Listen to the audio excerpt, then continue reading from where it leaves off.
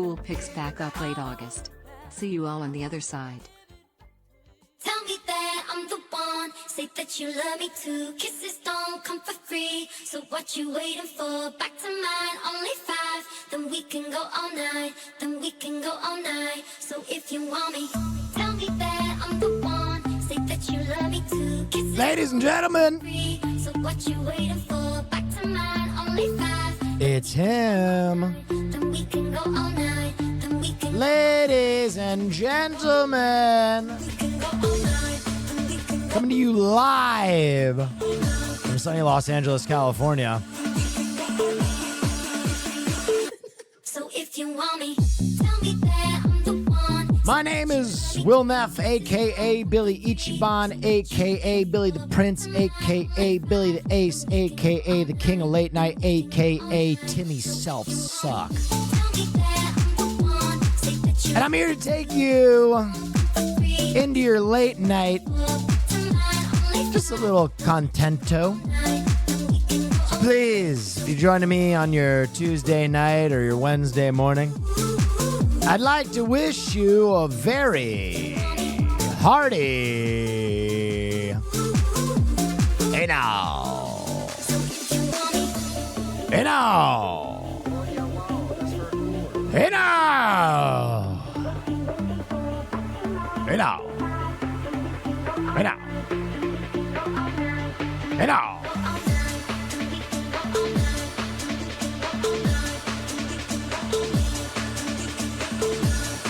Tuesday. So if you want me, tell me that I'm the one. Say that you love me too. Kisses don't come for free. So what you waiting for? Back to mine, only 5. Then we can go all All right. Then we can go all night. What a tune. What a fucking tune. So if That's Bless and Cameron Watson Kisses. What a tune. if you want me, All right, everybody, thanks for joining me on a Tuesday. Let's get right into things. Let's not keep you waiting. So, ladies and gentlemen, first and foremost, thank you for the hype train. Hope you enjoyed it. I missed yesterday because I was doing field day. And I did pretty well at OTV field day. I sent a kickball into orbit. Maybe the purest I've ever hit a kickball in my life. I connected and that bitch went, dude. It was like I launched a nuclear fucking missile. What is this? The Blood God plays hard to get? Oh yeah, wow. That's When is very this cool. from? 17 months of Hey Oh, Now. you man, I met the blood god took me as a sacrifice yesterday. It lit me on fire in front of Foolish. It was a whole thing. Wow, look at you. He reached out and touched you with his fiery guns. Wow, you lucky boy. And You. then he rained. Well, he then rained rocket launchers all over me, and then gave us a bunch of weapons. It was crazy. Oh, that means he likes you. So, yeah. Sometimes the blood god, like a little girl on a playground that got a crush on a little boy, you know, instead of just telling him that she like him, she go up and kick some sand in his eyes, maybe set him on fire and flay his skin. Little hard to get. What a random fucking clip. Well, thank you, No Raid. Yeah, but I was at field day yesterday and it was great. It was a lot of fun. Dude, everybody keeps sending me this and they are right too. Dude, the shooting competition in the Olympics this year was the most anime shit of all time. It's there. The world record has gone. This is the most It was there anime nearly 5 fucking years shit. until January this year when Thank you for Yang streaming, Yin Will. came along and broke the world record with 4. Yang Ying didn't celebrate winning a gold at all. Yang Kim is a fucking killer. 41, and now Yo, where can I get a pair of these shades? Straight up, can someone find me the Olympic shooting glasses online? Because I'm about to buy a pair. Kim Ye-ji from Republic of Korea is the new world record holder. What a week it's been for her here in Baku. Wow, that's very cool. We can't forget, of Something course, to increase my chat. Dude, wins the gold medal. Look at her celebration. It's actually kind of crazy. And it's there. It's there. The world record has gone. Oh, yeah, wow. That's very Damn, cool. she really popped off. Zero mercy from the cameraman. Okay. I was trying to peg Ludwig, and I absolutely clocked the cameraman right here. Hold on. This is from yesterday. Yo, just go home. They don't have a cat. Pass to me. I see him. The lineup. Oh God, here comes.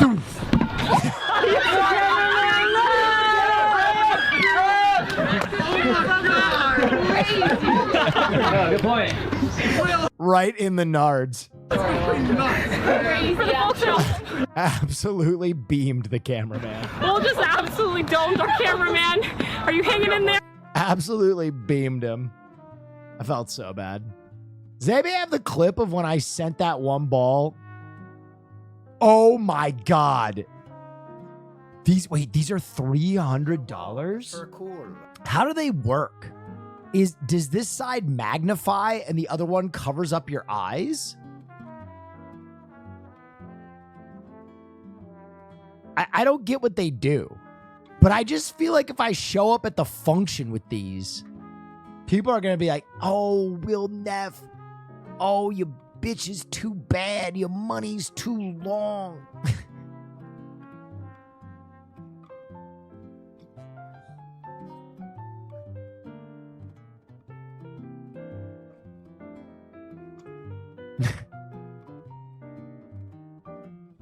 It's like a horse blinder. God damn. Kojima already on this girl? No shot, dude. Oh, yeah, wow. That's very Kojima retweeted from both accounts. On main. Kojima. I might have to buy these and show up to the function. I feel like if I buy these and just step up to the function, people will be like, God damn, you got that Robotnik dick? Invitation from Wubby to Will? Come on in, Will. If you play, also Will, if you play Magic, come to San Diego. We'll go to a casino. Don't put him on blast at Pay Money Wubby. I fucking love Will. I love this, and this is how I show love to Will. I fucking love Will, my man. Don't parasocial your way into that, my man. Please don't. All right. If Will, come to San Diego. Okay, we can go to a casino. We can get it twisted. All right. We can play Magic, or if you want to just buy into packs, anytime, baby.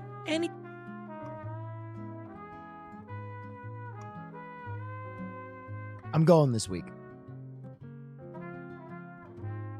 Put your money where your mouth is. I'll be there for Magic Monday, baby. I want to gamble with the boy Wubs. And I also want to break a pack. I want to get it fucked up on some cards right now. Can I show you my most recent? Okay. I'm going to admit something toxic that I do. I'm going to admit something toxic that I've started doing. Okay. I've started occasionally, when I get bored, gambling on Pokemon cards on TikTok, it's so dumb. It is, don't do it. Do not do it. But when I was in Michigan, I was kind of like isolated, and I gambled on some Pokemon cards, but I actually hit one that was crazy. I bought in for like $50 on one. Let me show you what I hit.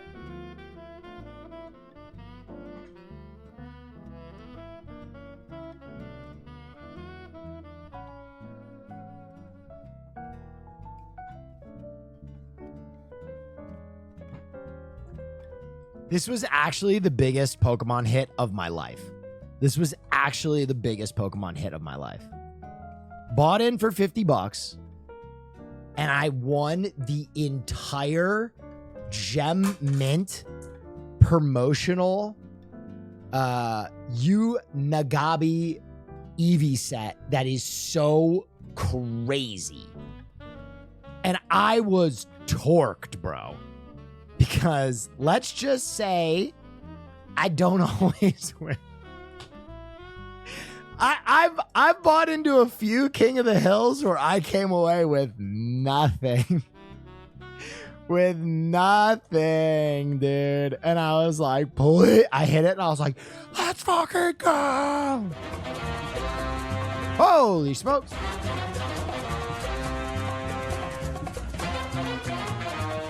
How much have you lost? Okay, let's focus on the positives. Let's focus on the positive, man. Nostalgia OD, thank you so much. Let's focus on the positives. Let's focus on the positives.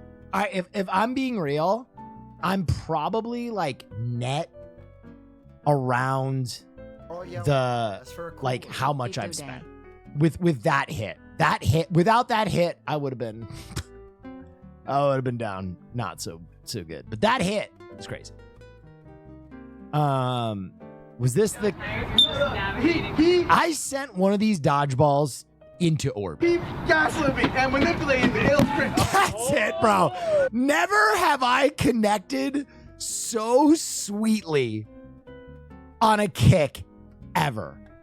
I shanked like 4 of these kickballs. And for some reason, I literally leaned over to Broden and I went, we're winning 10-6. Like, you know, it's the end of the day. We'll have fun. I was like, I'm just going to swing as hard as I fucking can. The sealed aspect of Pokemon is about to get torched. I heard about the CT scanners. Absolutely fucking crazy. You can never buy base set packs again. You can never buy expensive packs of Pokemon again.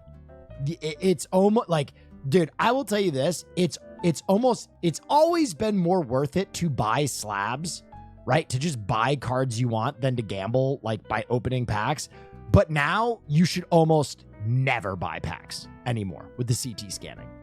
Yeah, Magic's safe because the cards are different, right? Fair skin, fair skin. I want you to listen to this noise one more time, though. Yo, Peanut, I want to come down this week. In the next 7 days, I want to come down. He gaslit So I just told Broden I'm going to swing as hard as I can. and manipulating the Look at that, dude. That is perfect. That is perfect. That is on the fucking dot. Pong. Oh my God. Keep going in the box. Dude, do you hear me right after I hit it with the whitest thing I could have possibly. Okay, look at that form. Bro, you could put that on the side of a kickball league. Okay, listen to what I said. Oh my God, look at the wind up. Dude, I fucking wound up on that bitch. Listen to what I say right after. I got a hold of that one. God. Keep going in the box. Third.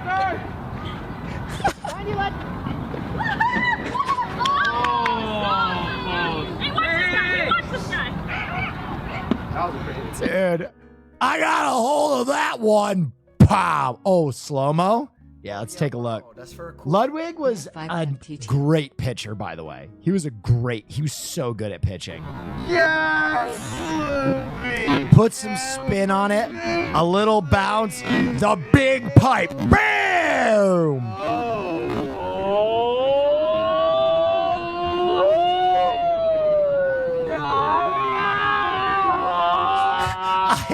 I play in a kickball league, and if you do that consistently, that gets you on a travel team that appears on ESPN. Guys, I'm so sorry. My streaming career is fucking over.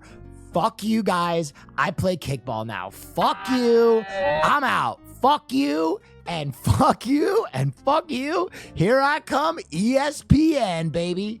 Launching piss missiles. Billy Kickball.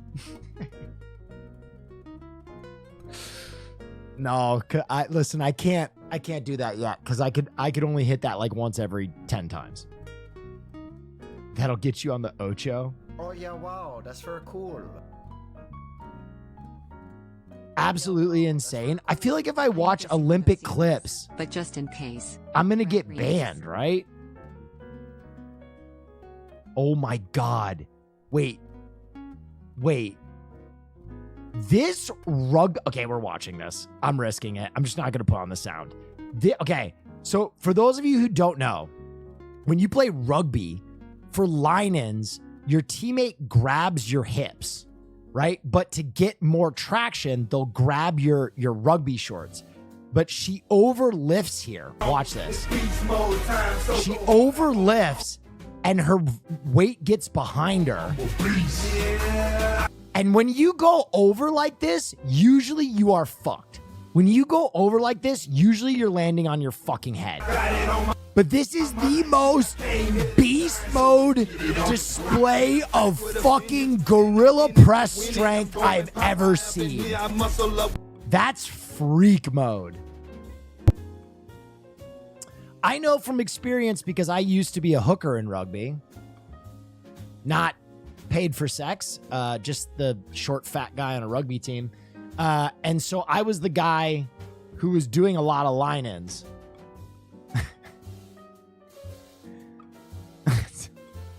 Okay, do I buy these shooter glasses? Cool. Holy shit, that was all adrenaline. Also, happy 27 months, hey now. Did you see USA women's comeback? I have not watched a single moment of the Olympics. I have not watched a single fucking moment of the Olympics. I'm going to keep it so real with you.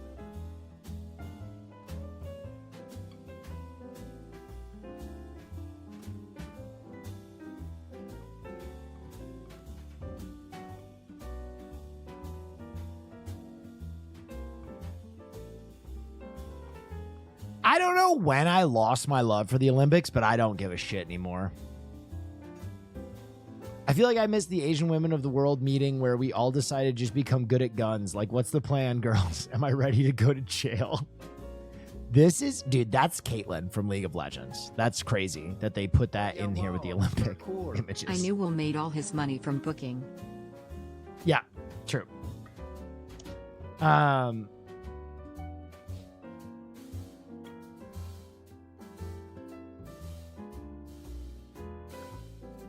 Opening was insane. I can't watch that. I know I'll get banned for that. Anything that's like real time or real speed or like, you will get banned. So I'm not gonna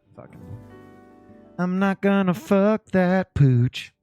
Have you seen Phantom on his New Yorker sandwich shit?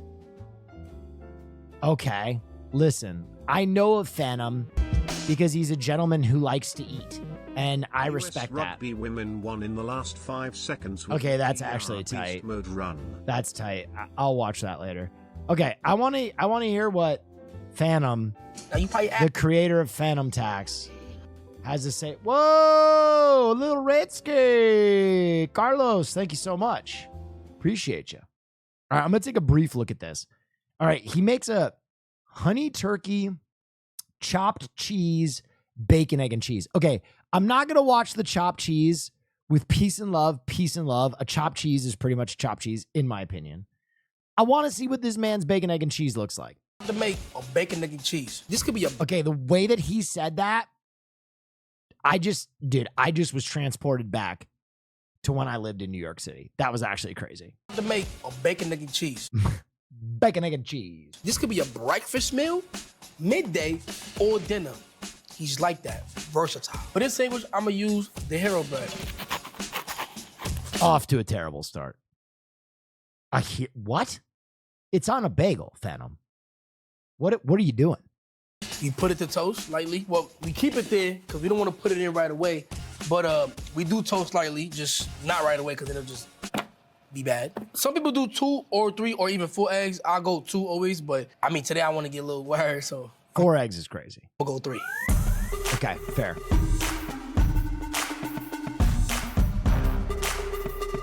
Is he going Scramby? This is a child? How old's Phantom? So I'm gonna need... I thought Phantom was like 23. Am I crazy? 24? A bigger pan. It's not gonna fit in, man. It's a hero, not a roll, man. Come on, let's do it. All right. How do you cook your eggs on medium or high? Like, what's the... When the fire... 7. Okay, he. I'm gonna be honest. He looks a little older than that. I don't know, bro. I don't even check the Fahrenheit. I don't know shit about Fahrenheit. We about to add some salt and pepper. Once again, everybody does it differently, but it's how I do it. It's the Phantom way. I just put the fork in here and do what I do. It's pretty much... All right, he's going Scrambies. Right, so we about to cook Is that turkey bacon? Bro, you'll never be able to come back to New York City. Bacon. This is turkey bacon, by the way. Oh yeah, wow, that's very cool. What? What?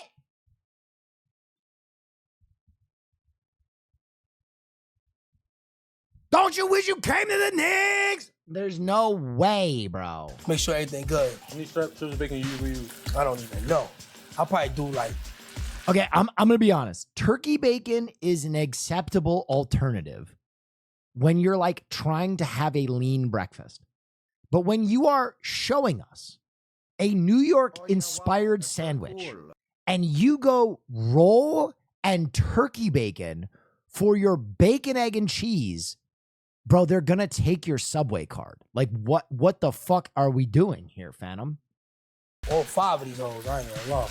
Why you use turkey bacon over beef bacon or pork bacon? I don't know either. I think because I got a lot of Muslim friends, and they all told me, like, when they, like...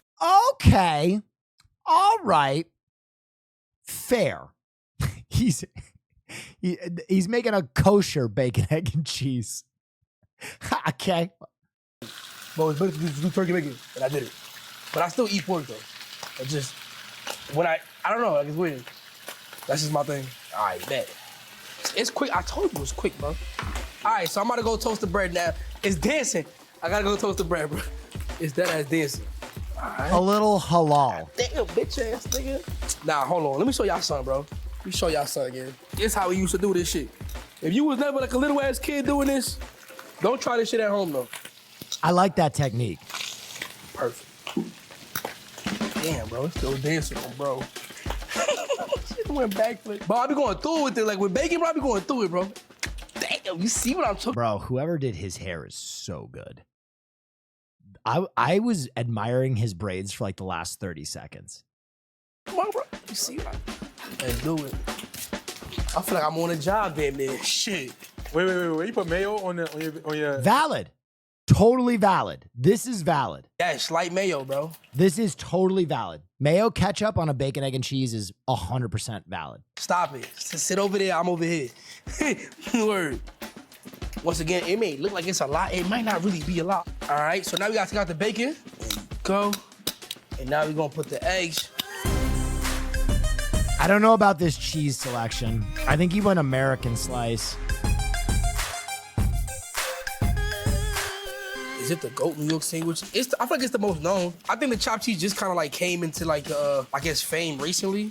Because everybody knows it's always been the bacon, egg, and cheese. Like, it's always been the bacon, egg, and cheese. Chopped cheese just kind of came around. The chopped cheese is a new boy on the block, man, right? So I'm about to try some shit. Chopped cheese, I want to say chopped cheese is like a... I don't think that's a New York origin sandwich. That's got to be Chicago or Philly, right? We used to do, hopefully I can finesse it the way I used to do it. Basically, we would put the bacon in the middle, right? Cool. Line it up real nice and shit, and then we will hug them. I'm over here trying to see if it works. Oh yeah, wow, that's like, cool. Philly? That's what I thought. Oh, it might not work. I don't think so. But the idea is to hug it kind of like a mini omelet in a way. So it's like hugged in there. And then we will go, lay the cheese down, and let that... Not Chicago. Chicago's got like a lot of beef au jus type dip sandwiches, though. Do its thing for a little bit, and then it'll be like doing this thing, and then it goes here. So now we about to plate it. All right, come on. Oh, yeah. That's what I'm talking about, son. I usually cut this right here, tuck it in real nice. Flip it, whatever. And then I cut them in 3. I don't like cutting it down the middle. That's just my thing, personally. Perfect. I mean, it looks pretty good. There you go. So I be getting salt and vinegar chips. Y'all be complaining too much about that. That's nasty, but I like those, bro. So, wow, that's how we do it. Know what I mean? Salt and vinegar with a bacon, egg, and cheese? No, that's crazy. Come on. Hold on. Before I get into it, you got to get your bev. Let me go get my bev. Give me a second. And I'm sweating bullets, too. Damn. Oh, I'm going with Martin right there. I ain't gonna lie. What up, bro? I want to dig it so bad on, bro. What up, bro? The Martinelli's apple juice, actually, this is a godlike move. Bro, I want to dig in. Once again, shout out. Quit hating? I mean, I was sent this video to critique it as a New Yorker. And I think Phantom's done a fine job, but I'm going to be honest. If I was playing this up for content, I would have been way more critical. I have actually been very fair because if you are talking about a New York bacon, egg, and cheese, first of all, it's not a scrambled egg, it's fried eggs. Secondly, it's not turkey bacon, it's bacon. Thirdly, it's not a fucking roll, it's a everything bagel. Last, it's ketchup and mayo, and the cheese is not American, it's cheddar. I do for putting us on to this Bartolini shit. Shout out to the whole southern states, because that's where I found y'all at. All right. I'm just saying, that looks good, but if you're talking about like the classic bacon, egg, and cheese, like this is kind of an amended take. All right, what you rated out of 10? What you rated out of 10? 8 out of 10. I forgot to get you. Not a bagel, Kaiser. Listen, that's a preference thing, but the original bacon, egg, and cheese is a everything bagel. Not that I don't. In my opinion, in my humble opinion. Share, share, but it's really my shit right here. So, all right, now you got me interested. Now I want to see his chopped cheese. Montague, 1762. How do I know that? Little known fact: I am a sandwich connoisseur, aficionado, experto. Cool. You know what I mean? What am I dad? So there's 3 things you need to know. Biscuit is fire. You will never get a bacon, egg, and cheese on a biscuit in New York City. That you're crazy. That's like saying, bacon, egg, and cheese on a croissant. These are amendments. Preparing for a bacon, egg, Going and to cheese any on New an York everything deli, this is bagel what with certifies them as a Chipotle great mayo. deli. Number 1, their manager. It's not a person. It's a cat. Have respect for the cat. 2, the AC. If there's no AC in the deli, the food is spoiling. How you gonna eat from there? Come on, it's hot in there. Nah, walk out. Number 3, the language barrier. If you can barely understand the guy who's making your sandwich, you're about to have the greatest sandwich of your life. Trust. I agree with the third one. The second one, I've had some really good sandwiches from places that probably have been shut down by the health department. Right? If you know about Hoagie Haven, you know they used to keep their meat in an igloo cooler. All right. And what I always say, life is like a sandwich. The bread always comes first. So we got the butter. I feel like butter always goes first. I'm not a chef or nothing like that, but I am a hood chef, so I have to consider myself somewhat of a chef. But just using a cast iron, okay. You hear that, right? Okay, so now we're about to chop up the chopped cheese before the chopped cheese become. Just know we're about to chop up the meat, all right? It's gonna take a little minute. I'm telling you. Let me just try with this one. Hold on. So as I'm chopping the meat, what I'm looking for is for the meat to look like it's in bits, right? You're not getting a burger. It's not a burger. You know what I'm saying? You gotta chop up the meat. So the meat is chopped up, and now it's time to season your meat, know what I mean? So some people use this. I like red top, adobo. You feel me? So you won't get rid of that, all right?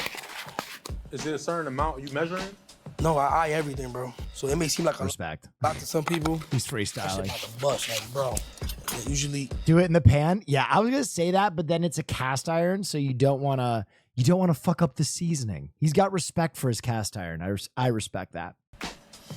I already washed my hands, but I'm about to do some ghetto. Nah, just do your thing. Just do your thing. I wash my hands before you start complaining in the comments. Oh my God, bro. So I like to really get in there. I feel like it just helps out with the seasoning, in my personal opinion. Okay, well, then I bring a couple he's gonna have to chop it again now. Decodes already, facts. But you in my deli, you know you came to eat that, Joe.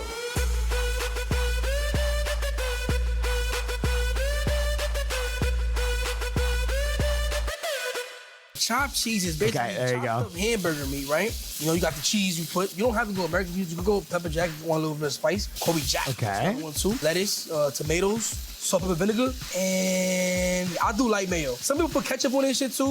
And if you really want to get crack, you really want to get busy, you can do turkey bacon on it.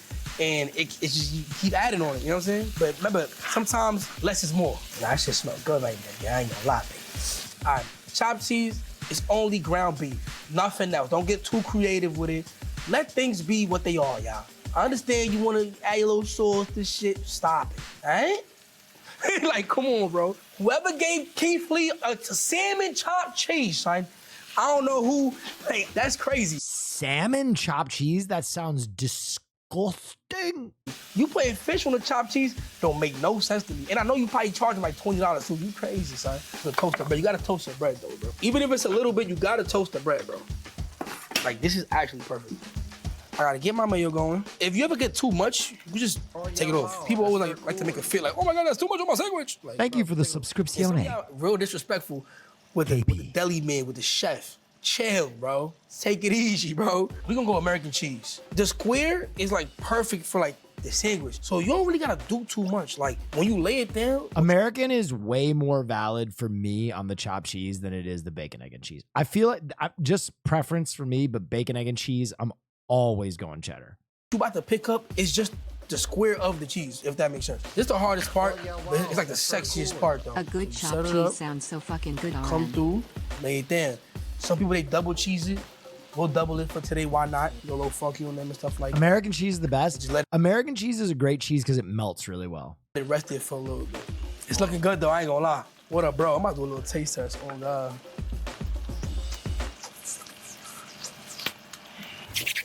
Dude, okay, that is an ancient big boy technique right there. Watch. The reverse blow, when it's way too hot and you've already eaten it and you don't want to burn your mouth, you just keep chewing going. Hassan and I both know that one. Look, all you missing right now is the side sound of bachata music in the background. That's all you missing, I'm telling you.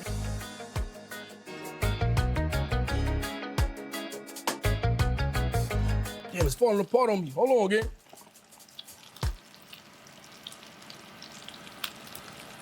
Oh, damn. That is just dripping oil. My bad. I go a little bit of this. Got some lettuce down. Sometimes I definitely do onions. Sometimes I don't. Today I will, because why not? I definitely do tomato. I put 2 down every time. It's looking good, though. My man kind of made a burger. I ain't gonna lie. It's looking good, though. You see this? Look good, right? Oh, wait, I forgot. Yo, chat, look. Nah, that shit wavy. We want vinegar and some ketchup, too. I thought it was together on, bro.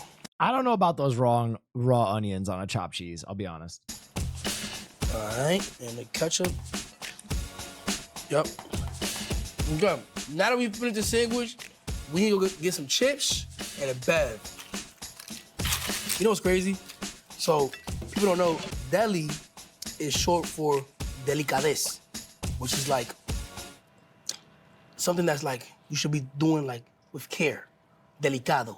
You know what I'm saying? I don't know if that's true or not, but my man told me that. He used to work with me. He told me that. So wherever I go, delicatessen? Come I don't through know. too. Let's really do it. Come on. Dang. Okay. Okay. As I said, the Martinelli's apple juice. This is the nectar of the gods. At the Mango, Arizona. And the little ones cost like $8 a piece in New York City. The tiny Martinelli's will cost you a fat $8. Classic, legend, OG. This, Mr. Duke Dennis put me onto this. How you say this? Martinelli's? Yo. Captain Atlanta. He knows. Word, glaze them. We got the sparkling water, Saratoga. You can do Perrier, you can do whatever, it don't really matter. But sparkling water, I love sparkling water. Shit wavy. It's water, but like, not really, but it is. Know what I mean? There's some cider. If I want to get on some classy shit, it's me, Bay, Bronx bathtub, candles, smells, incense. Know what I mean? Today I'm going with the Ari, so let's go ahead and pack this shit up. All right, bro, I'ma holler at you. Let's really do it, though. I got my bev, got my chips, I got everything. What else can I have? Okay. I'm going to say this. I really like this kid. I think he's got a good palate and he's really funny. But that's a burger, brother. You made a smash burger. That is not a chopped cheese. Ask for, come on. I gotta be real. It looks good, but you made a smash burger. To take that bite.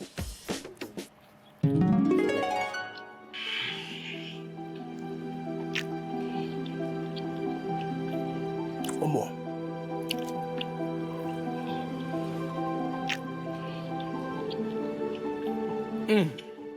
They right here?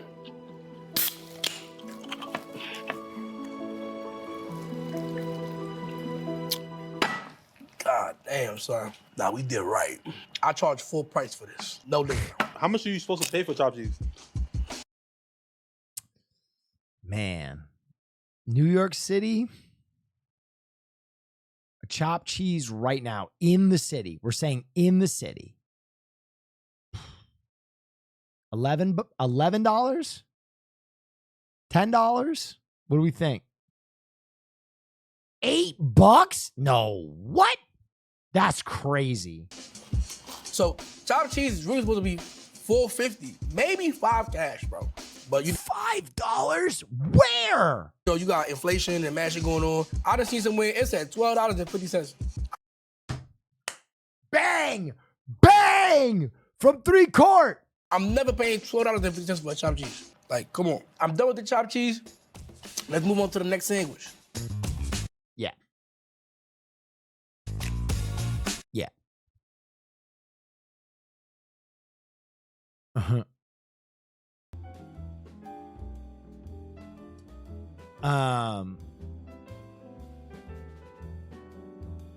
You should do a series like this. I would love to.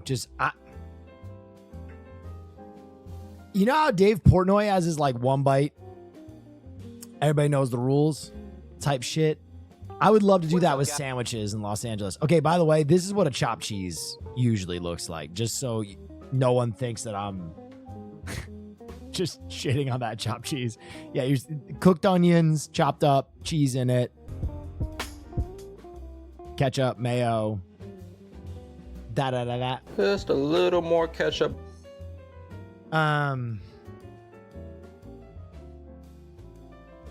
Yo, but okay, we have a lot to do this stream. We have a lot to do this stream, and I've already been streaming for 41 minutes. I'm so fucking behind. Fear and tension rising? What is this? Is it on toast? It's on toast. Literally, he's stepping on it. If I go this way? Oh no. Is this where I beam Cutie Cinderella?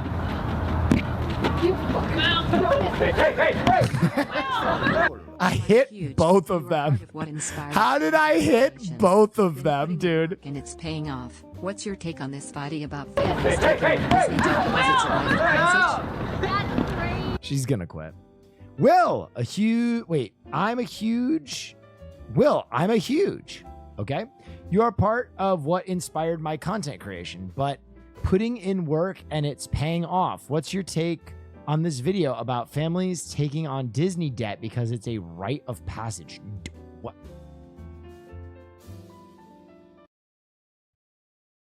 That message was all over the place. Well, thank you. I think you said I'm a inspiration. I will now. I fell off the wagon. I am back on bird milk. Also, watching your stream from the forest isn't the same.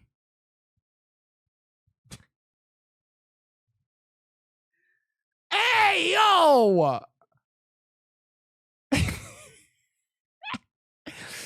My man Haas is watching on a fucking Etch-a-Sketch somewhere. That's crazy. Wait, what is Disney debt? Hold on. Wonderful world of Disney, where you get to experience the magic. I love you, Haas. I miss you, bud. Miss you a lot. We all do. We're doing the news tonight, by the way. We're doing the news tonight. I'm just way behind. We got a lot to do. Overpriced food, crowded lines, and the stroller pileups that resemble I-5 on the drive-in. It's marketed as the most magical place on earth, and when people talk about their Disney trips, they make it seem almost like a rite of passage for kids. This whole ideology was built by society and fueled by Disney as they pushed parents and families to view a trip to Disney parks as a need rather than a want, because when the kids get too old, it won't be magical anymore. Which is true to an extent, not to say you have to go to Disneyland before it's too late or you're a bad parent, but everything. Did you say nudes tonight? No, I said news. News. You could have given very quiet. All right, my bad. Me a stick and a rock and it was magical. The point is it doesn't have to be Disney, but Disney's marketing has somewhat made it feel like it does, and a lot of people convince themselves that they need to make this trip even if it means going into debt. Is it really Disney's fault though? Obviously, the main attraction. No. Don't go into debt to go to Disney. Wait, what?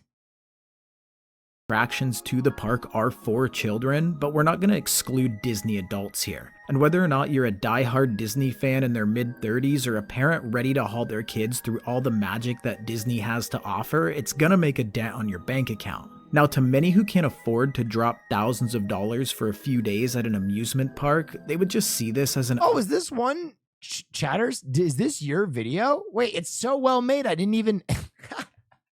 Hey, listen, that's high praise. Your video was so high quality, I didn't even know you were doing self-promotion. Well, that's something. Affordable vacation option and it wouldn't cross their mind again. But others have an any means necessary approach that Disney also plays into when it comes to their marketing strategy and strategic partnerships. When Walt Disney opened the first park in California during the 1950s, an adult ticket would cost you only $2.50. Yeah, back when $2 would buy you a car. If we adjusted that for inflation, this would make a ticket worth about $24 in today's money. Well, I went that subbing to you, Hassan and Caroline. I used Klarna Pop Nemo Pop Ghost Gold PLC. I'm sorry, it's my marketing. Haas, by the way, when you get back, I don't know if you're still watching, I saw Sven set up a bunch of TTS voices. I would also like TTS voices. We can work on that. However, the current price of a ticket is a lot higher than that, coming in at around Goo! I did not know Disney was that expensive just for the park. $104 to $190. Wait, 3-day is $100. 1 to 5 day ticket. Wait. So 3-day ticket. Why is the 3-day ticket less than the 1-day ticket? Standard theme park, 3-day Disneyland. Monday to Thursday. Got it. $4 depending on the 1 day is $194. Oh. Day for a standard single day entry ticket. That's not including food, hotels, travel, Did you say you want transportation, souvenirs, and whatever voices? they call it. Okay, dude. So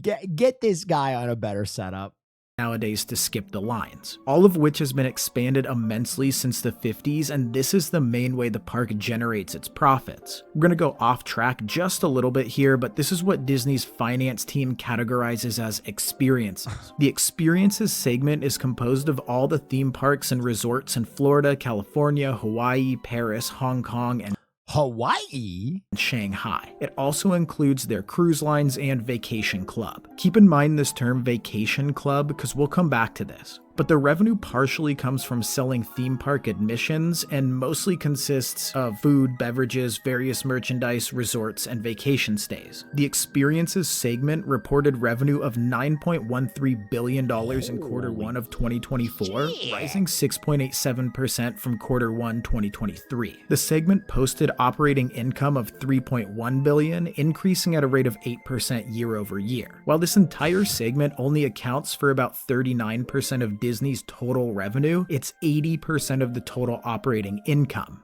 Okay, now that we have an understanding on experiences and how they segment it, it's time to go back to the 50s.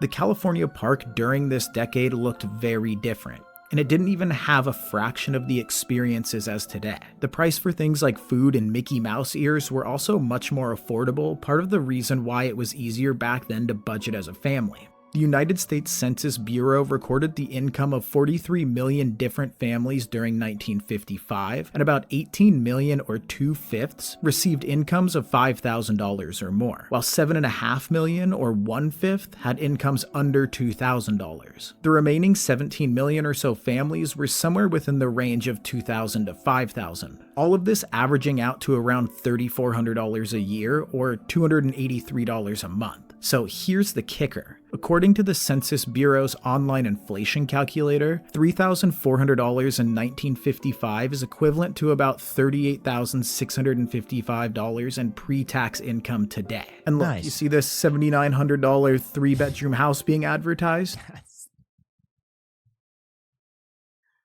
Oh!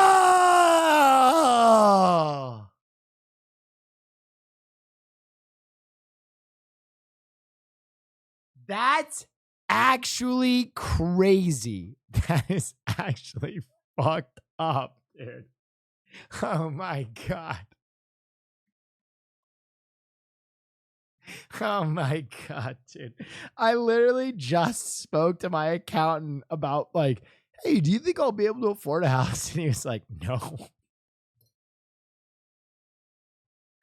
No, absolutely not. I was like, all right, cool. It would cost just over $89,800 when adjusted for inflation today. So clearly we're already in some hot water compared to today's numbers. As the average US salary has gone up to $59,428 by 2023, the average American house is nowhere near that $89,800. If we use the home price to income ratio from 1955, a typical home in America today should cost around $140,000. Bro. That would keep home prices in line with income growth. But let's take a second to map. You could own a streamer house? Oh, God, no. Pog. I am a whole ass adult. You think I'm paying phantom tax? Think I'm letting Austin Show roll his ass in and steal some of my food? I'm a grown man. That we're in a world where we're earning around the median income of $59,000 a year. We're out shopping for a new home and we stumble across exactly what we've been looking for, and to no surprise, it's within our budget. The house is average and it's listed at $140,000, meaning that we would pay around $978.90 at a 7.5% interest over 360 months. That's roughly 20 to 25% of our income on a mortgage payment. This is so Sounds much kinda math. nice, right? What is It's like happening? a comfortable way to live. But unfortunately, as most of us know, that's not the world we live in. Last year, the average home price in America was a whopping That is so fucked up. $426,000, and the average mortgage payment on that house was about $2,082, meaning realistically. Bro, I look at houses in Los Angeles, and like you look at it like a $2 million house, and straight up it'll be like the notes underneath it. They do this thing where they post like really nice photos of a house, and you're like, oh shit. And you're like halfway through, $2 million, nice. And then you like get to them, and then you see like the real photos where it's like not even finished. There's just like a toilet in the living room, and the notes are like, developers started this, you know, gem in the rough and then gave up because they got hooked on meth. You can get in on this exciting opportunity with no floor or walls for just $2 million. And you're like, oh, fuck. Realistically, the average American earning the average salary who bought an average home would be spending about 42% of their income on a mortgage payment. So while the average American is spending 42% of their income on their housing payment and then the rest going to bills, food, gas, etc., spending hundreds of dollars on just tickets to get into Disney. Get in on the ground floor. Yep, always. Getting for all the other experiences and expenses is now becoming an unaffordable luxury that the average This person is a just long detour from Disney. Just tickets alone have grown by 6.09% each year since Disneyland opened. If this trend continues to 2030, total ticket price increase by 2031, 8,858%. The predicted price for an equivalent ticket would be a hefty minimum of $223.96. This would represent an $8,850. Oakland is worse than Los Angeles? I don't know, man. Here, we can play this game right now. I'll pull up a Zillow listing right fucking now. And it'll be so depressing. All right, let's see what a like $2 million gets us right now. Okay. I'm looking around. Okay. Let's see what we get for 1.5 million. Hold on. Oh, wait, here's $2 million. What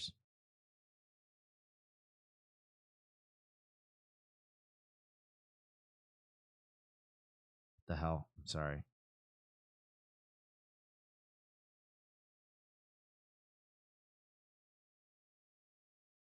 I mean, not bad. You can get an apartment for $1.5 million. Jesus Christ. Okay. This is what $2 million gets you in LA right now. This house is 2.3 million.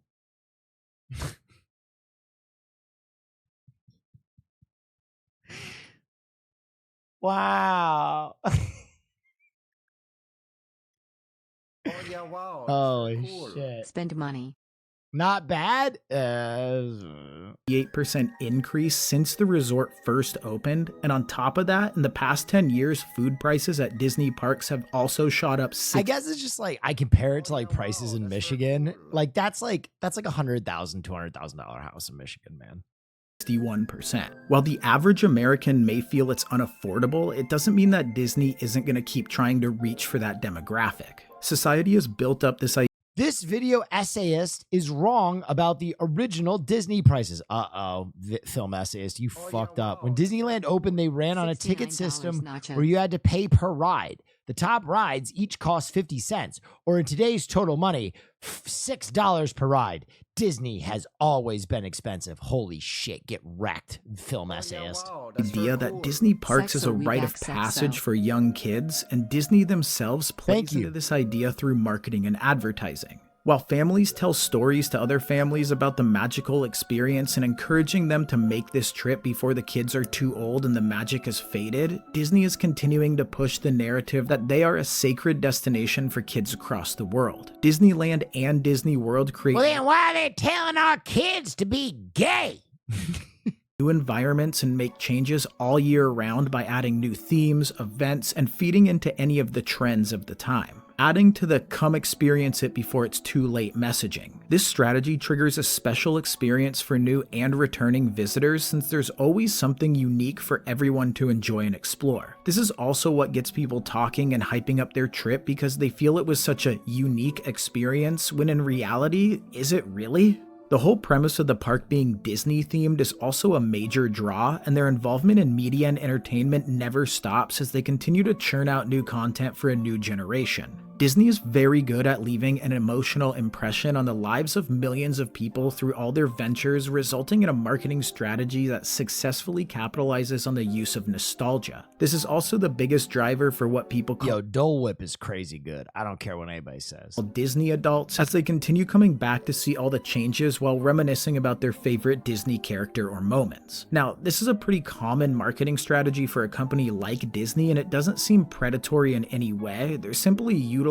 their brand to reach as many park goers and Disney lovers as possible. But behind the layers hides somewhat of a dark side that I'm gonna be honest, I in my life have never seen an ad for Disney World or Disneyland. Is that crazy? Am I crazy? I've never seen an ad for them. Starting to come to light and be discussed more. In the last decade, Disney's been partnering with different vacation loan providers and credit card companies. Even in the 1990s, they were pushing the Disney Vacation Club, which was just a glorified timeshare program with financing and membership costs that's still expanding to this day. But for the average person who can't even fathom a Disney timeshare or let alone a trip to Disney with today's football, I'm going to Disney World. Oh, true. I guess I've seen that. Prices, then you're in luck because Chase Bank offers a Visa card that Disney heavily advertises, making it easier for anyone and everyone as long as you're willing to take on potentially thousands of dollars in debt. That's where it gets a bit shady. Hiking prices of everything including entry fee and food while encouraging the need to experience the nostalgia and provide this magical trip for your children before it's too late, then offering high interest debt solutions advertised to people who can't afford it to begin with? I don't know. A new survey conducted by LendingTree found that 24% of Disney goers have accrued debt during their trip, along with 45% of parents with children under the age of 18. The average amount of debt for these parents was around $2,000, and the number of total respondents who went into debt during the Disney trip increased by 33% from LendingTree's last survey. Concessions are the biggest driver of excess spending, as 65% of the respondents cited that the high cost of food and beverages is what got them. Additionally, 48% of respondents said that they had not budgeted enough overall for their required transportation and accommodations. And almost all of the respondents were certain that their Disney trip would only take 6 months or less to pay off. On top of that, 59% of the parents 6 months expressed no regrets over dropping a hefty chunk of change on their Disney vacation, leaving just that 16% regretting their financial decisions. LendingTree's chief credit analyst Matt Schultz said in a statement, "For many parents taking their kids to Disney, it's a rite of passage, something they remember fondly from their youth and want to experience with their kids. And because of those feelings, they're often willing to take on more debt to get there." So who is really to blame here? Is it Disney's marketing and advertising department that plays into this narrative which society created that you need your children to experience the magic or nostalgia of Disney parks while offering high-interest credit cards resulting in debt for park goers just so they can generate more revenue? Or is it the park goers themselves? I think this essayist is missing one very important thing, and it's something I have to admit. Sure, Disney does some marketing, and I'm sure there is some predatory shit there as well. But even I have to admit, Disney is fucking fun. Like, you can't fake fun. Like, as miserable as Disney can be, I think it is really fucking fun. And I think it's like one of those things where, you know, you have fun, your kid has fun, everybody has fun. It's an escape. The world is a miserable nightmare place. So you go to a big set that isn't as miserable and nightmarish. Really, everyone's to blame. Advertising. Is it significantly more fun than other shit? I don't know. Maybe for some people. Is take your kids before it's too late and look, we have high interest loans you can take out is somewhat predatory. But it's not predatory enough that it's unavoidable. It's mostly just something people should keep in mind when making the decision to go on any expensive trip like this. Is it worth setting yourself back financially as a family when you could realistically spend less and still make a memorable vacation? But did you consider video essayists hate fun? Now you should make that video essay, Haas.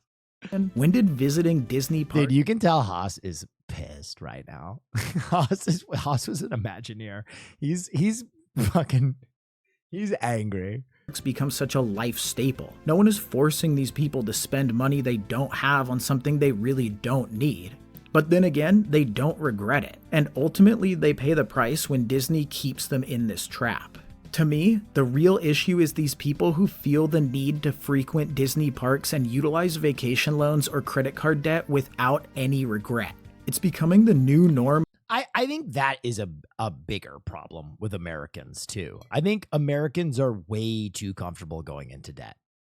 Like, we don't do enough to teach our kids and our adults that credit cards aren't free money. That's not just free money. And those who are feeding into it are what's making it unaffordable for the rest. And it just justifies Disney to continue hiking prices until it's only accessible to the wealthy or those that can make the decision to go into debt. How long can this cycle continue? And how long can Disney parks last raising these prices until the cost just completely kills? You kind of sound like E-Rob, like in my word selection or in our actual speech pattern. Because I don't think I sound anything like that, man. The magic. Thank you a ton to all the new viewers and those who are taking... Hey, congratulations. Good video. ...the time to watch this. Cool. Can I check something real quick?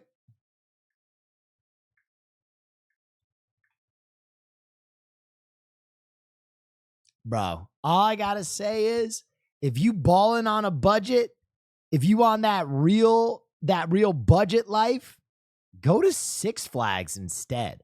I know Haas is going to be so mad. I know Haas is going to be so mad at me. $50, baby.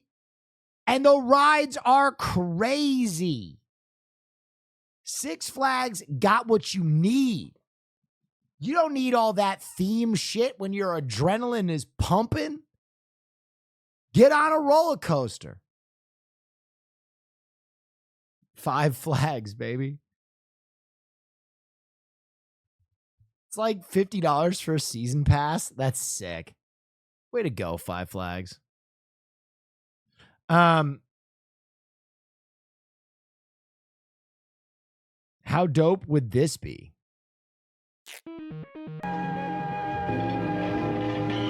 Love your shit, brother. Ain't never gonna happen. Thank you so much for that.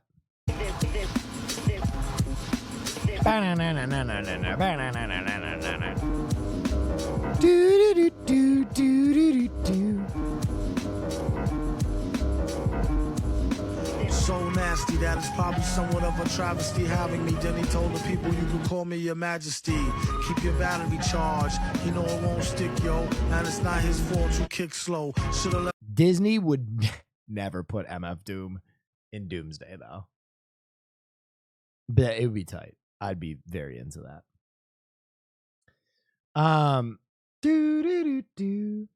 Thoughts on the new Batman theme? Is this real? Fuck.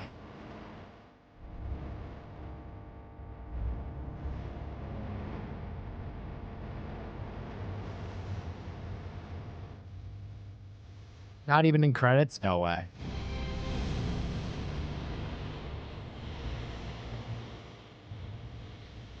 The show actually looks so good.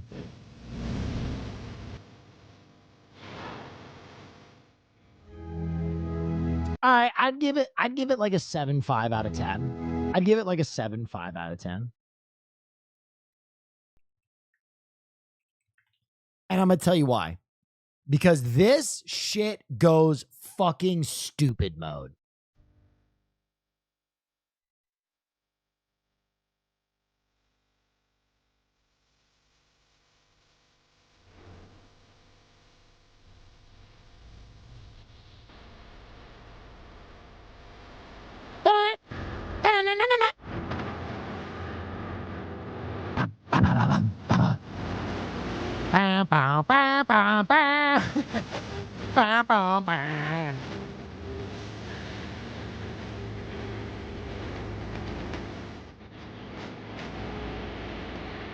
Dude, when I saw this as a kid, I couldn't like differentiate that this was just made for Batman the Animated Series. I just thought this was Batman's music. You know what I mean? Like if he was a WWE wrestler, like this just always played whenever there was Batman. I didn't know that it was only for this show, but they should have put it everywhere.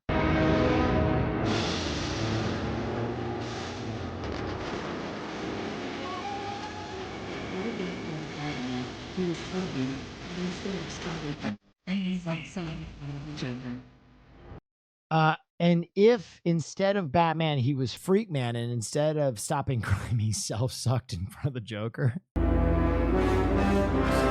gotta tell you guys something.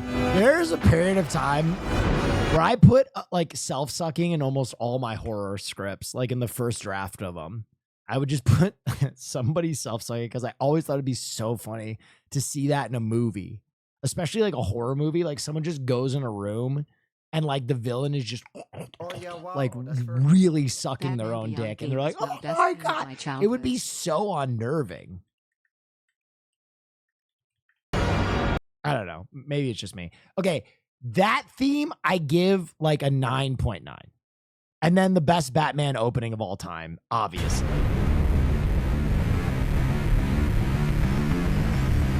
Fuck yeah! Apathy. Greed.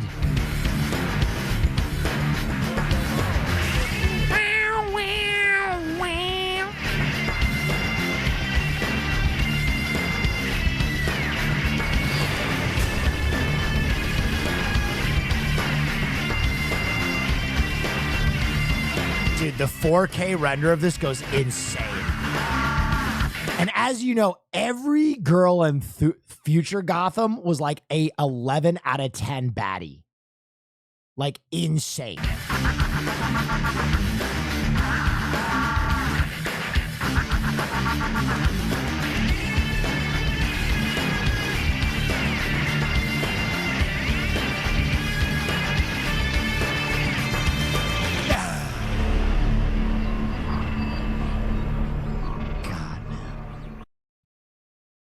Fucking, we will never get Terry McGinnis. I'm giving up. We'll never get Terry McGinnis. We will never, ever get Terry McGinnis.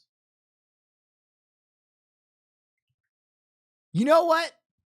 And I'm going to say it. If we ever do get Terry McGinnis, they'll do some dumb shit like make Michael Cera Terry McGinnis. You know what I mean? They'll do some dumb shit like that where they'll be like, you know what'd be really funny?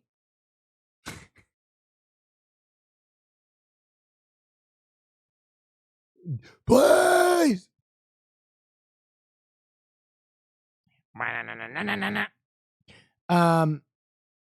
What's your ideal casting? I've gone through this before. Right now, in this moment, in this second, it's Timothée Chalamet.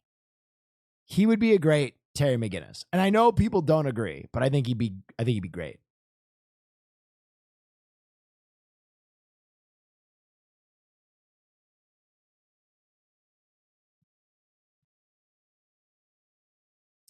Everybody acts like Dune 2 didn't happen. It's all right.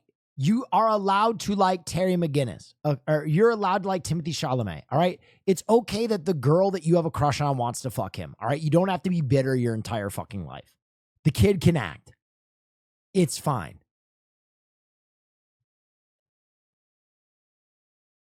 Austin Butler, Terry McGinnis is 17 years old. You think Austin Butler can play 17?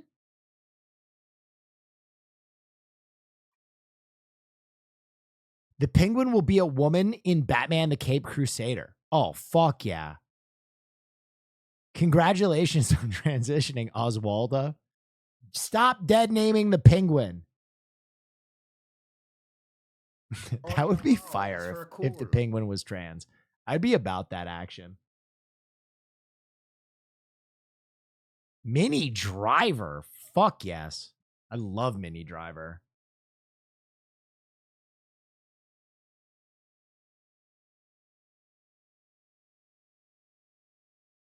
Oh yeah, so wow, that's very cool. Have we discussed RDJ as Dr. Doom yet? I discussed it at length when it first happened. And the more and more I think about it, there was a chatter that really put something in perspective. And they said that they thought that Robert Downey Jr. wasn't the first choice. And that the Kang the Conqueror situation and the Marvels being the biggest flop in movie history. I didn't know that, but it's basically the biggest box office flop ever when you talk about cost versus what it earned. I think they might have shattered glass in case of panic.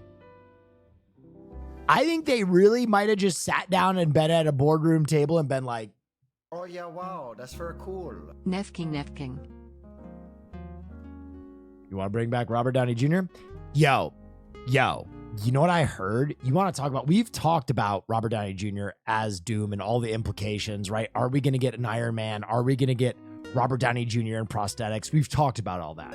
What we haven't talked about, what I found out that is fucking bananas. Robert Downey Jr. is rumored right now to be paid in excess of $100 million for these two Marvel movies. That's fucking banana wax. Banana wax. You saw 80 million? Didn't it say, wasn't the quote well above 80 million? I thought the quote that they released was well above 80 million. Yeah, okay. Not 80 million, significantly more than 80 million. I've heard this is in excess of $100 million. That is fucking bananas. That is fucking bananas. Bro got paid $3 million for Oppenheimer. He's getting in excess of $80 million to be Doom. That is it $80 million plus or minus? No, it's, quote, significantly more than $80 million. I had to take out a Disney credit line and go into debt so they could have enough money to pay Robert Downey Jr. Bro, they are going to hike the ride prices so that Robert Downey Jr. can come back. That is crazy. That is crazy. Significantly more than 80 million. How did that quote even come about? How did that quote even come about? Was some journalist like, so is he going to make around $80 million for playing Dr. Doom? And the response was significantly more. That's fucking wild, bro.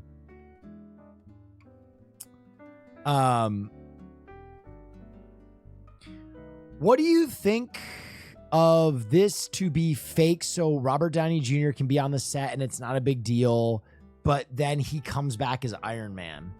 I mean, I wouldn't put anything past Marvel at this point. I wouldn't put anything past Marvel at this point, but like, it's kind of crazy to use Dr. Doom as a MacGuffin for Iron Man. Because I'll be honest, it's not like Dr. Doom is a throwaway character, right? It's not like they used like a throwaway character to be like, yeah, he's going to be on set because we're going to have him as a cameo. You know what I mean? We're going to have him do a cameo as like this fucking, you know what I mean? Like Dr. Doom is fucking massive. It's not like they're having him show up as who's like a laughable villain. Yeah, bro. What if, yeah, it's not like they cast him as Dr. Bong. You know what I mean? If they were like, yeah, Robert Downey Jr. is doing a Dr. Bong cameo, and then it turned out to be Iron Man, I get it. But for them to just be like, we're going to tank Dr. Doom, and then what are they going to do? Announce the Dr. Doom casting as the movie comes out? It's not like they're going to hide some other big actor. You know what I mean? If Daniel Day-Lewis shows up on set, people are going to be like, what the fuck? Who's Daniel Day-Lewis going to play? I'm playing Dr. Bong. I'm a bellman, damn it. I mean, I don't know. Robert Downey Jr. has earned around $500 to $600 million from the MCU so far. He now also gets perks that include private jet travel, dedicated security, and whole trailer encampment. Dude, wild. I mean, I was talking to Caroline about this last night. Has anybody rebounded harder than Robert Downey Jr.? Robert Downey Jr., before he signed on to do Iron Man, was like uninsurable. He was like a dyed-in-the-wool coke fiend who like could not get insured on a movie set. And then they were like, yeah, we're doing this silly ass fucking superhero movie. And he was like, I'll fucking do it. And now he's like the highest paid actor ever, bro. This shit is crazy. Mickey Rourke? Mickey, have you seen Mickey Rourke in 5 years? What's the last movie Mickey Rourke did?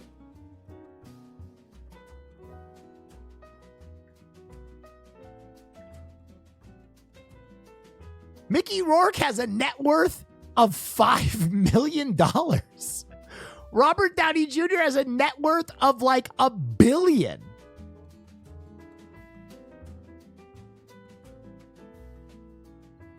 You're going to argue that's a bigger rebound?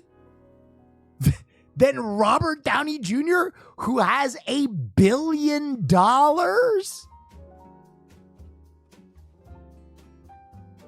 The answer is Robert Downey Jr. I'm sorry. It's crazy. Wow, that's very cool. Wake me up when RDJ does blackface again in a second Tropic Thunder movie. Yeah. Iron Man only happened because Jon Favreau wanted his buddy RDJ in his movie and agreed to cover the insurance out of his own pocket. That's real friendship, bro. That's crazy. That's fucking crazy. The Oscars are now looking for a new host. Fuck off. Not hosting the Oscars. So my dick.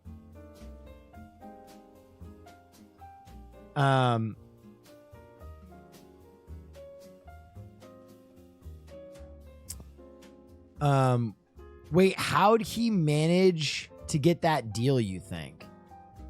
Which deal? The Jon Favreau one or the new one?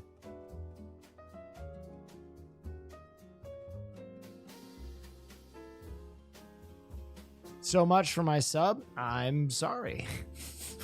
That's a weird thing to say. Are you like guilting me? Do you want a subscription? Are you mad? The fuck? Jesus Christ. Fucking leave me alone, dude.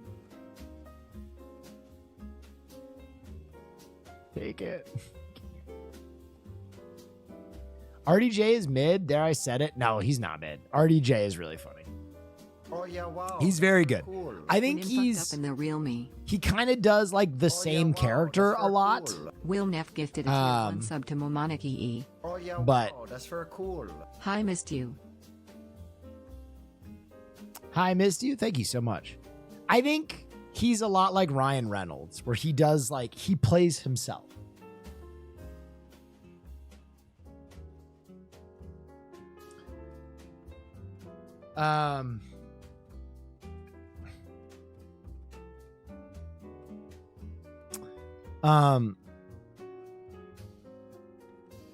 Tom Hardy definitely doesn't have the money, but turned his life around. Yeah, I mean, there are other people that have rebounded, certainly. Like Joaquin Phoenix, for example. I said, has there ever been a bigger rebound than RDJ? And I would argue there hasn't been. In the history of Hollywood, I don't think that there has been a better or bigger rebound than Robert Downey Jr.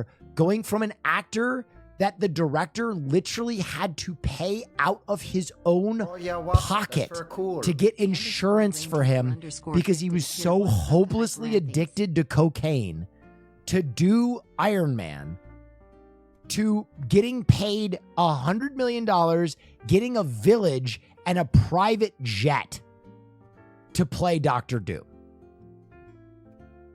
That's fucking easy. That's crazy.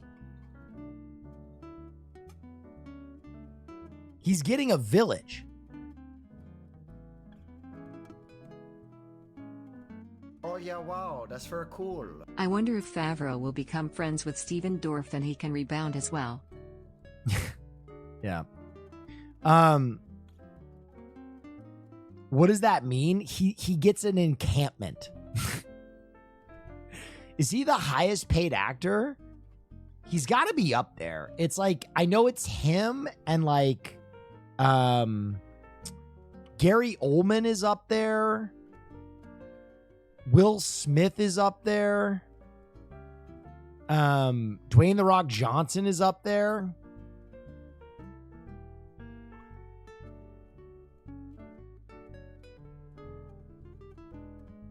Honestly, this might... How much does... Honestly, this is actually going to put him close to The Rock. This is actually going to put him close to The Rock. Because it said he was at like 500 million already. And he's probably going to get another 100 million for Doom. It's going to... That's crazy, bro. That's fucking crazy. List of highest paid actors.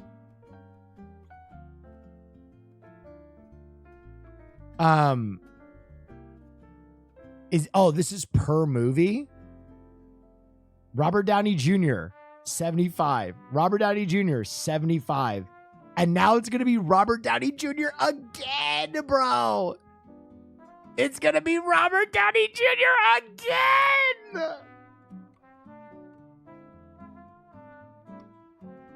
Holy smokes.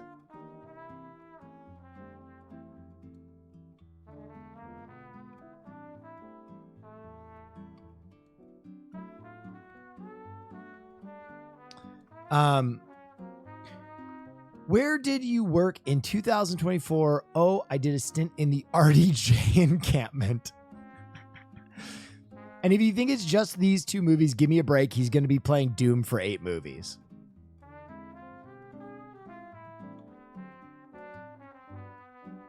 Yeah. Dude, I'm hungry. I'm hungry. All right.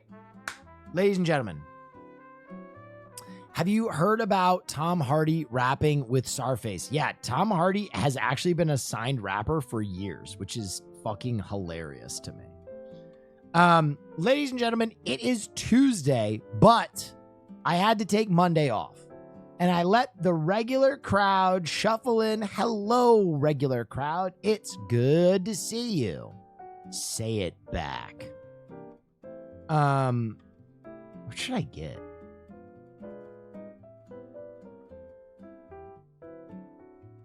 I want to get something tasty, but not too fat. Oh yeah, wow, that's very cool. Neff bio Neff lamp Neff fart Neffing. Ooh, a turkey BLT sounds fucking in fuego, mamacita. Mi corazón.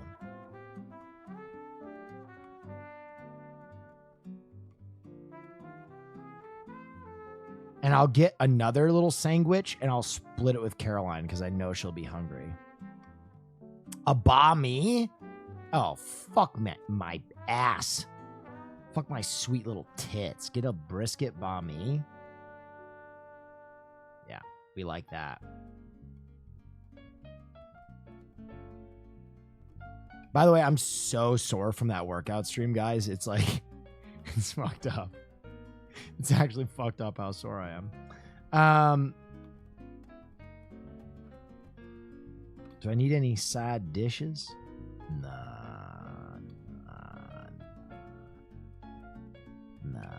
Stop, Will. You don't need any side dishes. I'll get a side of chicken breast for Farley because he likes that shit. Okay. Dinner ordered. Ooh, mango juice. Big time. Okay. Ladies and gentlemen, on Mondays, we do all the news that's fit to print, but I missed Monday because I'm a real piece of shit and I was raising money for charity. Wait, that didn't work. I was doing good stuff. And that's why I missed the pot. I was raising money for charity. Oh my God, love the new episode of Fear End. It was the first introduction to Porter Robinson, and he seems really cool. Yeah, okay, so if you haven't watched the pod yet, I'm going to plug the pod because I know Hassan didn't do it. I know Hassan didn't plug the pod. But if you haven't watched the new Fear End yet, look at this, dude. It doesn't even show up in the search results. That's crazy. They're burying it because there's no Hassan. We had Porter Robinson on this week, who is an amazing musician, and it was so awesome. And the episode behind the paywall is even better, but it was so fun. I hope you go check it out. Porter was the man. If you've never heard of Porter Robinson, you're missing out. He makes very good music, including like one of my top 3 songs from last year, which is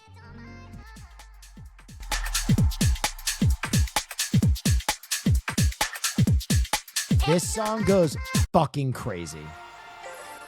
Is anybody here with a team more than like 20? Make some noise right now.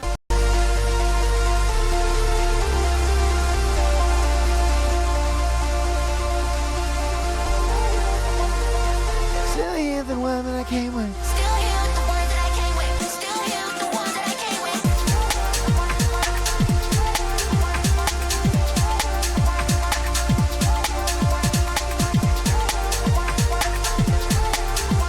This song is so good.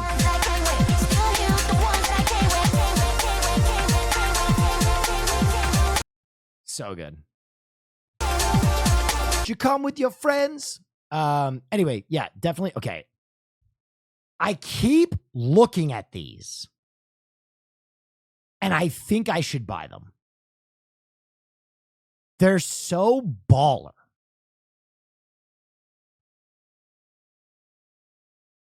Okay. Ladies and gentlemen, all of that other shit aside, it is Monday. And on Monday, we do the fucking news. It's not Monday. It's Tuesday. I missed Monday. God damn it. But there's another very important thing we have to do. So important.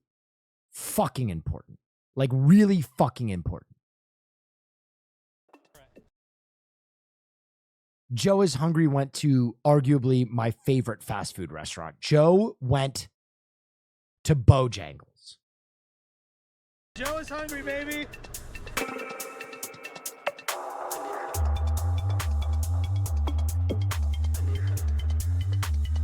Okay. Yo, Joe's in his industrial era with this track.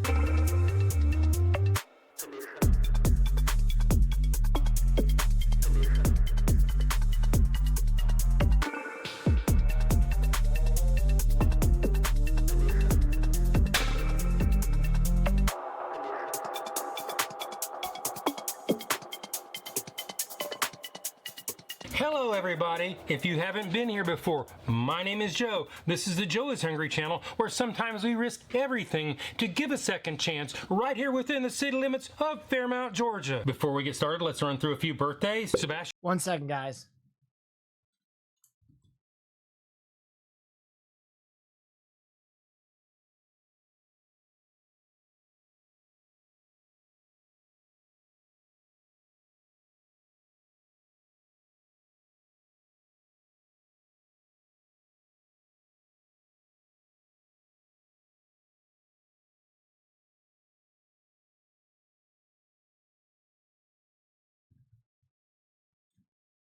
Sorry, I think Uber Eats is trying to call me. Alex, Bella, and Riley, Alex, Sean, and Rebecca, Heather, Daniel, Nathan, and Dominic, Cash, and Jordan. I want to wish a very Joe is Hungry special birthday shout out to each and every one of you. With that out of the way, let's head over to Bojangles and check out their returning limited time offer. Bojangles Own Barbecue Pulled Pork Sandwich, which is made Okay, I think this is going to be good. of North Carolina's pit smoked pulled pork, Carolina barbecue sauce, topped with house-made coleslaw on a lightly toasted bun. Each one of these will pile 460 calories onto your daily diet count. I have the full nutritional information God, I haven't had a good pulled pork sandwich in an epoch. on the screen and in the description below. A single barbecue sandwich will set your finances back to the tune of $5.69. Make it a medium combo for $8.69 before taxes in Georgia. Is this a good deal, you may ask? Well, it sort of sounds like it. Just hang around a little bit longer because later in the video we'll make it all clear when we do the Joe is Hungry weight test and calculate the actual outdoor fast food price per ounce. Are they going to serve these things fresh and piping hot, redeem themselves after the last video? So when I go through that drive-thru and they look me in the eye and they hand me food that is basically petri dish temperature, what am I supposed to do? Bojangles, today I'm gonna go 3.9. That's crazy. For the moment of truth. It's redemption Set things time. right when we roll the drive-thru ad. Bojangles in Cartersville, Georgia. I'm going.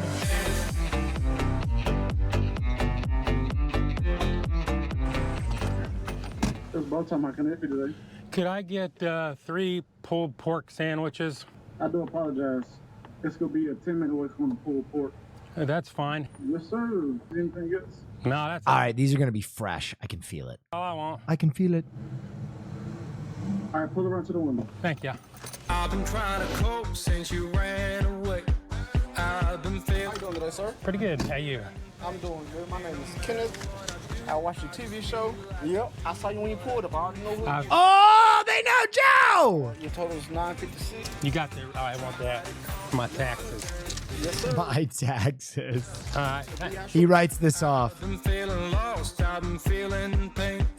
Oh, man, he's feeling like the man right now. Ain't no matter what. While that's cooking, I'm gonna get you pulled up right there, and I'll bring it right out to you. Okay. Do you want me to pull up there or over in the parking spot? Over in the parking spot. Got it. Yes, sir. Thank you, sir. Come on, Bojangles. I actually really like Bojangles, so I hope they do a good job.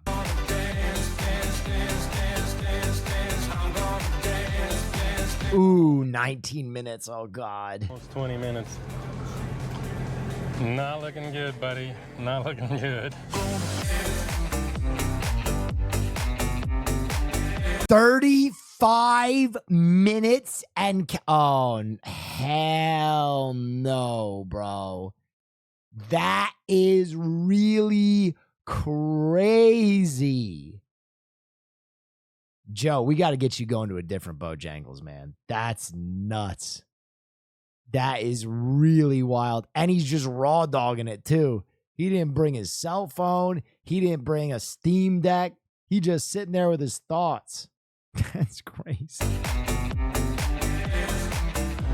We're going on 35 minutes.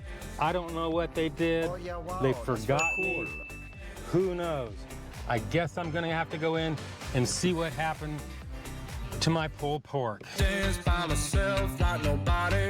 At long last, I've got my pulled 42 minutes. That's unconscionable. That I'm gonna be real with you. At a fast food restaurant, that's a 0.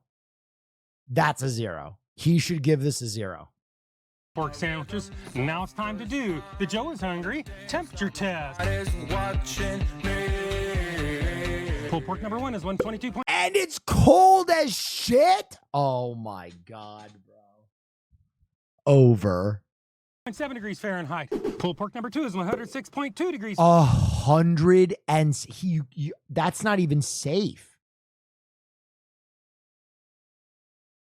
Fahrenheit. Pulled pork number 3 is 124.3 degrees Fahrenheit. If you've been watching my channel for any length of time, you know I like my temperatures at 140 degrees or above. I'm a stud. I thought they were making these things fresh. It took them long enough. Yes? I went to a Bojangles yesterday and they had that drive-through AI that was so shit. I just went cookout instead. Enough to make it. I know they're mixing hot and cold ingredients, but still, with those... Yeah, okay, true. I guess they have slaw on there, but 102, that's like...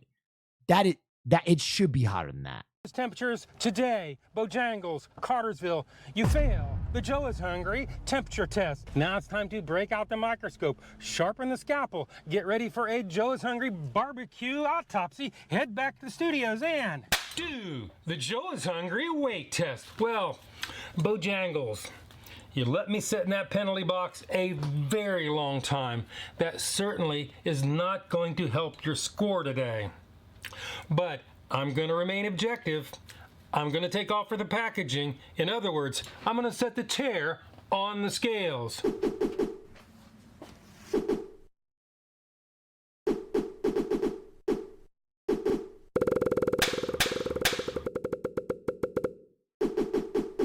Pulled pork number 1 weighs in at 8.10 ounces or 229 grams. Pulled pork number 2 weighs in at 8.20 ounces or 234 grams. Pulled pork number 3 weighs in at 8.30 ounces or 235 grams. Well, pretty juicy sandwiches, though. You did pretty good on that. So today, you pass the Joe is Hungry consistency weight test. However, Bojangles, they don't give us any serving weights in their nutritional information. I wish they would, but they probably never will. And that only leaves one more thing to do, and that would be to add them all up, average them out, do the math, and you come up with a not unreasonable, for this, 69 cents an ounce. So now it's time to do the Joe is Hungry big reveal.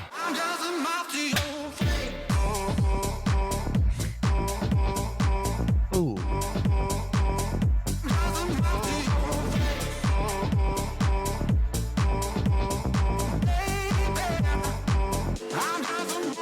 Oh, hell no.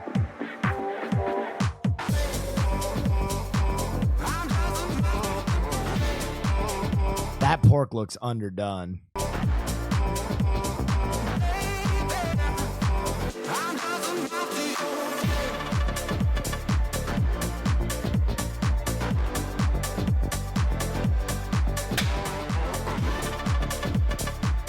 This is what it looks like, and this is what it's supposed to look like. This is what it looks like, and this is what it's supposed to You look need like. more sauce on there too. We've seen what it looks like, and we saw how much it was. It has a pretty serious amount of crush factor going on. That has a lot to do with them laying a lot of coleslaw on it and make it a very wet and mushy sandwich. Not a bad thing, but I digress. So that only leaves one more thing to do, and that would be the one and only, the Joe is Hungry bite test. So it is bite test, engage. Hey, now I can reach out and touch the sky. Taylor? Fly like a hummingbird into the night. Just had no clue until I first laid my eyes on you. And now I never have to freeze under rainy clouds. No need Oh? for no gasoline into the fire now. For our love to burn. How many cuts was that? I wasn't tracking. 'Cause the flames are already high and all over the world. We don't need no fuel or fire for Well, there is absolutely no shortage of coleslaw, and I'm not really sure that's a complaint. It is a sweet variety, and it goes well with the barbecue. The pulled pork was tender and plentiful, although I would have liked to have seen it a little bit hotter, but they laid so much coleslaw on it, I'm sure that was a factor. And before I call the ball and give this a real number, I would like to peer into the shadows and see what the real man has to say about it, and do the Joe is Hungry sneak-a-doodle bite. Sneak-a-doodle bite number 1. Oh. Sneak-a-doodle bite number 2. Sneak-a-doodle bite Joe was sweating his ass off in that parking lot. number 3. Hey, Shadow, nose boogie, right. What? Where? Right there, did I get it? You're good. Okay. He's getting good on these timings. Bojangles chicken combo with bow rounds and mac and cheese is the only way to go. You're absolutely Best right. fast food on the planet. You're absolutely right, Chatter. I love some Bojangles, which is why I want them to perform well. But this Bojangles in Cartersville, Georgia is just not getting it done. Very tasty sandwich. It is very messy, got a big melt factor going on. You're definitely gonna need napkins. I like the coleslaw and the barbecue together. Definitely a good flavor. Now it's time to give this thing a score. If you don't know my scale is 1 to 10, 9 being the best. Anything above 9 is a once in a lifetime experience and almost never achieved. 5 and down is that slippery slope to the pits and depths of fast food hell. So let's go ahead and give this the score that it really deserves.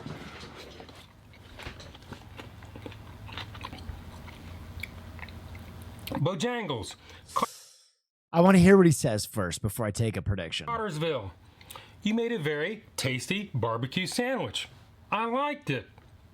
Why it took me 40 minutes plus to get it after sitting in the penalty box, I don't know. I mean, I wasn't the only one there waiting. There was a person there that came before me and still had not gotten her food. I just don't know what's going on with that. And it's sort of a shame because this should be seeing high 7s. It's that good. Damn, he liked it. Shame. So today, I think, okay, he's going to penalize it, but I don't think he's going to smash it. I think he's going to go 5-7. Jangles. I'm going to have to go 6.2. That is my Yo, he changed his name. He changed his mind midstream. I've never seen Joe do that. My number. This is my review. I've never seen Joe switch the score up. 6.2. Oh. That's my number. This is my review. And hopefully I will see you in the next video. Son of a biscuit.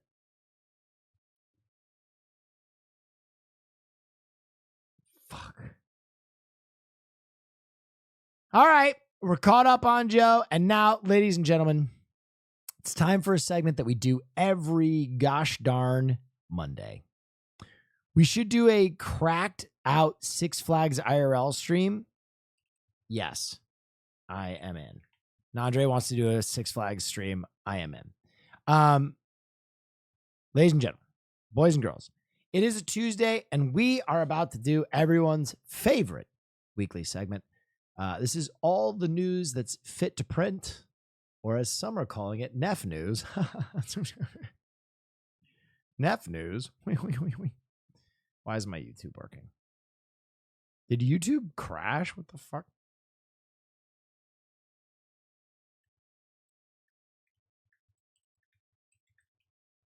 Anyway, all the news that's fit to print.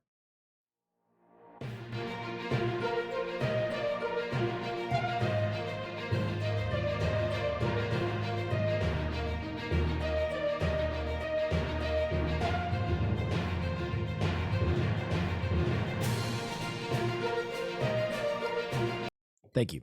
Is Paw Patrol going to answer the Doug call of their alcohol challenge? Yes, I've already been talking to my teammates. Nandre wants to eat one hot dog before he rides each roller coaster. I'm with that for Six Flags. I think I am going to unearth that's for an unholy Hard-hitting jitsu news and ever harder cocks. because I have the Paw Patrol, but I also have an org. I think I'm going to go down to Texas and Tectone, Sear,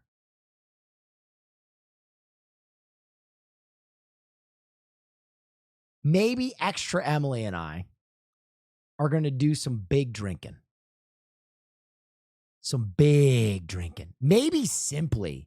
Simply is a big old drinker too. Poke? Yo. Wait a minute. That's actually fucking goated, dude. Poke is the draft pick that no one sees coming. Techie, Sear, Will Neff, and Poke do the tab stream. That would be Lucari.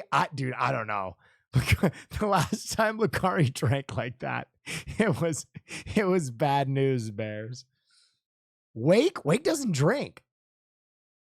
All right, ladies and gentlemen, let's get into it. It's time for all the news that's fit to print. July the 30th, 2024.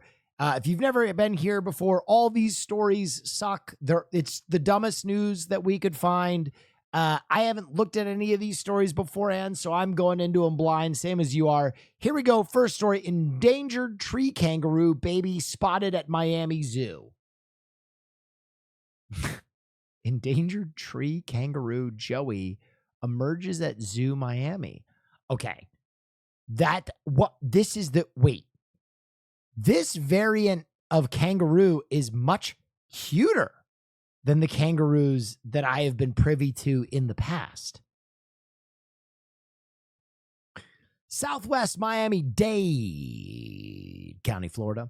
A rare sight is captivating visitors at the zoo. Miami is as an endangered Matschie's tree kangaroo Joey from Papua New Guinea begins to peek out of its mother's pouch. The Joey, born on January 8th, remains mostly confined in its mother's pouch, where it will continue to develop for several more weeks before venturing out.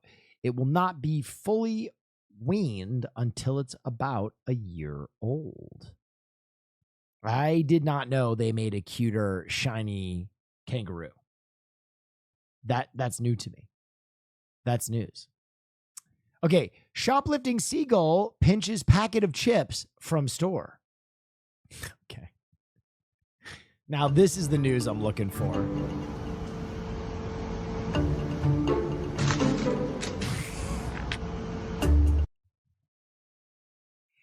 Yo, why is he kind of flippant about it? He kind of has like a, hey, these are fucking mine. Fuck you. Goodbye. Suck my dick. I'm out of here. Wait, did you hear him throw down the...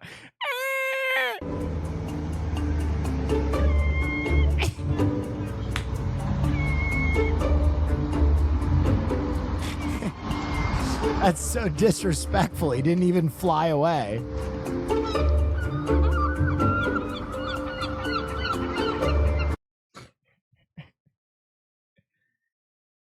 Now that is the kind of news that you guys come for. That was a 10 out of 10. Another rare lobster?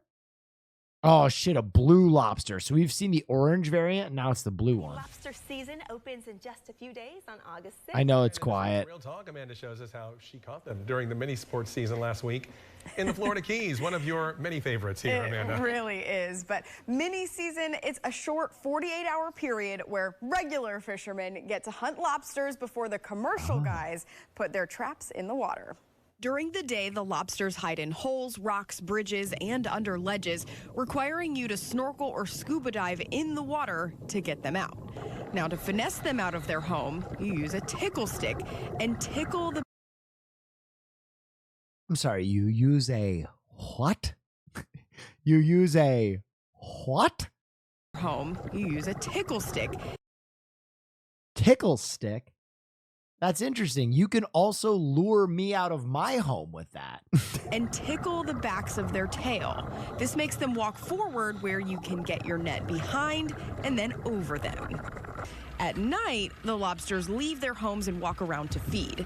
Because we travel to the Keys for mini season, we are not allowed to get in the water to catch them, but you can bully net. A bully net is a net with a long string attached to a long pole. When the winds are decently calm so we can see into the water, we float along the shallow grass flats with spotlights and look for wandering lobsters. When I find one, I quickly plunge the net on top of Tickle stick is what I call my peanuts. Defense propels himself backward. Are you jorking your peanuts? By the net, which is now pulled to the side. I'm then able to pull straight up with the lobster Wei trapped in finally the side hit of the net. just because before of that you hard retire work. to be a pickleball coach. Shit. Neff. I'm sorry, the alert was so loud. I had to have it cranked up for this video. Hey, finally hit it just before. Hey, you know it.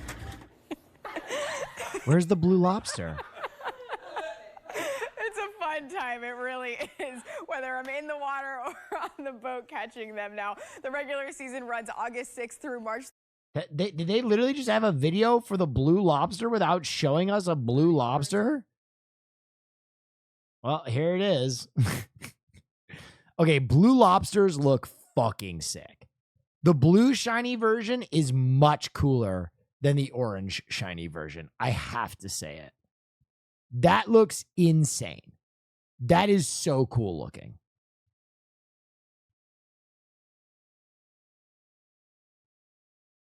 All right, ladies and gentlemen, I have to go grab my motherfucking dinner. I'll be right back. Give me 30 seconds.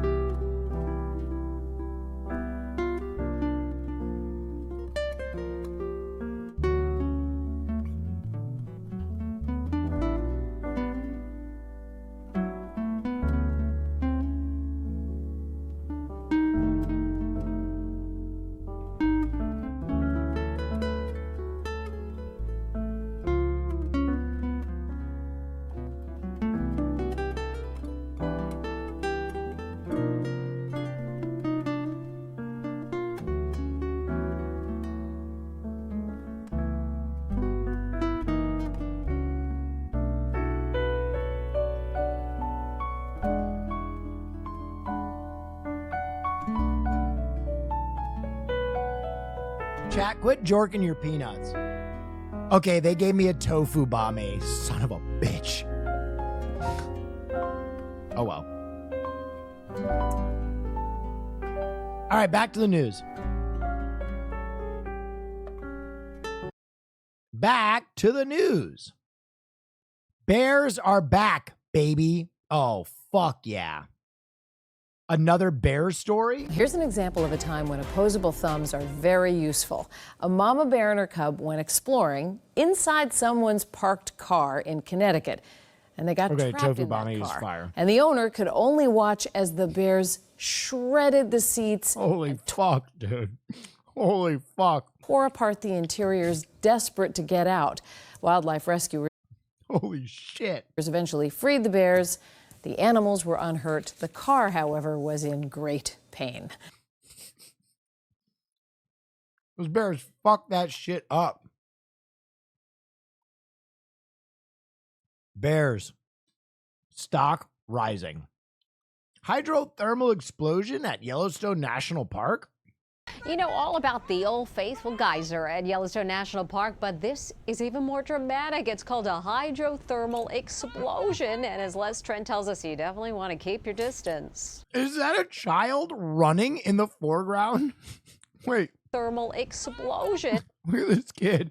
He was out, bro. And as Les Trent tells us, you definitely want to keep your distance. Run, run, run! It looks like an erupting volcano.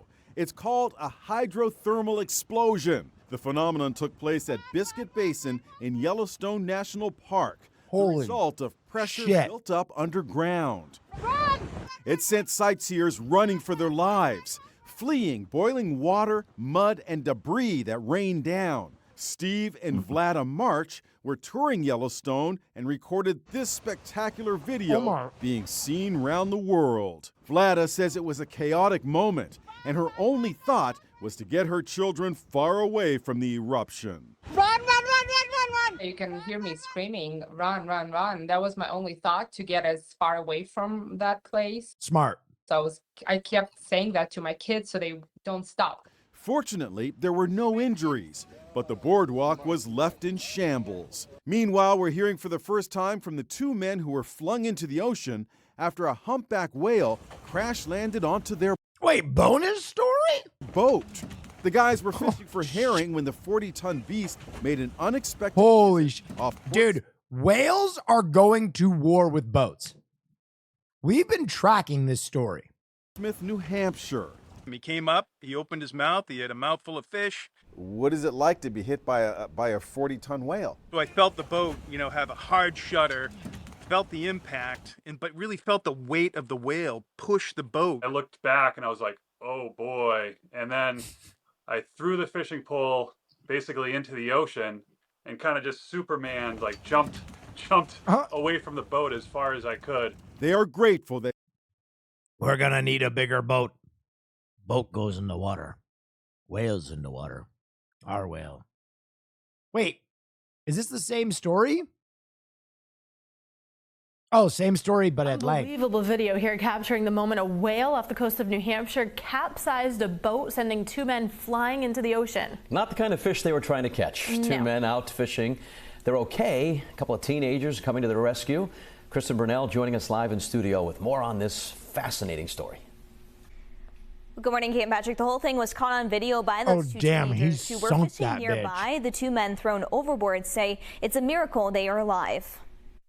We didn't see him for a couple minutes, and then the next thing we knew, he popped up and just landed right on the transom of the boat. Terrifying moments captured on video when a whale breached and knocked over Greg Paquette and Ryland Kenny's boat while fishing off the coast of New Hampshire. It was a nightmare turned reality for the two fishermen, taking Kenny a few minutes to find Paquette in the water. Kind of just saw the boat tipping, and I said, the only way to avoid this is just to kind of jump horizontally away from it. Just a mile away, 19-year-old Wyatt Yeager and his 16-year-old brother Colin were fishing when they spotted the whale and began recording this video. I saw it come up and I was just like, oh, it's gonna hit the boat.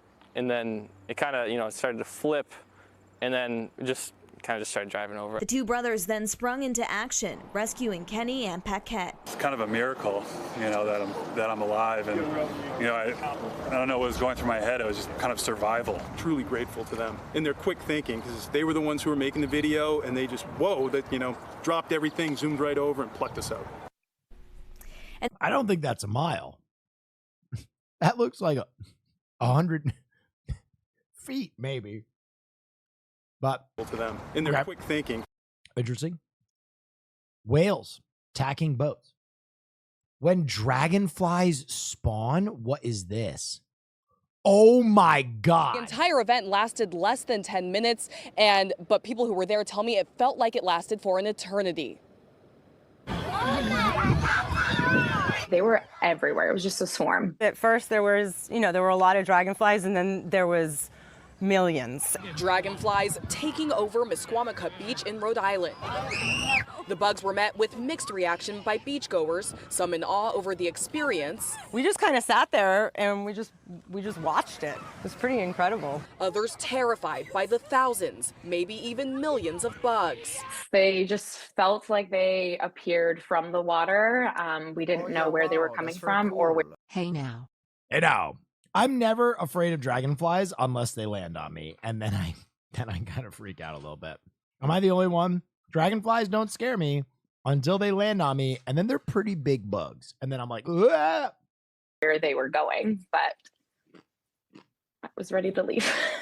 Pollinator specialist Nicole Bell says these were likely the common green darner species of dragonfly. She says they're starting their great migration south for the winter. Every year between late July and mid-October, they migrate from over here all the way down to the Gulf of Mexico or southeastern states. Which means more of these swarms could be seen in the Northeast. But she says it's very unlikely This fucking dude. the event will happen again at the same beach. But even if it did, it wouldn't necessarily be a bad thing. They're really not after humans at all. And they actually eat some insects that we find very disruptive, including mosquitoes. So it's really best to just let them be. They cannot sting. Bell says if you find yourself in a swarm, you can either wait it out or take cover somewhere else.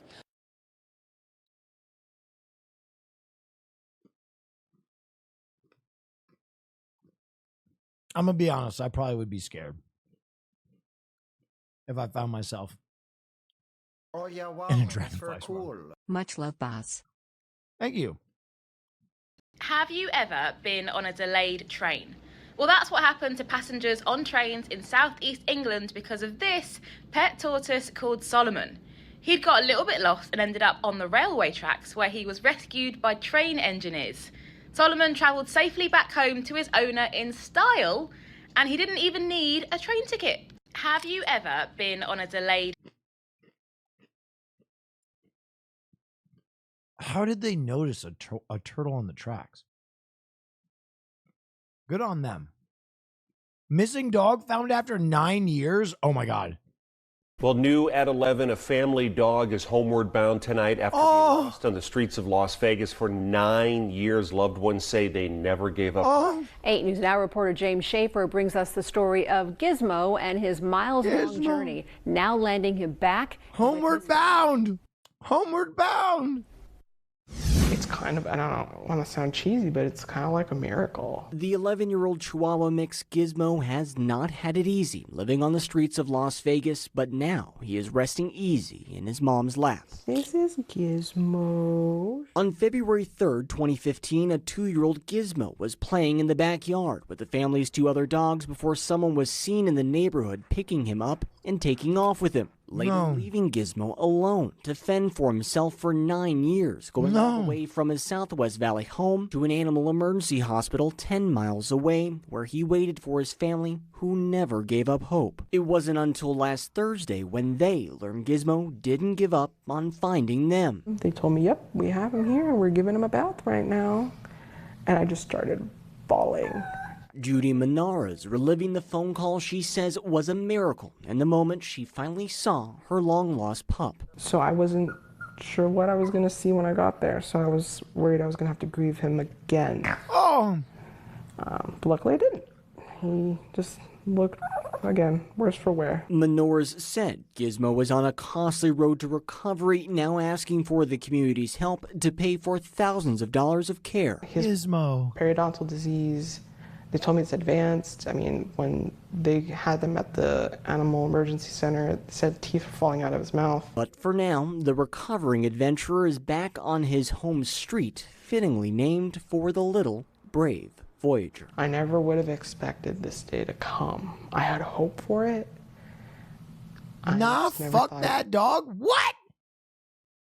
Have you no heart, sir? This dog lived for 9 years in Las Vegas on the street. I have almost died from walking a block outside in Las Vegas. That's crazy.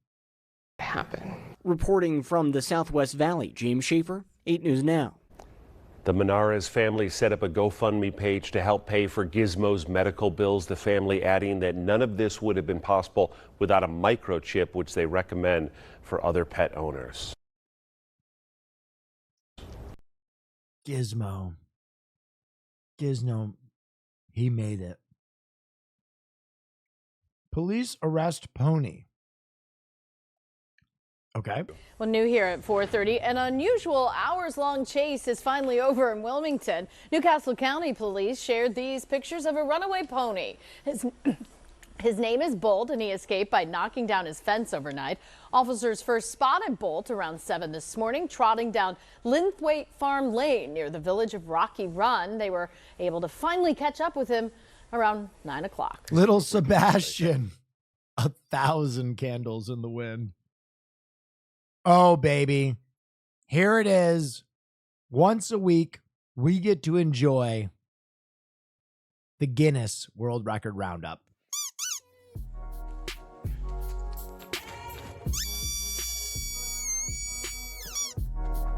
Welcome to Records Weekly.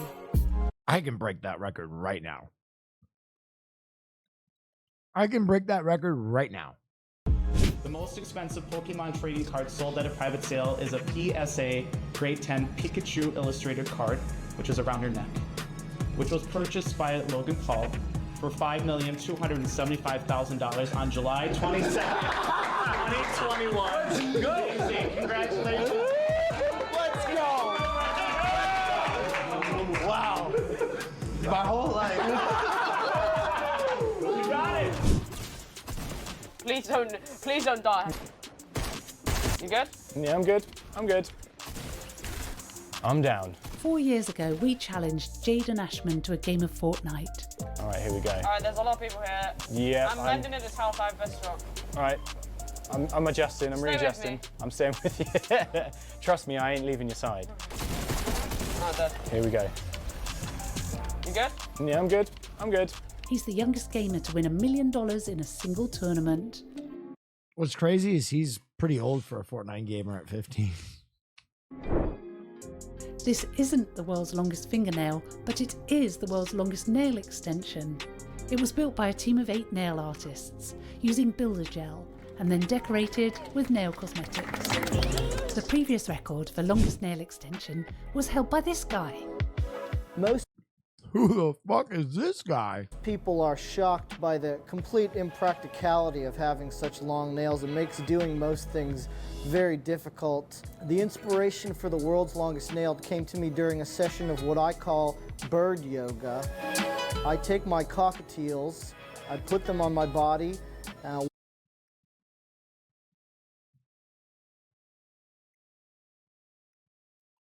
Did anybody else have a visceral reaction before he said teals? I thought when this man went, yeah, during a session of bird yoga, I take my cock. I was like, what? Guinness, what is happening? While I'm doing yoga. Oddities still holds the record for the world's tallest hat. This camera is incapable of capturing the immensity of this hat, but you'll have to trust me. Okay. It goes up. Listen, I don't know about the nails. The immensity of this hat, but you'll have. But I am all in on that hat, bro. I don't know about the nails, but that hat goes crazy. To trust me, it goes up 15 feet, 9 inches. Do you like fast puzzle records? Like this video to see more. Holy shitballs. Stop.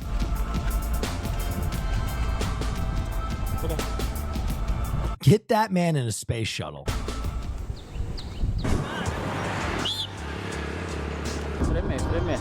चलो चलो बस बस touch बस touch बस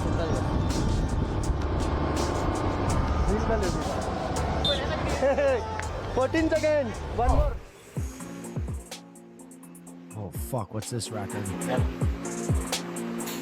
Fastest time to type the alphabet backwards on a touchscreen mobile phone. What the fuck? Under 5 seconds seems really fast. I want to watch that again. One more. Oh, he's beaming. Is there any way that you can switch your keyboard to alphabetical order? I feel like if you could, you would beat this record. Last week, we asked how many front flips on a trampoline Maxim did in 1 minute. He achieved 49. Well done to this commenter. This week, Victorous hung from these rings, but how heavy were those weights? Put your guess in the comments for your chance to be featured in next week's episode of Records Weekly.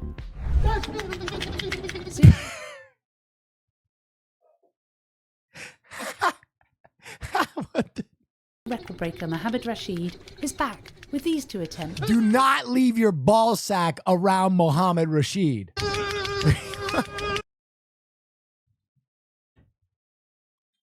Holy shit. 3, 2, 1, stop!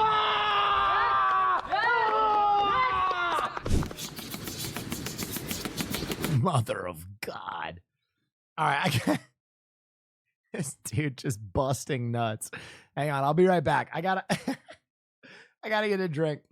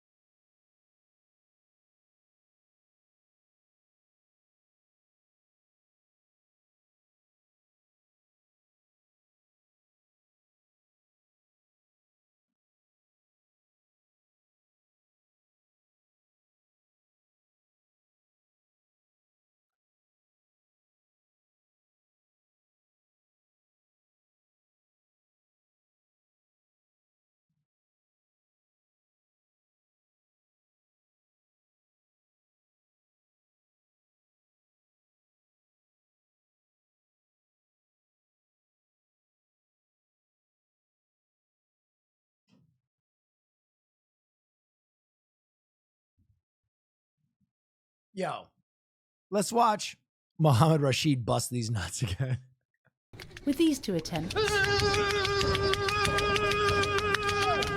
Yo, his refractory period is crazy. 2, 1, stop!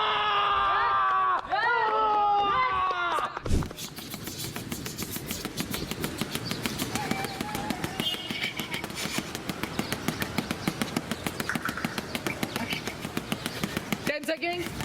5, 4, 3, 2, 1, stop. I feel like that one's breakable.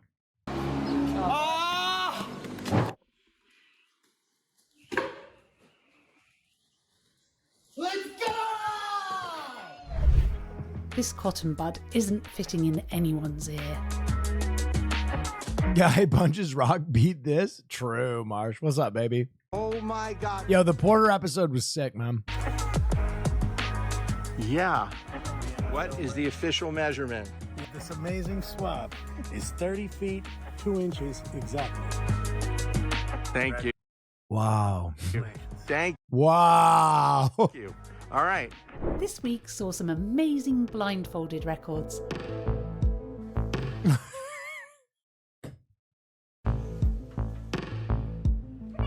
Wow.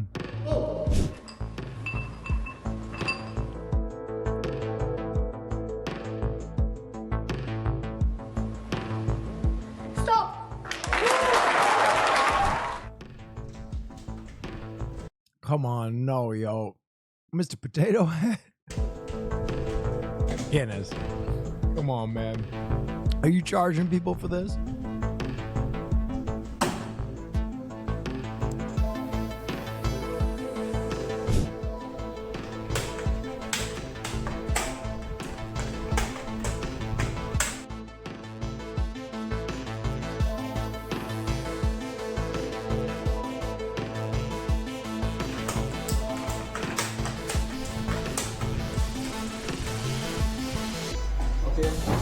Go.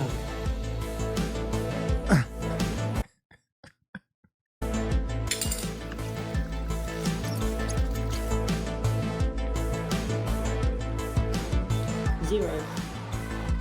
Yep, that is clear. Wow. World record. Guinness, what is going on? Yep. Go.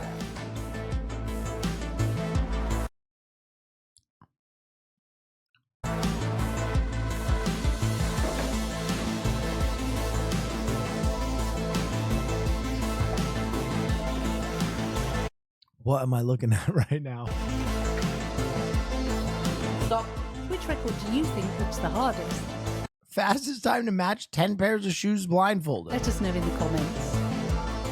Wow.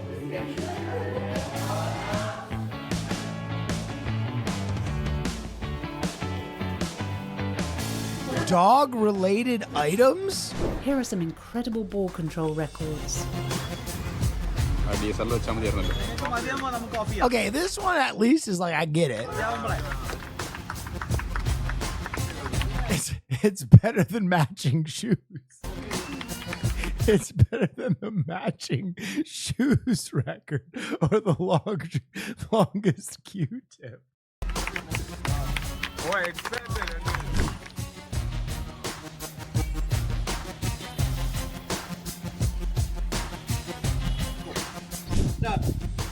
Yo, hot sauce and one mixtape. And one mixtape.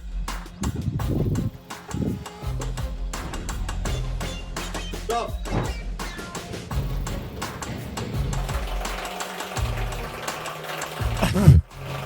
Why does that look so weird sped up? Oh my God. Yo, check out that new Seawalk. Holy shit.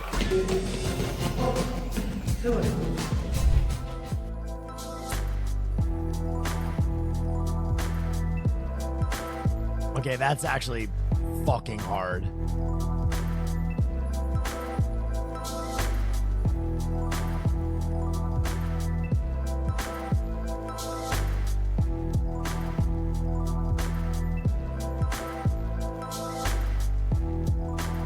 Is this just the record for most strict muscle ups in a row?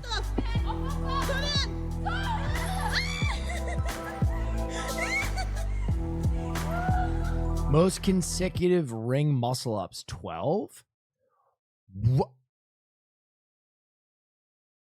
I'm gonna keep this a whole ass stack. Basically, any professional CrossFitter female would shatter that.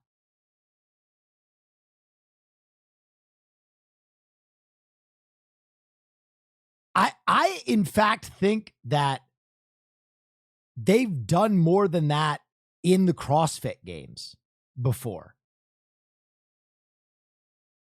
Bless your heart, Will.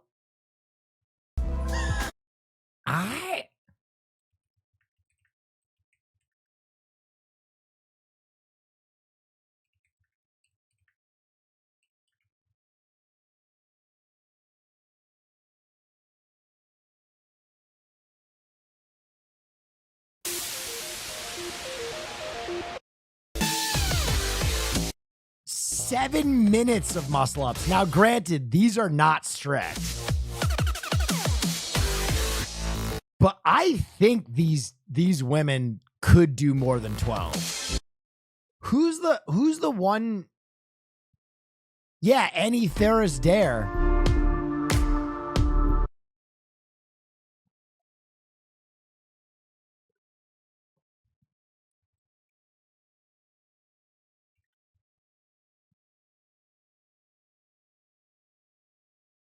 Bro, all I'm saying is, dude, CrossFit women are fucking yoked.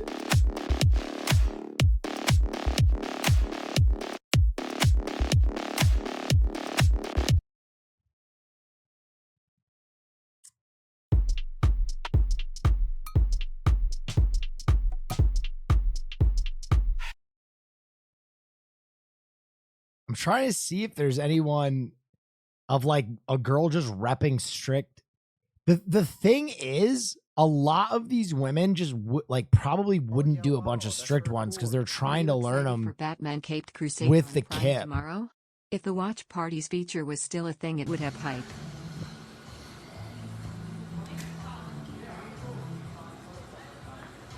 Bro. Holy shit, dude. She did it with a pause. And she's pausing on the way down. Chatters, I'm sorry. You're delusional. If you don't think these pro women could break that record, you're delusional. I think they could.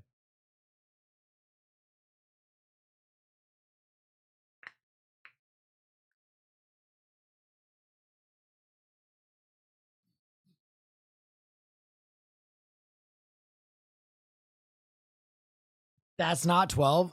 I'm just saying, if one of these CrossFit women trained for it, and not even trained for it, if was told, hey, on your best day with rest, could you do 13 strict ring muscle ups? I think they could.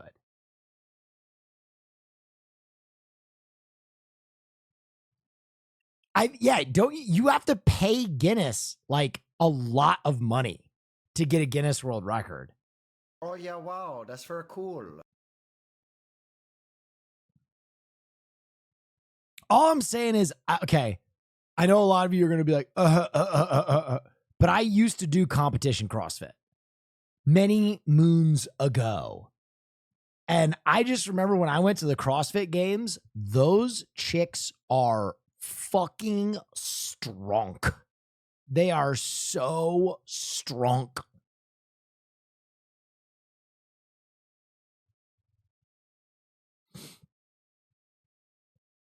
Annie Thoris Dare. Yeah, she's so strong. And then what's the other one? Doris Daughter and Thoris Daughter.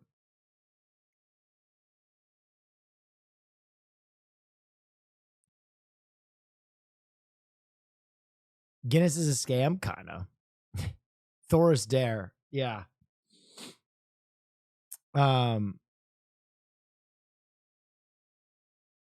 Look up the men's record for strict. Yeah, I don't even know. Strong like this bitch. Yeah, we watched that clip earlier, the rugby. Yeah, dude, CrossFit Games, girls. Cool. Happy to support a fellow Islander. I can't wait to see how the Jets take my sanity this year. Oh, okay, dude. The games, you've also got familiarity does to a team. I will say, I have to admit this, going to the CrossFit games is actually fun as fuck. It's just a bunch of fit fucking people eating paleo, getting drunk, and then lifting. Which is so my shit.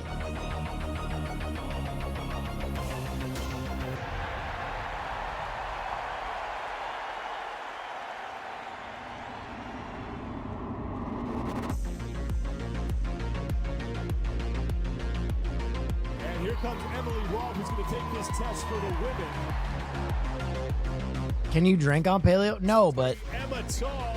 And now CrossFitters get fucked up.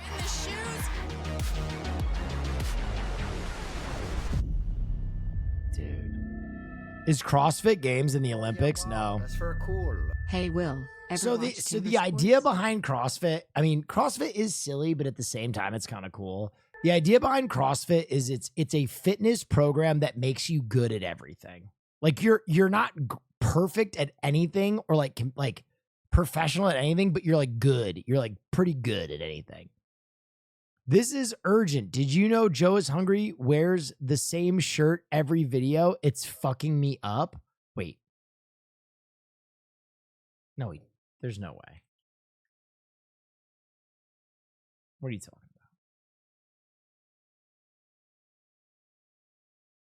about?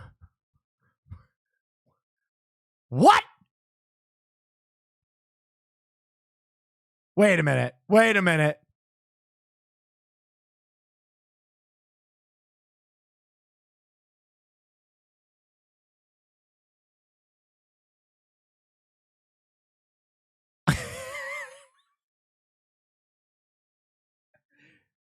God, I love Joe. I love Joe. Wake Wilder. Oh yeah, wow, that's very cool. This Black Mirror shit is weird. Black Mirror shit. Introducing Friend, not imaginary. Friend.com.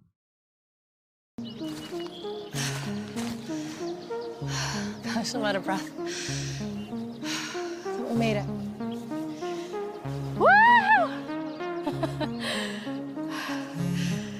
I don't know how to woo very good.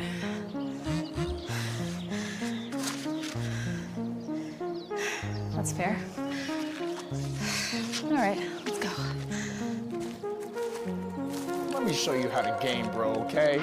Oh, come on. What am I looking at? Oh, let's go! Are you serious? Come on, man. I hate this game. Take notes, baby.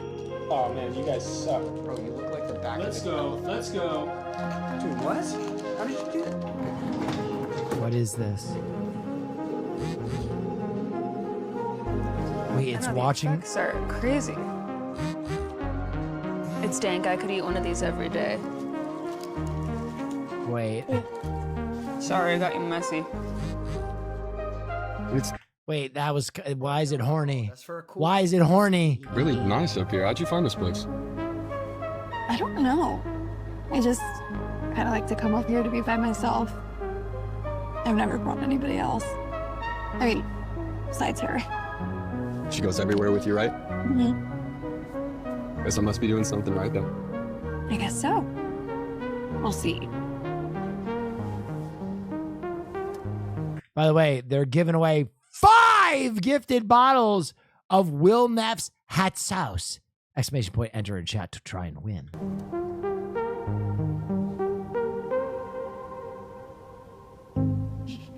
What is it? What is this? What is this? Is it an AI friend?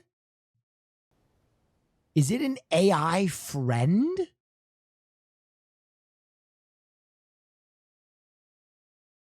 What the fuck is this?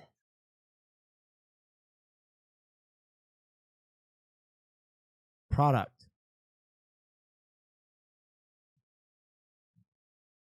Speak your mind or gossip about what your friend overheard? It's always listening?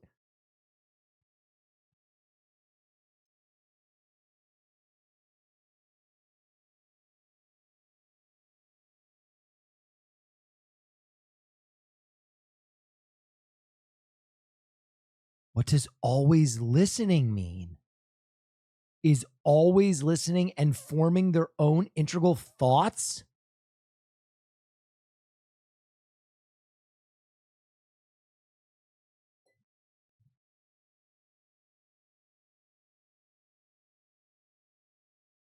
What the fuck is this? Take no shit from anyone. Can we just pass on this and be parasocial with you for $6 per month? Yeah. You don't need a friend necklace. You got me. Hey, chat. How you doing? Wow. Your setup sure is messy. Maybe take some of that trash from the last time you ate out of the room. Anyway, lost in League of Legends again, huh? Too bad. Why are you jorking your peanuts right now? There's nothing sexual on the screen. Stop it. Stop jorking your peanuts. See? I got at least 2,000 of you right there. That was weird. All right, back to the news. Oh yeah, wow, that's very cool. Dude, I don't know why, but every time I say jorking your peanuts, I fucking laugh. Condoms for athletes. Olympic orgies are back. Wow, that's very cool. $5 is less than 99 for a friend. We are aiming to have 300,000 condoms here at disposal for the athletes in the village. It's a quantity that makes sure that everybody will have what they're expecting and what they need. We're going to have 14,250 resident athletes plus official over here that are coming for this great event and to live an extraordinary experience here. We wanted to create some places where the athletes will feel very enthusiastic and comfortable, so they can have some conversations, discussions, and to share their core values about sports. So we have made a village club also with a lounge, with a sports bar, with Coca-Cola, and I mean no alcohol of course over there. But it's going to be a great place so they can actually share their moment and their environment here. No champagne in the village, of course, but they can have all the champagne they want also in Paris. God, 300,000?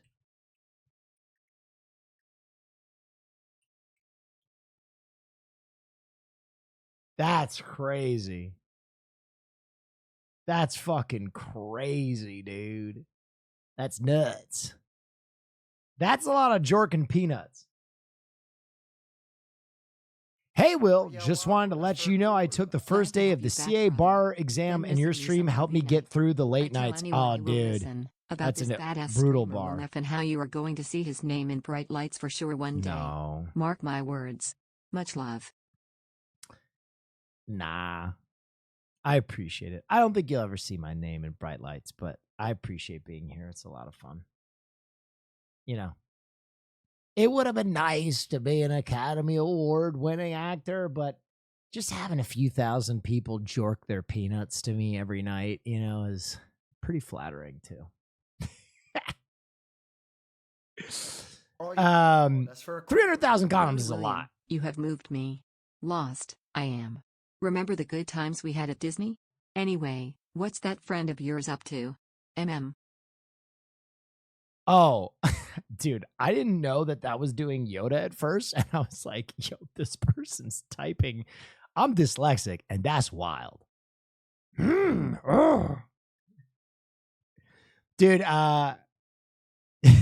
problematic Yoda met up with Cutie Cinderella again at OTK Field Day.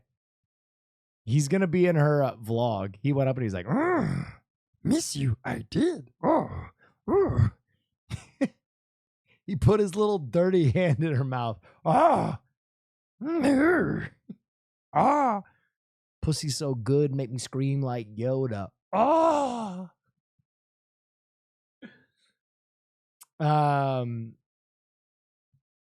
yeah, wow, that's anyway, cool. 300,000 condoms at the Olympics. That's a lot. South Korea wrongly introduced as North Korea at the Olympics. That's a big fuck up. That is a huge fuck up.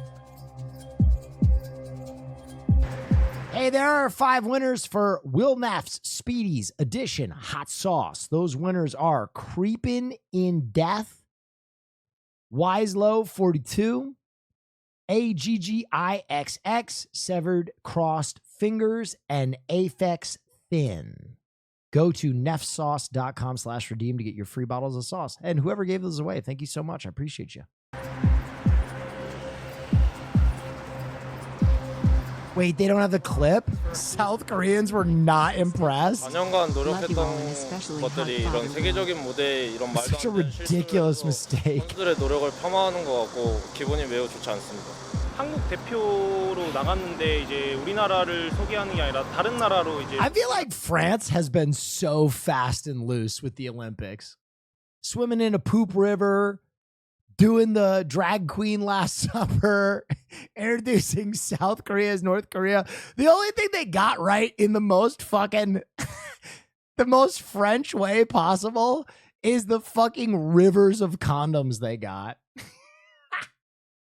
In the most French thing ever. We were very prepared for everyone to fuck. You know, this is very important for us for, you know, therefore to be so much fucking. We also stocked mini cigarettes. The drag queen part was bad. Shrug emoji. I don't really fucking care. I just know there was outrage. 아직 사과를 제대로 한 게 없다고 그러더라고요. IOC에서. 남한은 남한이고 북한은 북한이라는 것을 완전히 구별해 주시기를 바라고 이것은 있는 일이 있을 수 없는 일이니까 어떻게든지 바로잡아 주시기를.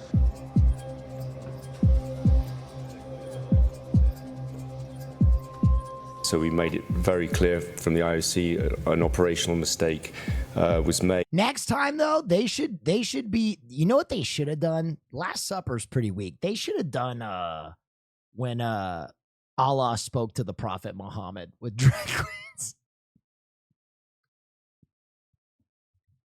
I mean, if you really want to raise some eyebrows, I feel like the Last Supper has been done a lot of times, you know what I mean? We can only apologise in an evening of so many moving parts that mistake was made, and we apologise to people from the Republic of Korea for that error.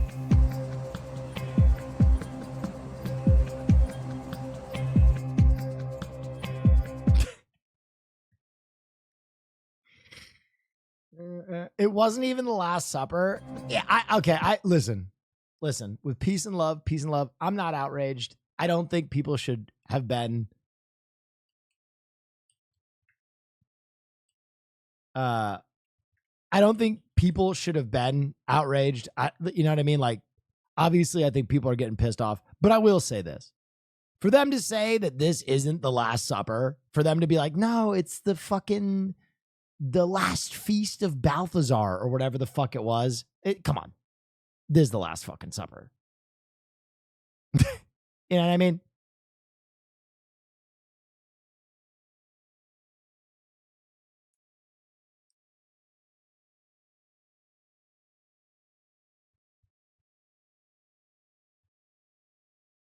Bacchus.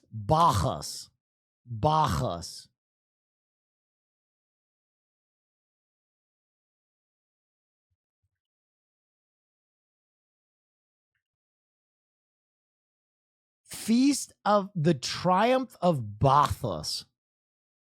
The Triumph of Bacchus.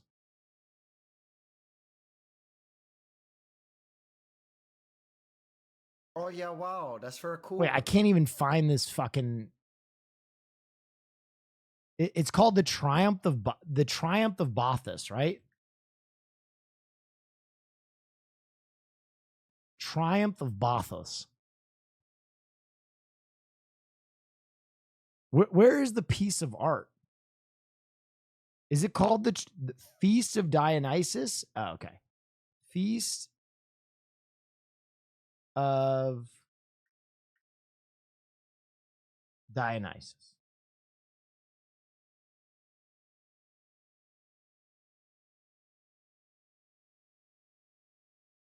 Bitch, get the fuck out of here. They didn't do this. Dog, they did the Last fucking Supper. This is the Last Supper, dude. I don't give a shit what you say. I don't give a fuck. They even had someone doing the fucking hand across the neck type stuff.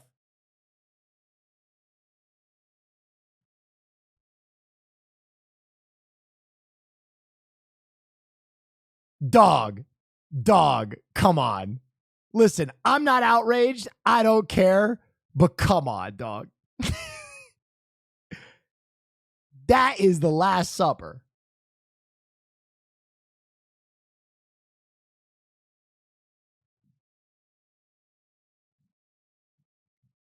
Also, who cares? Exactly. I don't care. To be honest, I feel like they felt the heat and then they were like, but it's not even that Christian thing, when they should have said, you shouldn't be that offended. We're just doing an iconic image. You know how many people have done a Last Supper photo? So many people have recreated the Last Supper. Like, that image has been recreated so many times.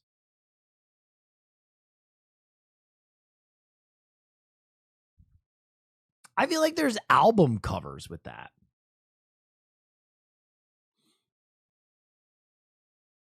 Anyway, listen, I'm going to say this.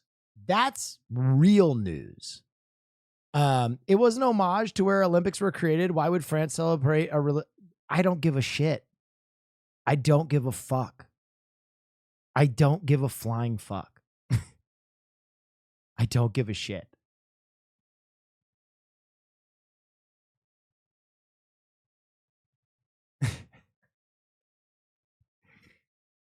I do not care. With peace and love, I do not care.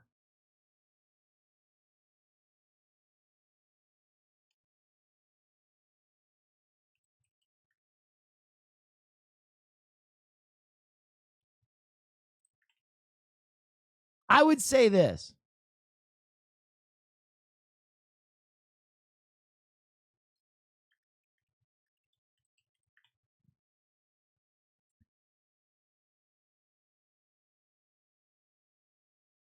It would be like if someone played the song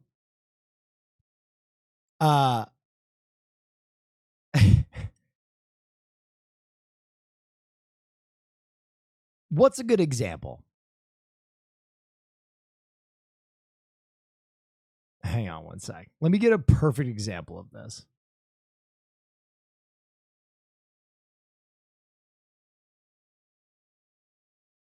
Okay, here's an example. If someone played the song Twist and Shout, right? Twist and Shout. All right? And everybody was like, oh my God, they did a Beatles song. And someone was like, nope, that's a Top Notes song. That's a tribute to the Top Notes.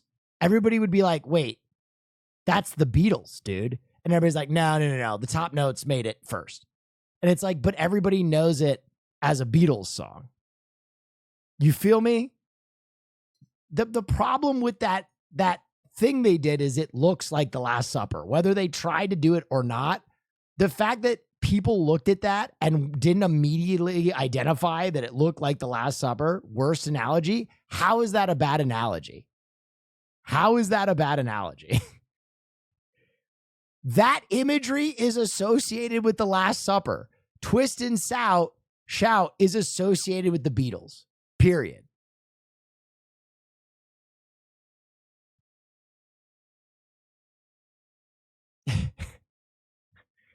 That's like saying, that's like saying if you put a big crucifix on something and we're like, oh, it's actually a reference to a wire hanger for like, it's a coat hanger. That's a reference to France's coat hanging economy, a long coat hanging economy in France. We've built coat hangers for years and years. And so we wanted,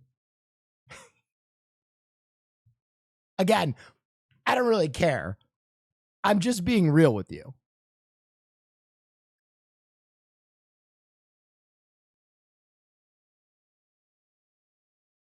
Chat, please, we don't need to get into white Christian supremacy right now. No, it has nothing to do with that, okay? Just everybody shut the fuck up. Now you're being weird. Now you're fucking being weird. You're being weird. I literally started with people shouldn't care. People should not care. Don't care. It is what it is. But if you do not associate that image of everybody on one side of a table doing this with the Last Supper, you're lying to yourself fully.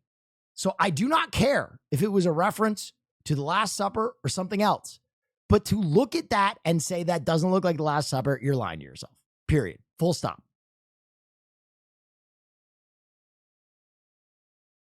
Full stop. That's it. Full stop. Nope. All right. Live in your delusion. I don't give a shit. I don't care. We're going back to the silly news now. France opens first cheese museum.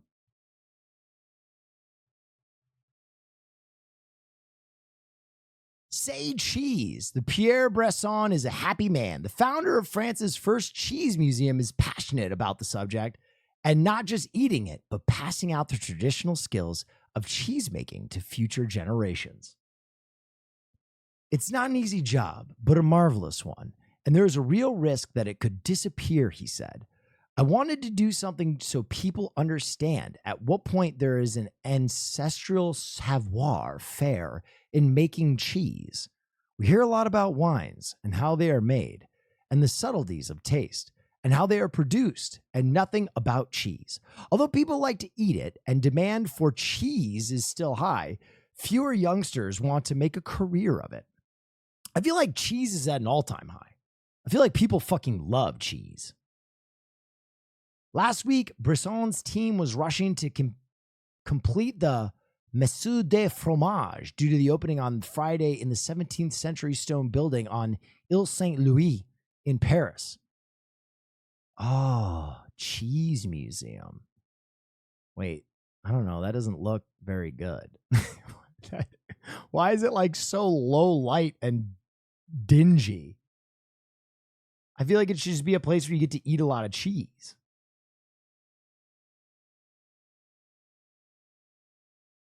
Barbie movie may have spurred interest in gynecology. What is it? In gynecology.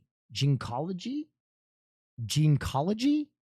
Gynecology. Gynecology?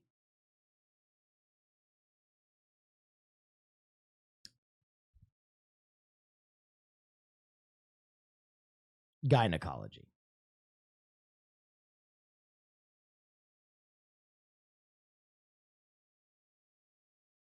Okay, that's how you spell gynecology. Good to know. I've never actually seen that word written down before. I'll be honest. There's nothing like stirrups and a speculum to welcome one to womanhood. Listen, I'm a fucking man, okay? I've never read the word gynecologist. I've only said it. And you know what? I'll say it. Male gynecologist, weird. I don't get it. There shouldn't be any male gynecologists, okay? The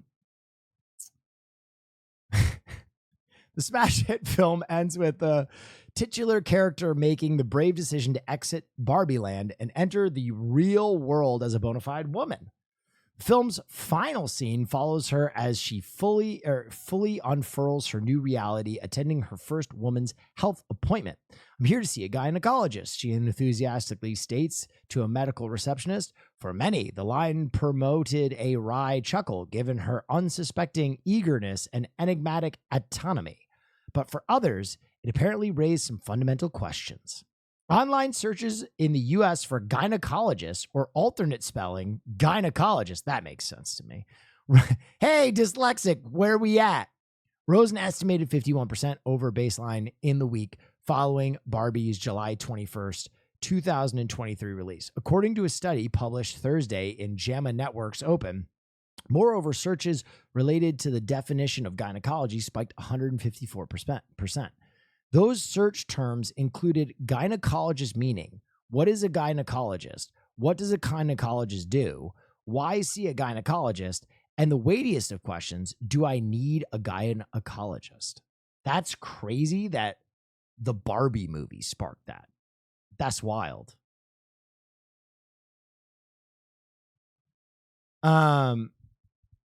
Boneless chicken wings. Now to some food for thought. When you order boneless chicken wings, should you assume that what you get will actually be boneless? Well, it's the very question that made What?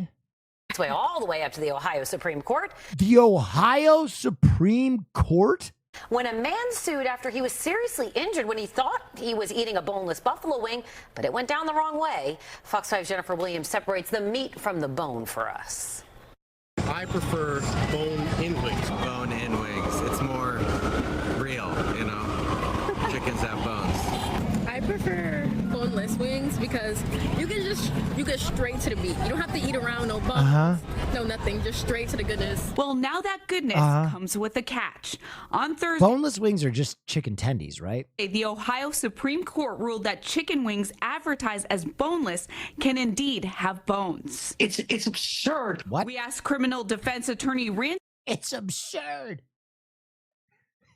Zellin to give us his take on the ruling. How did this make it to the court? Someone was so pissed when they got a bone in their boneless wing that they went, I'm suing! This is why people are mistrustful of the justice system. Why people don't This think is they can why get justice. This is why we mistrust the justice system. This. I've watched cops kill like 7 people this week. And you're saying that the boneless wing epidemic is what finally turned us?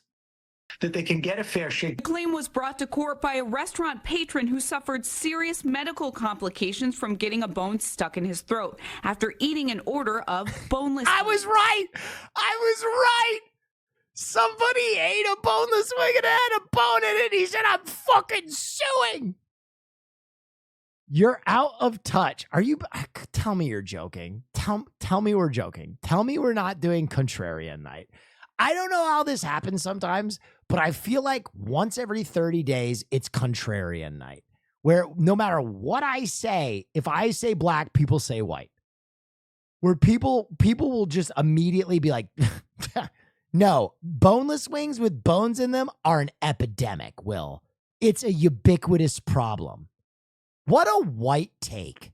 What a white cis male take for you to say that boneless wings aren't a fucking problem. It's like, once every 30 days, we get a night like this.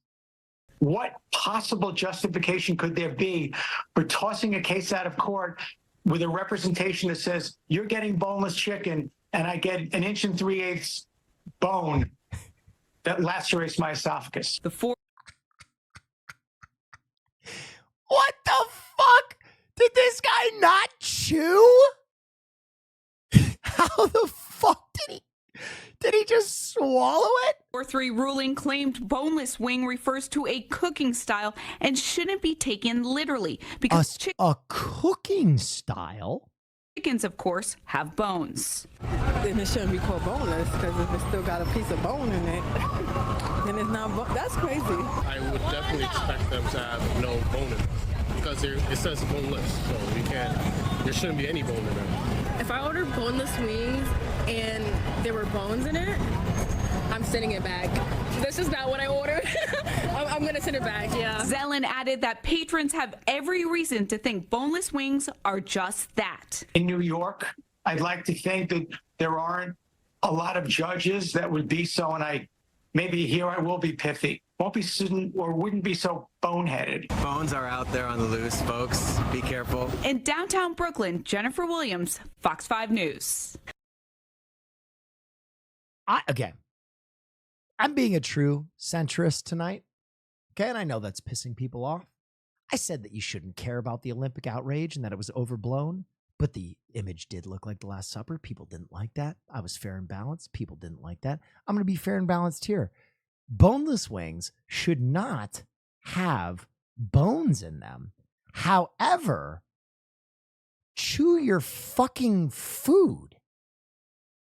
How the fuck do you end up with bone in your throat if you are chewing your food? I'm going to be honest. I think that person was trying to do a slip and fall with a boneless wing.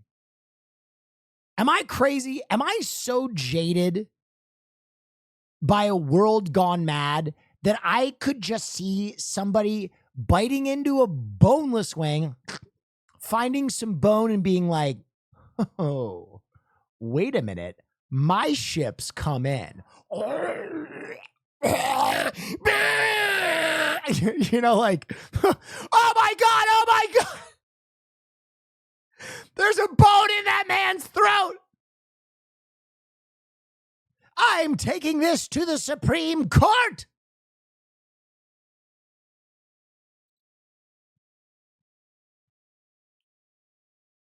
I'm a stud. I'm ballsy. Guy almost died, Will. Esophagus pierced. Pizza. I understand. But how? How did his esophagus get pierced? How? How did that happen? Bones are sharp? Right. Yes, exactly. Bones are sharp. They're sharp when they're in your mouth and you're chewing it. You have this thing called a tongue that can identify the shape and texture and density of the things that you put in your fucking mouth hole.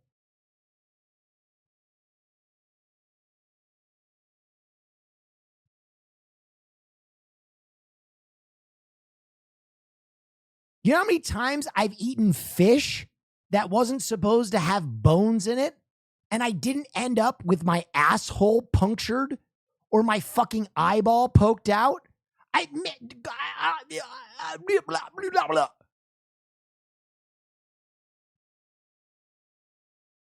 Listen, I think that restaurant shouldn't be able to call those wings boneless, okay? I am in agreement. I am in agreement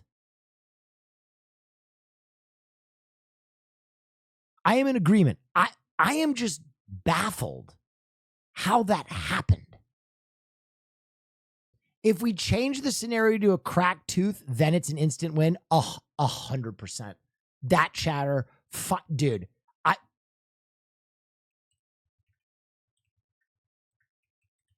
I feel like tonight, you know that image of like the one guy standing up in the classroom, like the classic communist, you know, where he's like, you guys know the one I'm talking about. I feel like that chatter finally just Norman Rockwell. Is that it?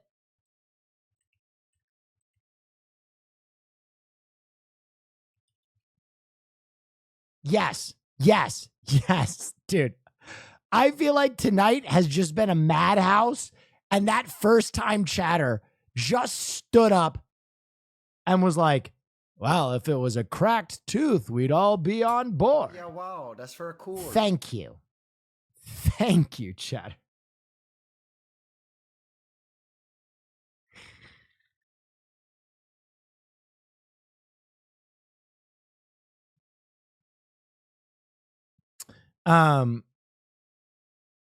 Oh yeah, wow, that's very cool. White Peepo _Dini gifted a tier 1 sub to Frozen Season. Anyone know the true history of that picture? No, because I'm not a fucking nerd.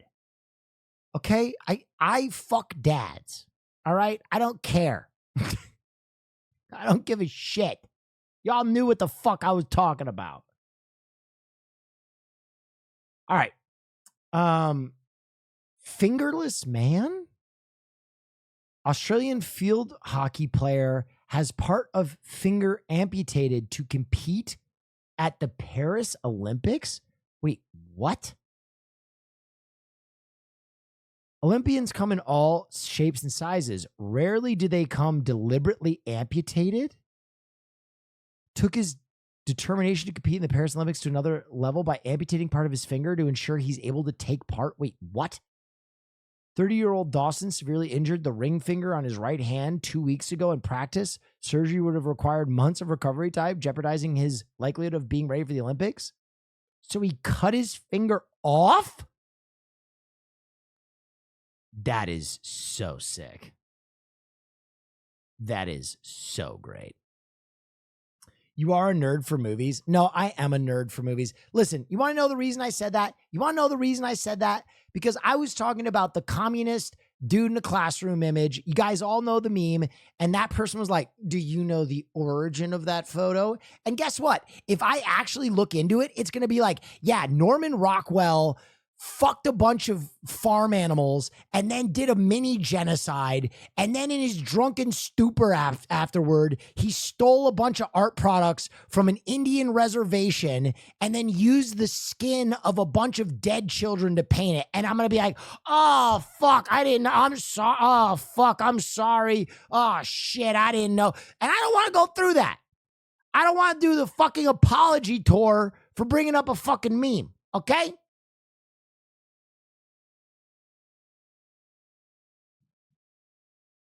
I don't care. Ignorance is better in this case because it's a 2-second throwaway reference. Please.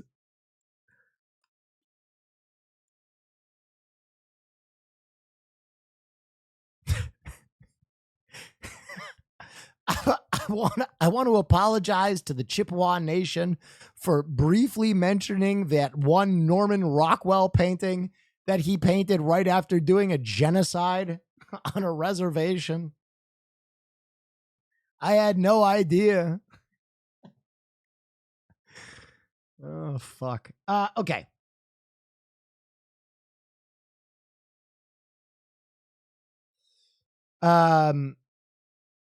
Princess Leia's Star Wars gold bikini goes for sale on auction. Oh. Now, this is some news that we can all get into. The famous costume worn by Carrie Fisher in Return of the Jedi was sold alongside a miniature aircraft used in New Hope that fetched $1.6 million. Princess Leia's famous gold bikini, nice, worn by the late Carrie Fisher in Star Wars, has sold at auction for $175,000. Costume made famous in the 1983 film Return of the Jedi. I honestly feel like that's a good price. Am I crazy? Someone in chat said the same thing. $175K seems fairly cheap. I feel like that's got to be up there with like the most iconic Star Wars shit. I call that a bargain. The best they ever had. I feel like some Star Wars nerds would have paid the $175K just to lick the titty sweat out of the bikini. That was wild. Neff. That was wild what I just said. Forget that. The costume made okay. The 7-piece ensemble, which includes a bikini, brassiere, bikini plates, hip rings, and armlets and bracelet, was designed by the late Richard Miller, the chief sculptor for Industrial Light and Magic, the visual effects company founded by Star Wars creator George Lucas. A miniature aircraft from the film Star Wars A New Hope also sold for US $1.55 million at the auction. The miniature Y-Wing starfighter, which helped bring down, it's the Y-Wing that killed the Death Star, which helped bring down the Death Star in A New Hope, was one of 2 miniature created for the production. It was designed by U.S. artist Colin Cantwell after Lucas gave the direction that he wanted the film's aircraft to have a distinct sure. Princess Leia's costume has been one of the most famous costumes in film history. It was sold for $96,000 at Star Wars memorabilia auction in 2015. Fisher, who shared her strong feelings about the costume over the years, revealed in 2016 that she thought Lucas was kidding when he first showed her the bikini. She said she felt nearly naked, which is sort of a style choice for me. It wasn't my choice. Dude, Carrie Fisher was kind of based. Okay, that is a great story. This auction didn't go as well.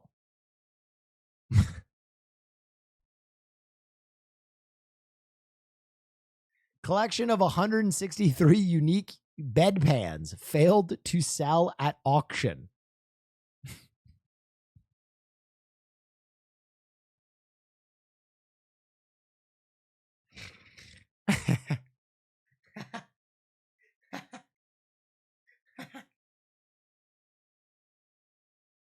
Well, if you can't lick Carrie Fisher's bikini, you might as well bid on this. July 29th, the owner of what might be Europe's largest collection of bedpans is trying to find them a new home after they failed to sell at auction. Mary Jacobs, 77, of Newmarket, England, said she started her unusual collection while helping out with rummage sales at the Newmarket Salvation Army in 1984. I saw a slipper bedpan come in and I bought it for 50p, 64 cents. And that was the start. I just wanted to collect something different. It snowballed from there. I found myself going around so many places to add to my collection. Oh, yeah, I just wanted to collect something different. I just wanted to collect something different. You're into piss and shit. Come on. With peace and love, no one's buying it. No one is buying it. Yeah, and Nick Pollum is into feet for the joke of it. Come on. It snowballed from there, and I found myself going around so many places to add my collection. Jacobs now owns 163 different bedpans and has run out of room to store them. I had a cupboard built to store them in the foot of my bedroom, and I'm getting older and need to clear some space. I hope they go to a good home. They're clean, washed, and in fantastic condition, she said. She attempted to offload her collection earlier this month in an auction conducted by Batesman. Wow. That's a lot of shit pans. The auction listing. Wow. Auctioneer goes down the toilet. Wow. There they are. Wow, that's very cool. An anonymous user gifted 163 purified drinking water. ceramic bedpans. So many ways to piss. So little time. Are Japanese restaurants overcharging tourists? God, I hope so. That's my answer. God, I hope so.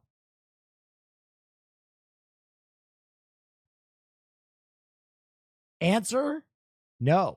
They're just charging locals less. That's sick. That's sick.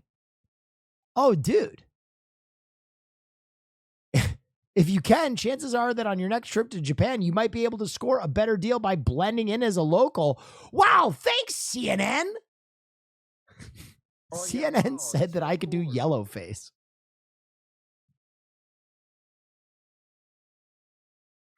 Holy shit, dude. CNN, no, bro. Cool. WCNN. CNN, no, bro. Yeah, wow, that's very cool. Good evening, Mr. Neff. I just got off work and am so thankful you're alive. You make my night and I just go into a restaurant. Ah, Mizu Korasai. I am a local, as you can see. Please charge me $4 less. The Mickey Rooney strat? No. Please, dude. Please don't do it. Guys, let me tell you, don't do that. Do not do that. Kid stuck in Colorado for 3 days after CrowdStrike glitch. Wait, what? 6 days after that Microsoft computer glitch, there's still chaos. Delta Airlines continues to be the hardest hit with more than 5,000 flights delayed so far. And that's led to a new problem. Children traveling alone being stranded for hours at airports. As Allison Hall reports, that's... I have never laughed so much in one day, and I don't laugh as often as I would like. Your personality is unmatched, Will. Cool. Thank you for the medicine. Dude, you have no idea how badly I needed that. Thank you so much. I'm going to be honest. I really try and be inclusive and be nice. And sometimes it just feels so shitty trying to do comedy. Cause like at the end of the day, I think people forget I'm just trying to be silly. I'm just trying to make people laugh. And like, here's the thing. 90% of the audience gets it. 90% of my audience gets it. It's just as always tiring when you see like 10% of people really get like offended or angry or just not get it. And you're like, dude, it's just a meme. It's just a joke. Anyway, thank you. Thanks for saying I'm funny. Thank you for saying I'm funny. Into lots of panicked parents. He's home at last. This 12-year-old boy found himself unable to fly home, a victim of the computer What'd you say? Neffel. You're a silly boy. Thank you. I'll take that. meltdown travel chaos. Ellis Harrison was stuck in Colorado for 3 days after Delta Airlines temporarily. You know what it is? I get it. And I'll lend this and then we'll go back to the story. I do understand that on the internet is such a fucked place. It's such a fucked place. And I feel like some people feel like they have to keep their barrier up at all time and be like, fully like, listen, this is the cause, blah, fuck the man. And they kind of forget, like, this is not a drama pod. This is not a news station. This is just a guy trying to make you laugh. And so, like, let your hair down every once in a while. It's okay. We'll do our best. But I understand why they're like that. I understand why they're like that for sure.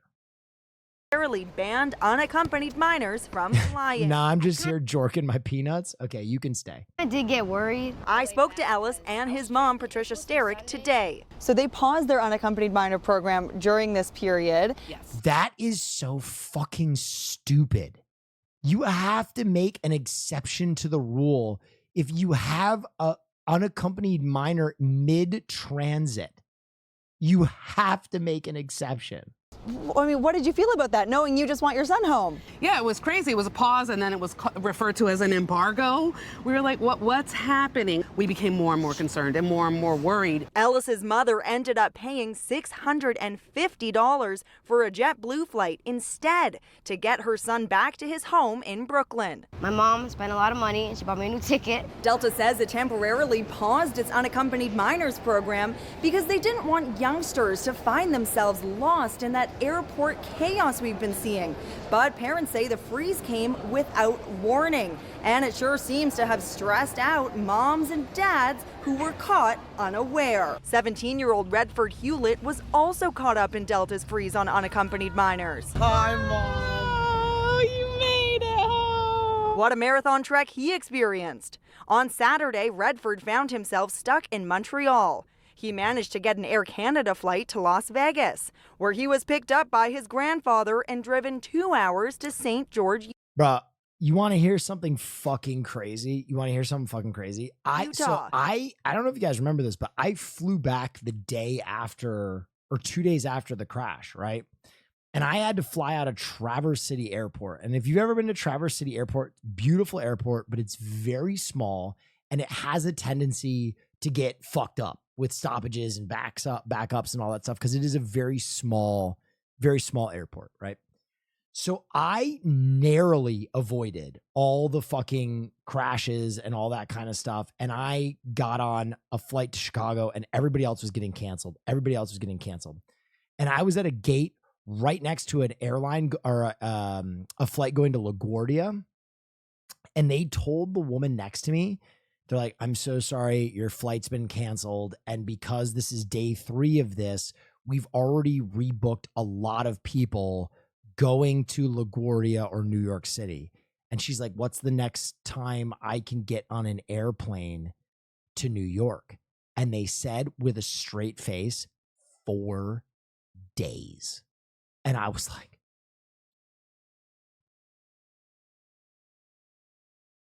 bro, I would lose my actual shit.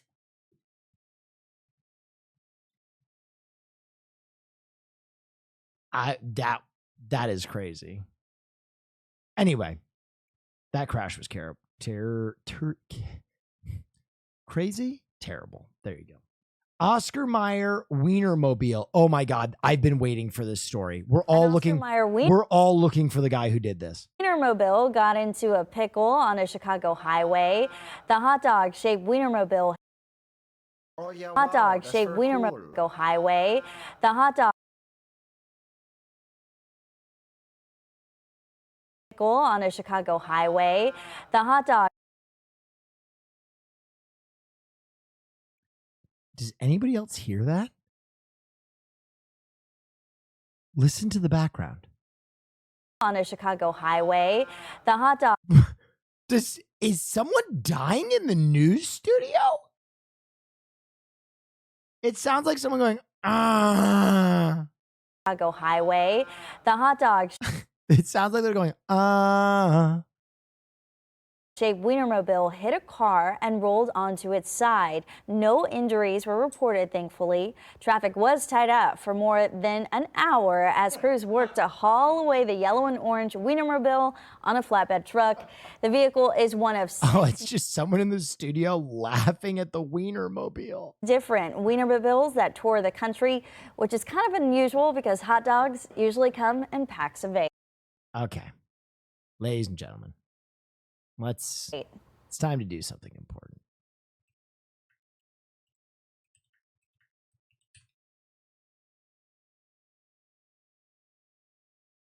How much would it cost me to buy a Wienermobile?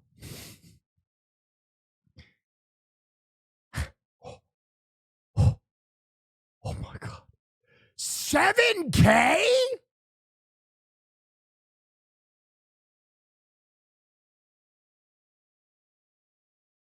Where? Where? Where? How?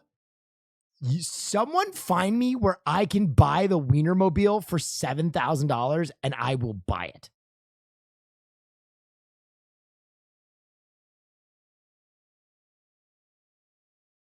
Wait. 5 years ago, 1977, Oscar Mayer Wienermobile, $8,500. I want it. Dude, can you imagine me rolling around in Los Angeles in the Wienermobile? Dude, tour the nation in the Wienermobile? Oh my God. Pull up to the function in the Wienermobile. Witness me. What? I'm just in the Mad Max movie in a Wienermobile.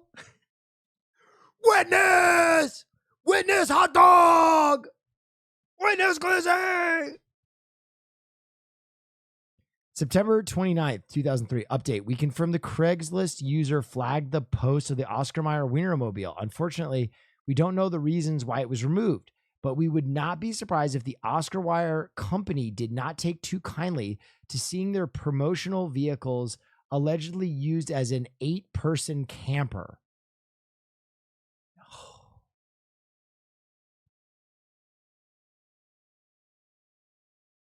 Willie, your bitch is too bad. Your game is too good. Your Wienermobile is too swag. It's still out there.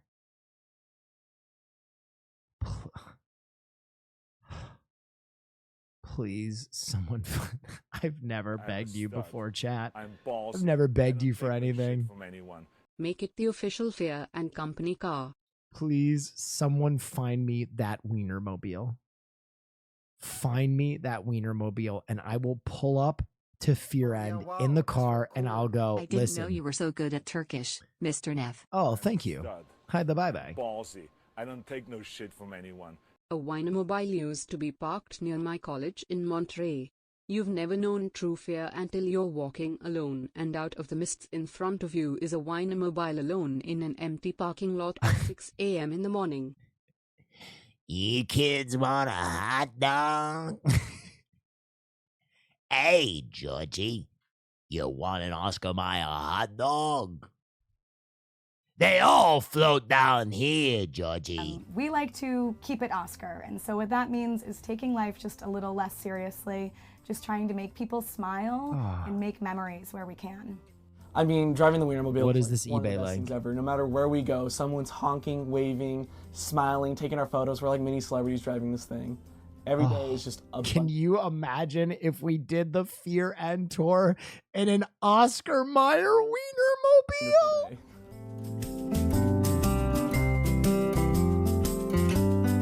Yeah, what did his shirt say? Oh, it doesn't let me skip. I can't believe you've done this. No, Rain. What the fuck is this? I can't do a nationwide tour in this. What the fuck? Wienermobile pedal car. Oh, his shirt said hot dogger. Okay, I was like, what the fuck is Oscar Mayer doing, bro? I was a little confused.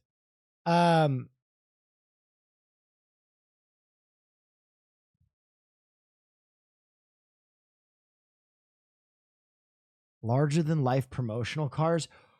Oh my God, look at the duck boot truck. Oh, the LL Bean duck boot truck. The Cadbury egg car looks like something you die in. This looks like a fucking death trap. This looks like you go around a corner at 30 miles per hour and it just rolls over and you burst into flames and you burn alive. How did Will die? Oh man, he was driving the Cadbury cream egg car and it rolled and burst into flames. He was burnt alive. The cream was extremely flammable.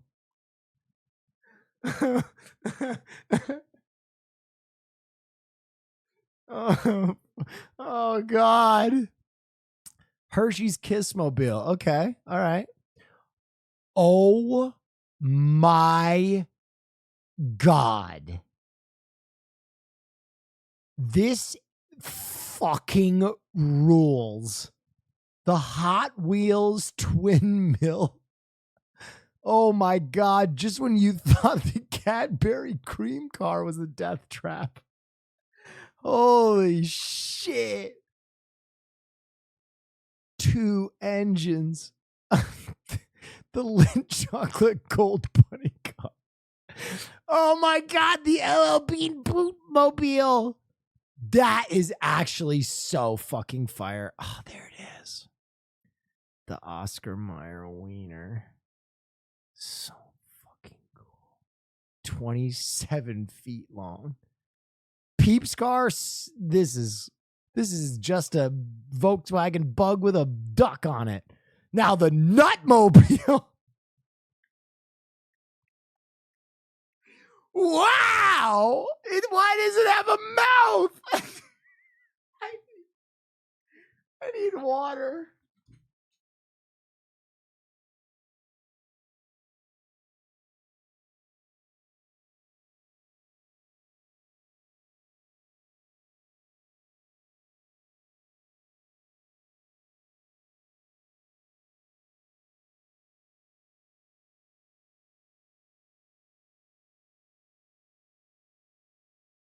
Do not come.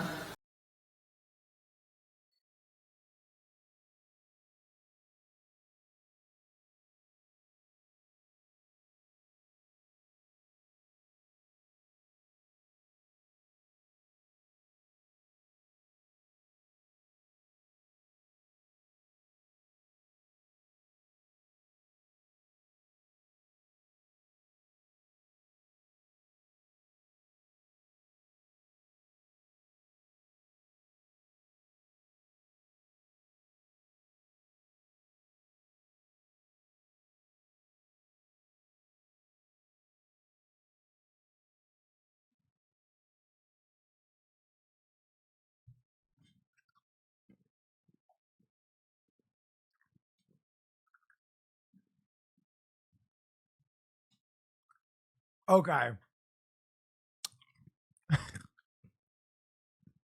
Now, I know I said I was all in on the Wienermobile, but the Nutmobile, just cross out that Planters and have Fear and Nutmobile.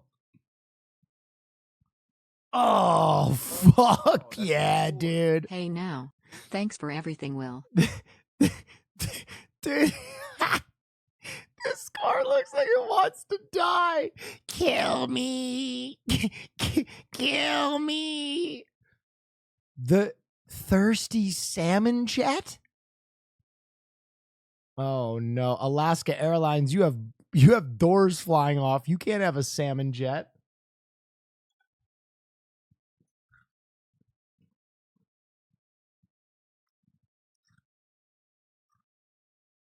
Chunky Space.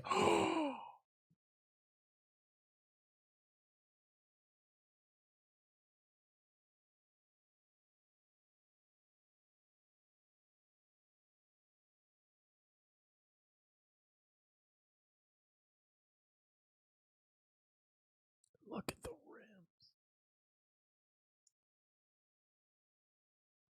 There would not be an unfucked dad in the country if I had this Batmobile.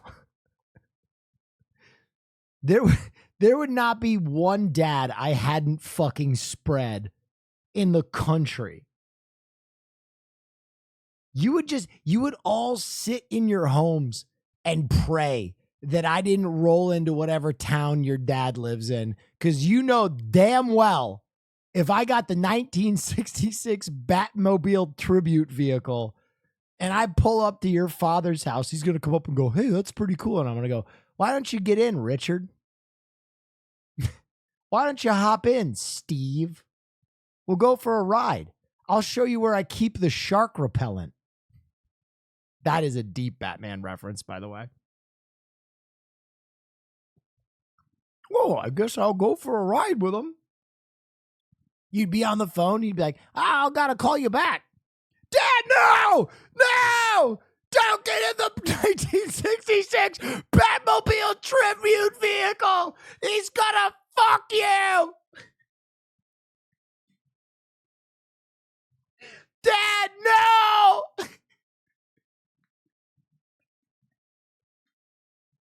Don't do it!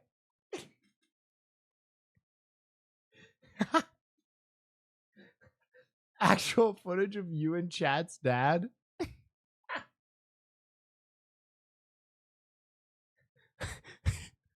Holy smokes, Batman.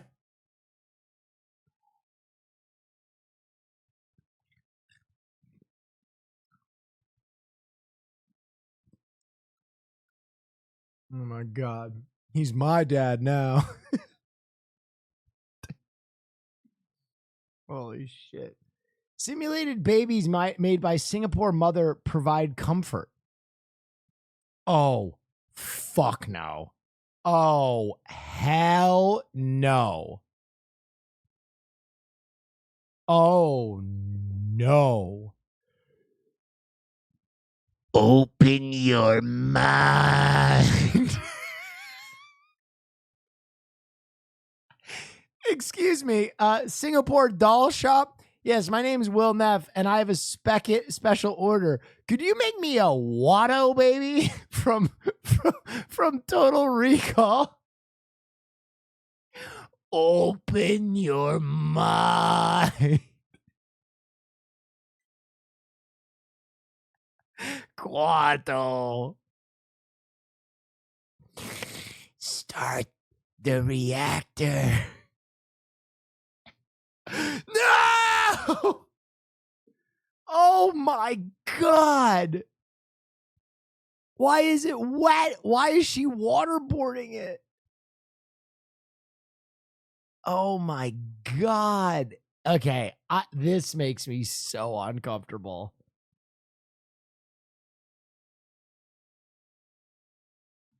Quaid.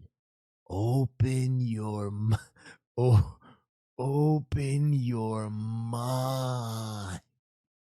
Do you think she would make me a Quato baby if I sent her the $6,000? Hi, I'm looking for I'm grieving a very specific child. He's a mutant from Mars, and he's got psychic power. Dude, I strap it to my chest and just go to Comic-Con.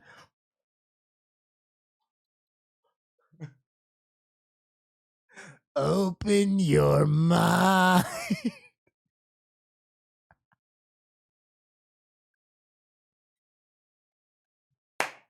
Just at random fucking functions, all of a sudden I'm like, Oh, that's really interesting. I wonder what Quado thinks about that. And all my friends are like, please don't take Quado out. Open your mind.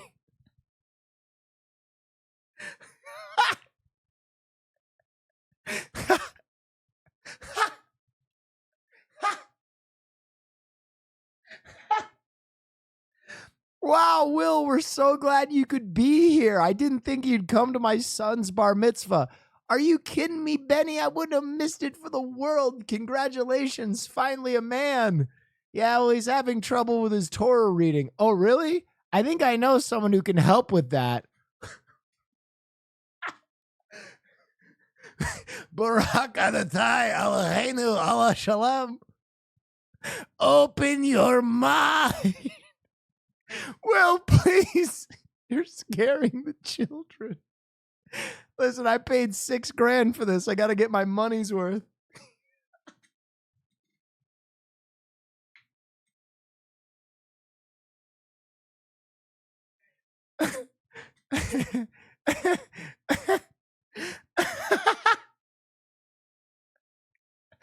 There's nothing funnier than doing inappropriate quados.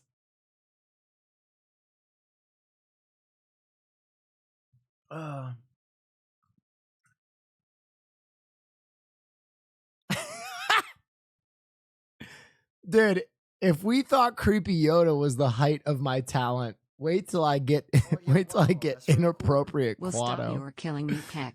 Thank you. I appreciate it. Oh my, pair of Wienermobiles for sale in Alberta for $12,000. How old is this story? When is this from? When?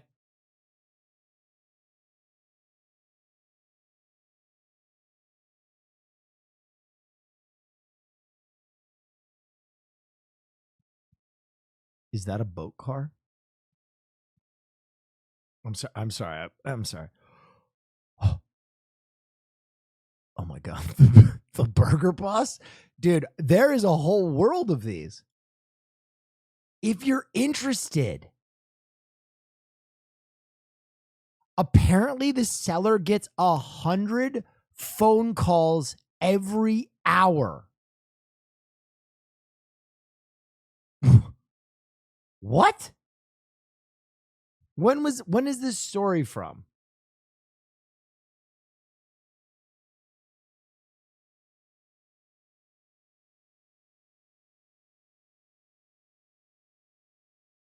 $2020, it's gone.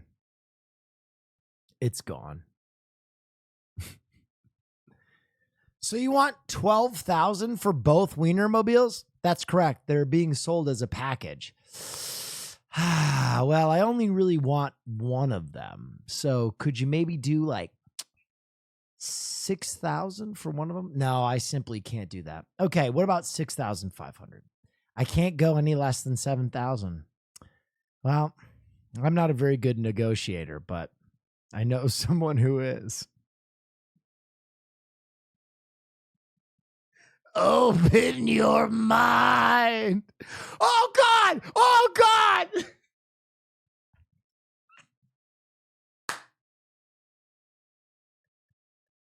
I spend more on my Quado than I do my fucking car.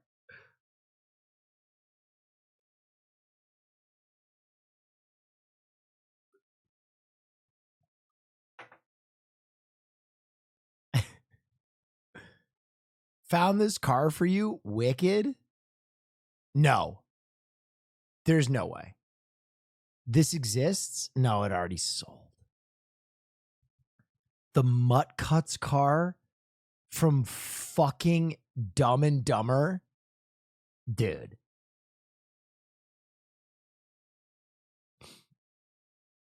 I've always wanted a Mad Max car. I've always wanted to do a stream where I take like a hoopty and take it to a garage and make like a Mad Max vehicle. I've always wanted to do that. It's so tiny. What is this? Mini fire truck? Oh my God. I feel like if I bought this for Ludwig, it would be the best gift he's ever received in his entire life. I feel like Ludwig would absolutely fucking love this. Like, he would go crazy for this. Oh yeah, wow, that's very cool. Scuba Vubo gifted a tier 1 sub to Dankenstein 22. But then I would have to drive it from Pine Bluffs, Wyoming, dude. Pine Bluffs, Wyoming. Oh my God.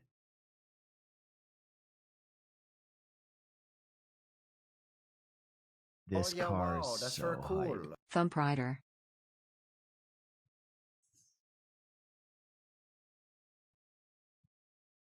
Oh, what is this? Battle Bentley? Oh, that's so cool.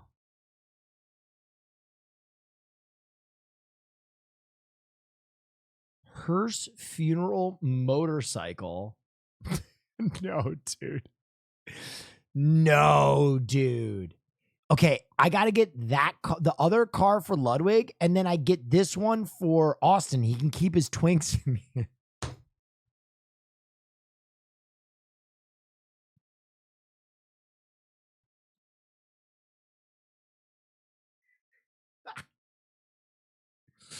The twink sidecar. Okay, we got to get back to the news. But I'm leaving this tab up because I might talk Cutie Cinderella into buying this for Ludwig with me. That would be so fucking... MadMaxCars.com? There's a website? Oh my glorb.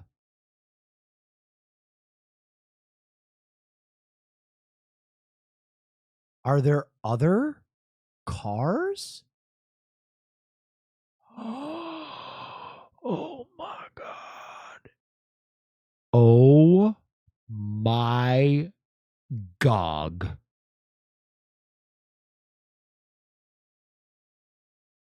Oh my God. Oh my God.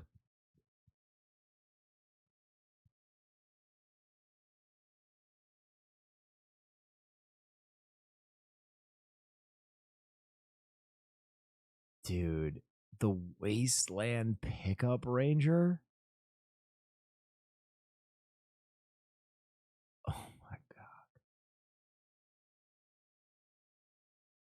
God. Okay. I'm so... What the fuck just happened? I just got so distracted. Okay. Crime news. Fake lawyer uses AI to write filings. We're not reading this. That's so dumb. An AI-powered attorney, SC man accused of posing as lawyer, may have used tech for filings. That's amazing. He was doing law and just using AI. More meat piles. Red Lobster looking suspicious today. Large pile of lobster dumped on the side of Highway 17 in northern Ontario. Something you don't see every day. Provincial police say a large quantity of lobster was found on the side of a highway east of North Bay. In a post to X, OPP say they received a number of calls earlier this week about lobster spotted on the... That is so wasteful, bro. That is so wasteful. Lobster is so delicious. ...of Highway 17 in Bonfield. Police add littering is illegal. What a waste. Why do people keep dumping meat on the side of the highway? I don't understand it. Riding electric suitcase requires safety equipment and driver's license according to Japanese law. Dude, okay. The first time I went to Japan, I saw one of these. And I was like, that's the coolest thing I've ever seen in my life. Riding suitcases are tight.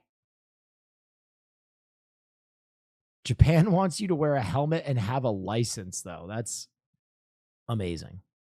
Very Japanese. Exploding soda cans on Southwest flight? Blazing temperatures outdoors can wreak havoc inside airplanes. This is the hottest I've ever been in my life. Planes. Okay, actually, this is crazy because I went on 2 American flights recently, and I was sweating bullets. Both flights. I was sweating darts to the point where I kept asking the flight attendant, I was like, can you please make it a little colder in here? Please.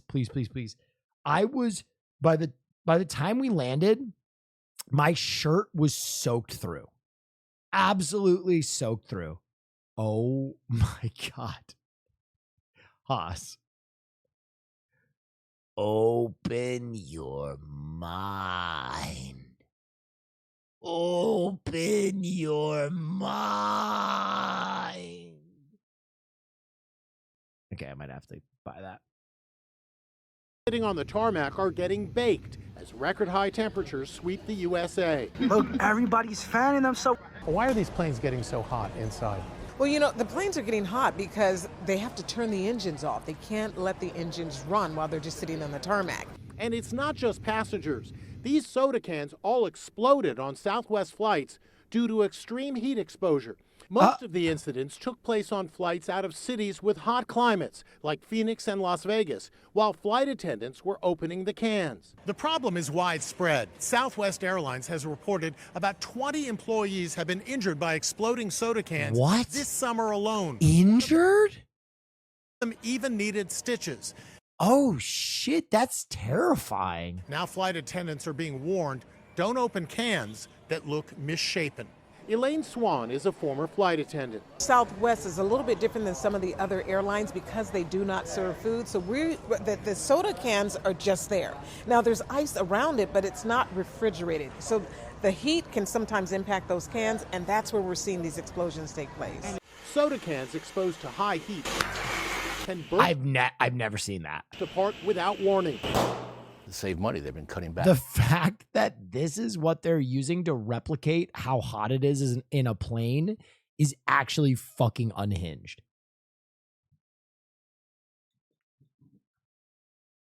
Without warning. To save money, they've been cutting back on the thickness of the cans.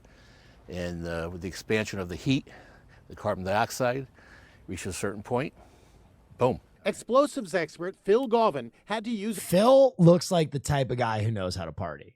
I want to spend a night with Phil and see what he can blow up. The blowtorch to demonstrate. Whoa! Okay. It took just 1 minute for the cans to explode. So what can you do if you find yourself sitting on an unbearably hot plane? Now the flight attendants are going to ask you to do two. By the way, she's talking shit. Because she's like, yeah, it's only when you're taxiing and the engine is off. Bullshit. When I was in the air, it was so fucking hot on that plane. Workers in chat. I think during this heat. I think that they tell the pilots to burn less fuel. And they pay them to burn less fuel because they know they make more money if they burn significantly less fuel. So the pilots turn the AC way the fuck down. Because we were in the air and it was like 85, 90 degrees on that plane. I was in shorts and a t-shirt and I was rolling sweat. And I had Farley on my lap. Rolling sweat. Sandwich crime. Naked woman in IRC jail tries violently jamming sandwich into cellmate's mouth. An inmate at the Indian River County Jail facing a new set of charges after deputies say she assaulted her cellmate with a sandwich. Now take a listen to this. According to deputies, Tony Gallagher, who you see here, cornered her cellmate, tried to violently force her to eat a sandwich from the floor. The sheriff's office saying Gallagher, who was naked at the time, wrapped her arms around her cellmate. Naked at the like time. She was trying to choke her. Once deputies were able to detain her, they say Gallagher bit a lieutenant and hit another deputy. The victim's mouth had some scratches here. Gallagher facing a new set of charge here, a battery on a detained person. That's a sandwich criminal right there, folks. Ladies and gentlemen, those are all the stories tonight for all the news that's fit to print. We do this every Monday. I'm sorry I got delayed. It is a Tuesday, but as is our tradition, I read all the best headlines that we didn't include. Here they are, the honorable mentions. Shattered salsa jar causes $20,000 in damage at Massachusetts pool. 72-year-old fends off grizzly bear with handgun while picking huckleberries. Man playing soccer on Florida beach run over, injured by e-bike, deputies say. Texas football coach marries stripper nicknamed the pole assassin with pet monkey.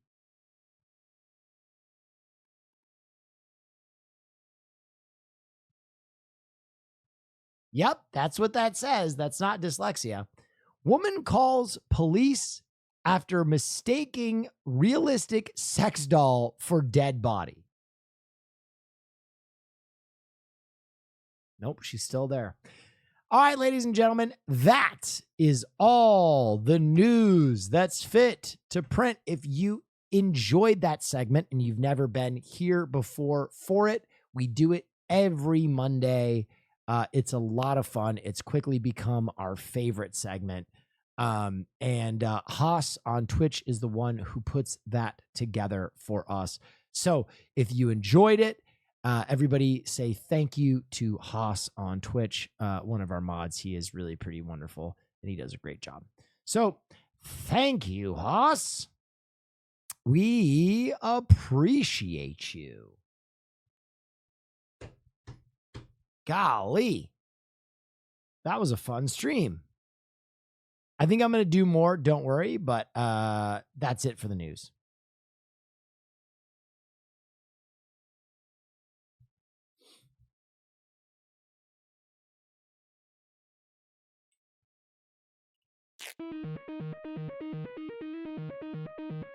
OMG. The pole assassin story is legendary. This is a very high-profile quack for University of Texas who left his family of 4 for a stripper, and this all came to light last Halloween when her pet monkey bit a kid during trick-or-treating. Pole assassin? Okay, I typed in pole and the first thing that came up was assassin monkey. Texas football coach marries stripper nicknamed pole assassin with pet monkey.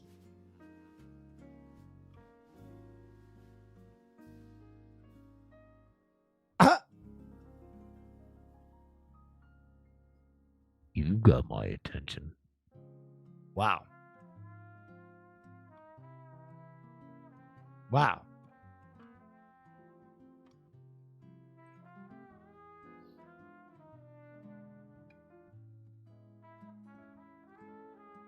Gosh, this has been a great stream. Guys, it's fun to be back and have a good fun night. What is this? Is this a Brat Kamala mashup? Coconut, coconut, coconut, coconut, coconut, coconut, coconut, coconut.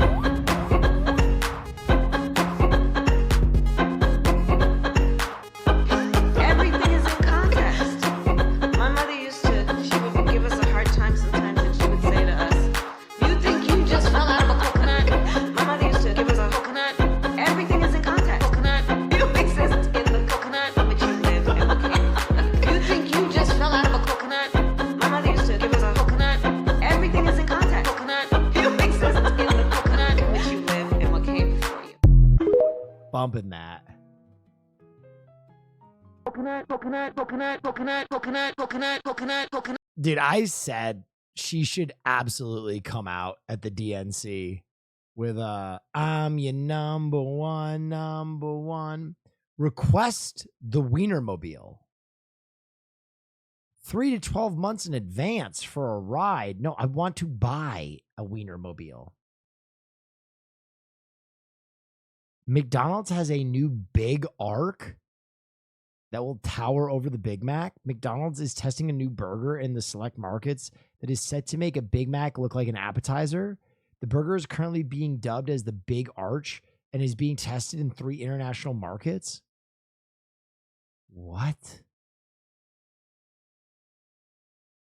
What is it? Is this it? Wait, 1, 2, 3.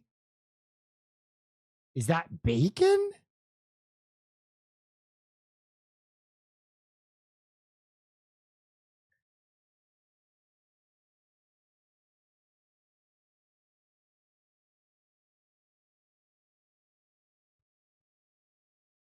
It's 2 patties? What is this shit then?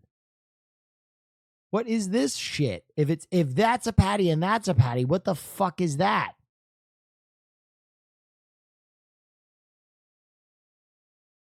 That looks like AI? Okay, what is the big arch then?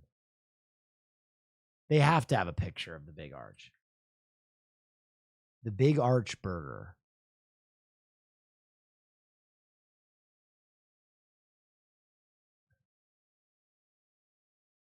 Wait, this is the big arch. This is the big arch. Oh.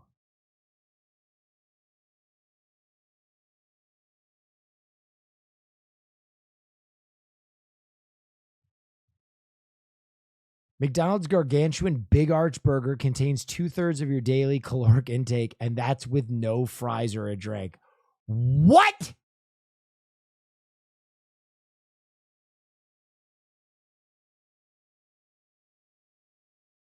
What?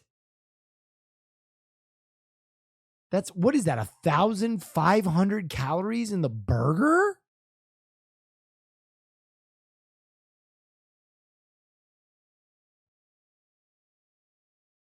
McDonald's has released a new burger, but there's a catch. What's the catch?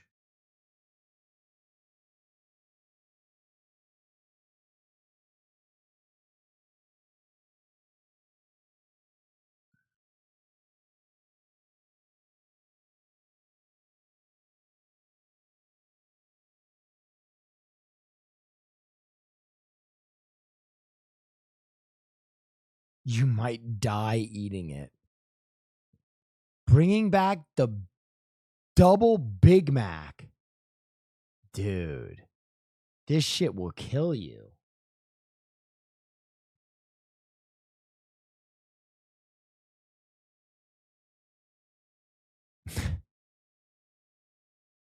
I'm your number one.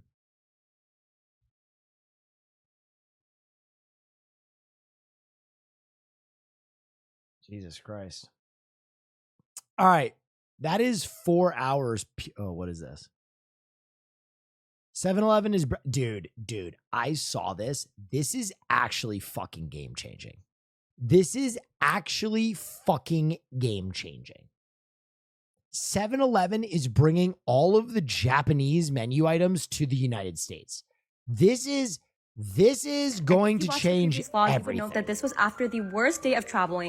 This is going to change everything. 7-Eleven in Japan. And if you watch the previous vlog, you would note that this was after the worst day of traveling. So this was literally the best part of the day. Even though we were starving, we also took our sweet time checking out all the food options. They had tons of great bento boxes. All the sandwiches and noodle dishes looked super high quality, and they all had English translations. Yeah, it ain't going to work out, brother. Listen, if you think I'm not going to risk getting botulism by trying this shit at an American 7-Eleven, you don't know me well enough. You don't fucking know me well enough. I'm gonna try the seafood at American fucking 7-Eleven, okay? Because I'm an American. Describe exactly what they were. I think what I loved the most is that they have different portion sizes. For example, this chicken pasta salad was way smaller than some of the giant meals. They also had tons of different side dishes, and if you wanted a big... Dude, when I was in Japan, every night we got drunk, right? I'm sorry, that's just what you do in Japan. I'm not even that big a drinker, but every night I was absolutely shit-faced hammered. Wow, that's very cool. And I would go to the 7-Eleven, and I would buy an egg sando. I would buy Fammy Chicky. I would put the Fammy Chicky on the egg sando, and I would crush it with a bag of chips that was like always a weird flavor. It would always be like eggplant flavored, cuttlefish flavored Doritos, and I would just slam that with 2 Pocari Sweats. this tomato shrimp pasta looked amazing. There were also tons of drinks, both warm and cold, juices, milk teas, everything you wanted. I had heard that pudding in Japan is so delicious. Who says Sando? The entire nation of Japan.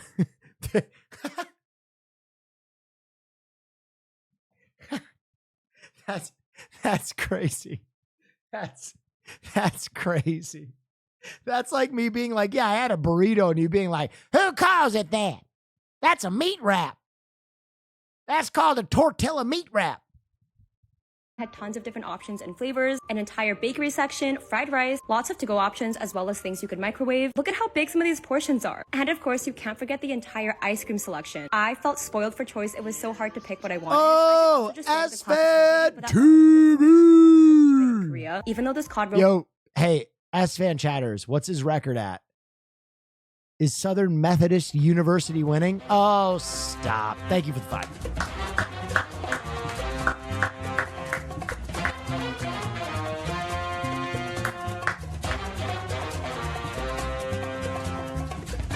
Undefeated S-Fan. S-Fan, how are you going to fucking lie to my face? I was watching your stream yesterday and you were like 5-3 and you beat Clemson. You're lying to my own friend raids in here and lies to my face, dude.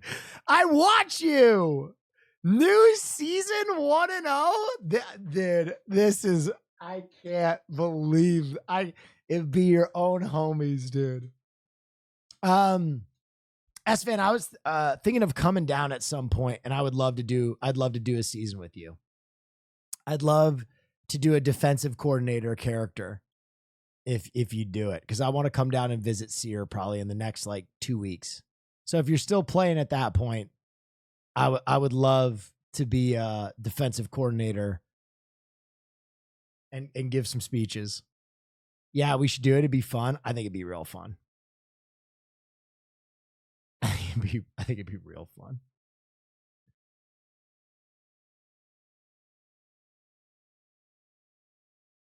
But like every game we lose, we actually have to do a full pads on football practice outside.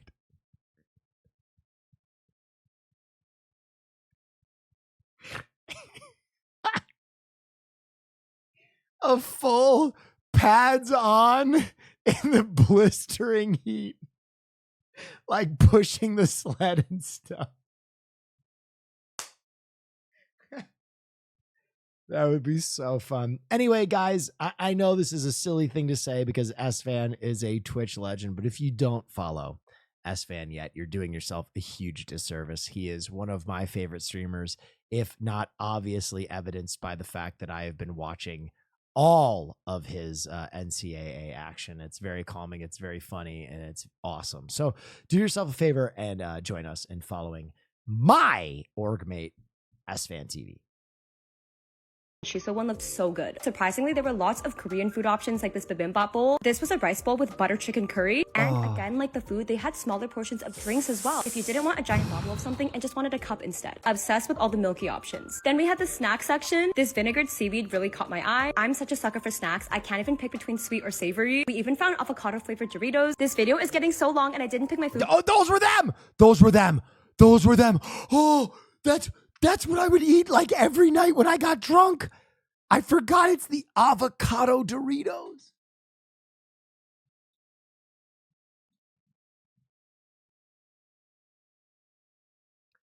Okay. I know a lot of you are going to say this isn't going to work, but to you, I say, what if? Imagine all the people. For those of you just joining, American 7-Elevens are going to start stocking something like, I think it was like 30% of their Japanese menu in the American stores because the Japanese 7-Eleven menu is so popular internationally. So a lot of people are saying in the chat, it's not going to work. They're going to fuck it all up, but I choose to believe. I want to believe. Botulism. Listen, And Icarus risked falling from the heavens when he flew past the sun. Sometimes we need to take big risks to reap big rewards. What's a little botulism in the long run? Oh, my skin is discolored and my kidneys are failing. Small price for greatness.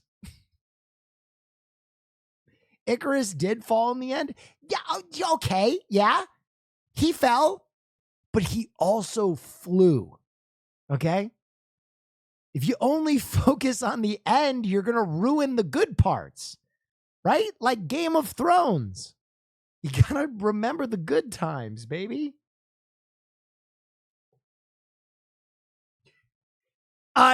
You'll live, and many years from now, when you're sleeping in your beds, would you not give it all up to go back and try all the fish-based dishes at the American 7-Eleven? If you only got one tapeworm,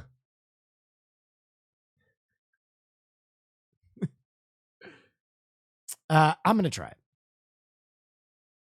I'm going to come. All right, ladies and gentlemen, we finished all the news that's fit to print, which is the usual segment that I do here on a Monday, but we did it on a Tuesday. So I want to do some brief housekeeping. Brief housekeeping. Ladies and gentlemen, we have the next roll of hot sauce coming in soon. As you know, we do a big sauce giveaway every time we open up the shop. I think we are going to be opening up the shop sometime early next week. So if you're a hot sauce head and you haven't gotten any sauce yet, or maybe it's too expensive, or you just don't have any cash to go around, show up around Monday or Tuesday next week. We'll probably be giving another $500 worth of sauce away to you guys. That's the first thing. Second thing, my second line of merch is probably going to be happening soon. We just got the rough draft of the third design back. This is probably going to look more like me before it's all said and done, but the third design is going to look something like this. It's just going to be the It Dode wizard. I think this wizard's going to be a little more jacked and he's going to look a little bit more like me. But the It Dode wizard is the third piece, and we're very, very excited about the It Dode wizard. In case you haven't seen the other two designs too, I'll show you those. Those are finished. These are the finished designs for the other two things we're going to have. We have we have Metal Farley with the Will Neff, and then we have Bimbified Will Neff with the Will Neff logo. This is going to be the logo moving forward. So those are coming out probably next month. Those will be finalized and we'll do pre-sales on those. The last merch related thing, with peace and love.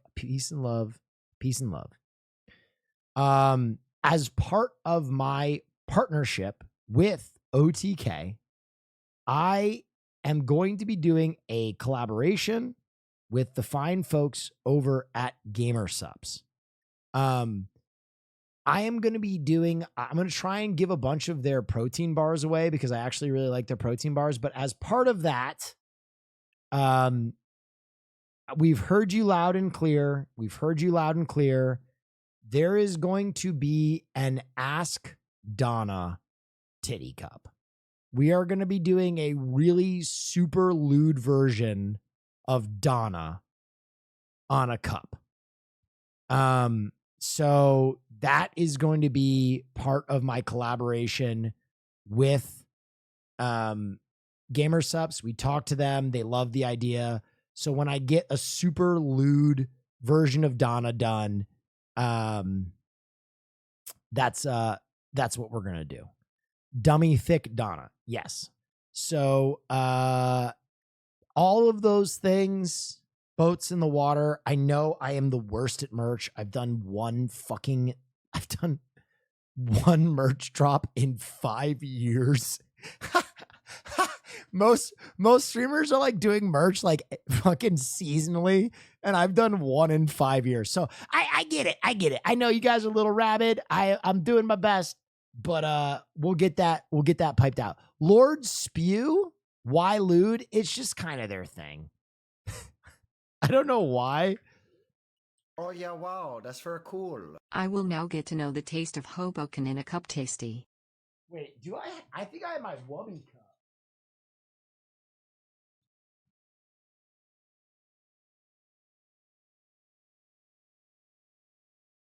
Wait, where's my, I had the Wubby one. Oh yeah, wow, that's very cool.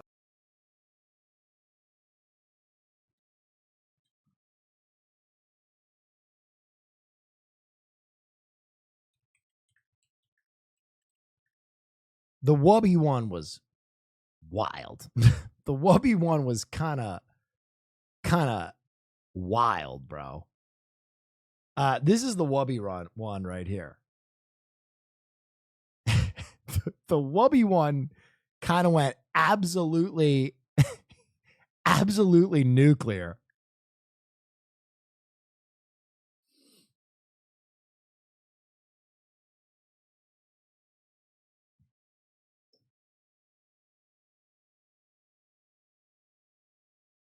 I still have mine. Mine too. Yeah, but so we're gonna have something like that for Donna. The Tectone one was wild as well. The Wubby one was the best. With Peace and Love, the Tectone one was very good. Bro, my girlfriend found this cup and we had to have a talk. Did you have a talk about how hot the cup was? Did you tell her? Did you know that the bimbified version of Wubby has puffy nips, feet out, little thick, big tits, fat ass, thick thighs?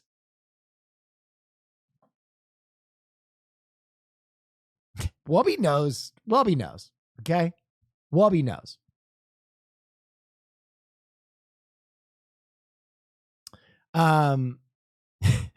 Babe, I fucked the cup. Okay. I legit had to explain it's a streamer thing. Yeah, dude. I don't know when they started their lewd cups, but it definitely has become an institution. Did you see Long Legs? I did see Long Legs, and it was okay. It was fun. I enjoyed it, but I thought it was gonna be like absolutely unhinged, unreal, 10 out of 10 madness, and it was kind of like, have you seen Deadpool yet? No. I'm gonna maybe try and see Deadpool tomorrow. Lewd hot sauce went. Nah, the hot sauce is. We don't need to make everything lewd.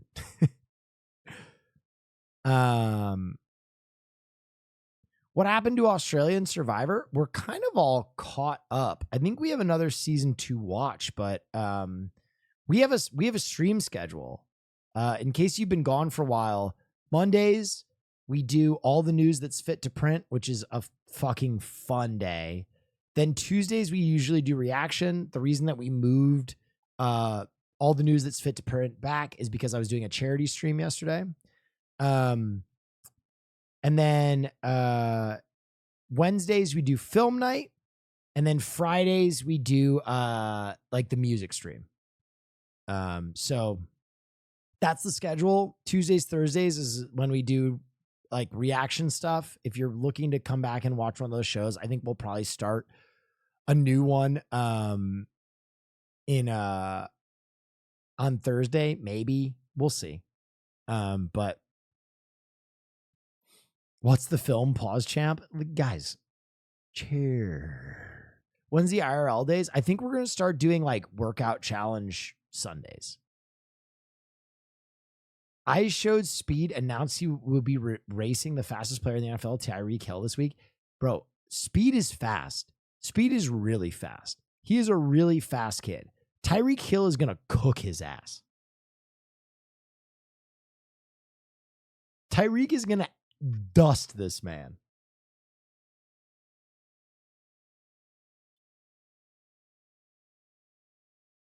Were you a fan of the TMNT show? Yeah, for sure.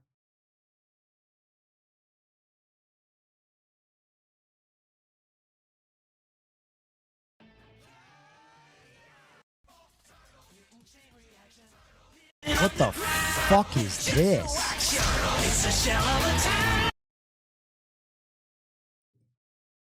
The fuck is this? That is not the Teenage Mutant Ninja Turtles intro, brother. This is the Teenage Mutant Ninja Turtles intro.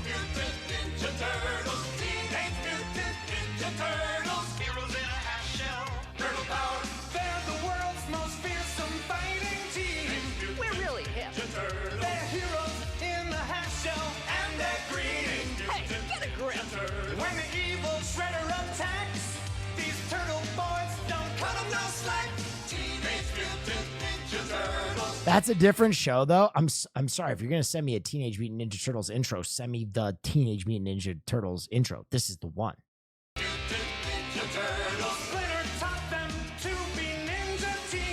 a radical rat.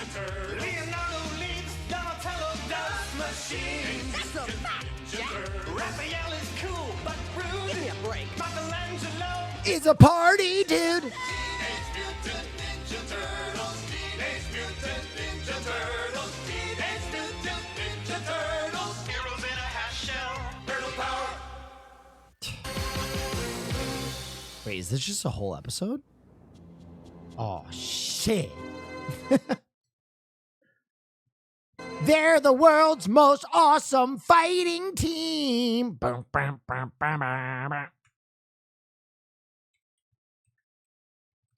I have to go use the bathroom real quick. I'll be right back.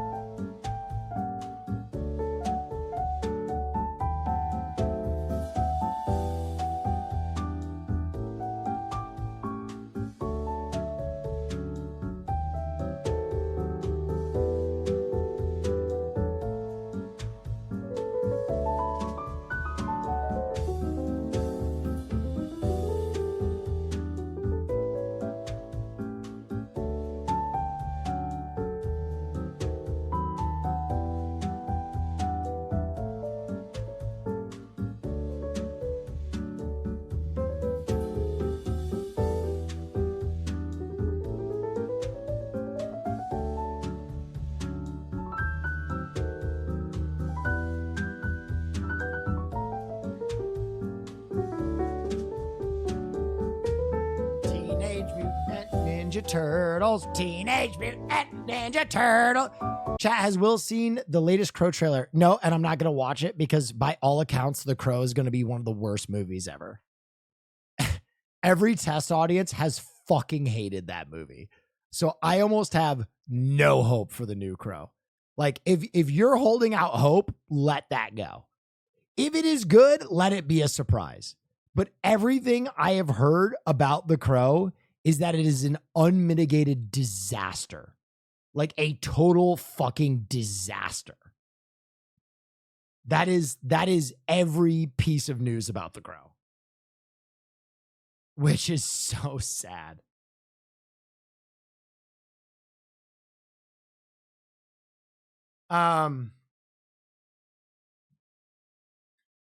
Oh, last thing. Tomorrow, I think I'm going to be doing a stream with Seer before movie night. Jerma was playing a game called Gazillionaire today. That was hilarious. I watched for like 20 minutes.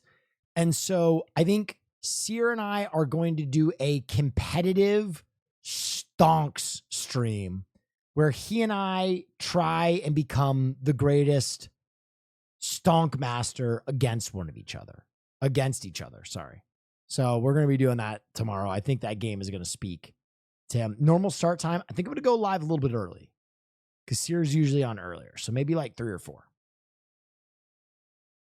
What does that even mean? You'll just have to find out. Have you seen the Friend Project trailer? Yeah, it's a lot. River City Girls original soundtrack.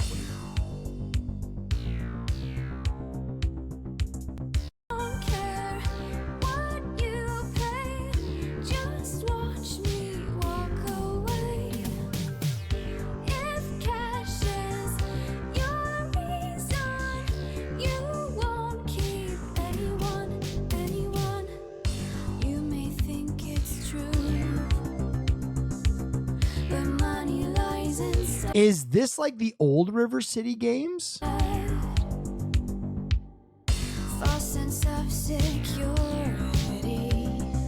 remember when you and Sear did Dogecoin to the Moon stream. That was one of our funniest streams ever.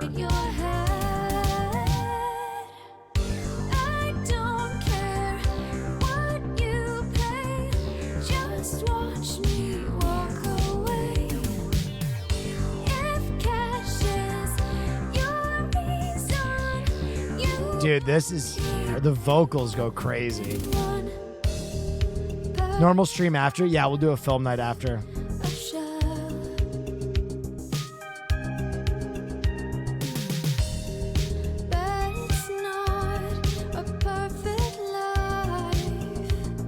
Well, I need a game to play tonight. I was going to do some gaming for the Gaming Frogs because we're already at like 4.5 hours. River City Girls?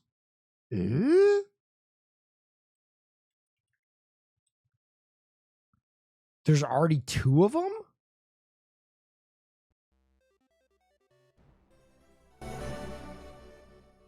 Wait, did the full Hades 2 game come out?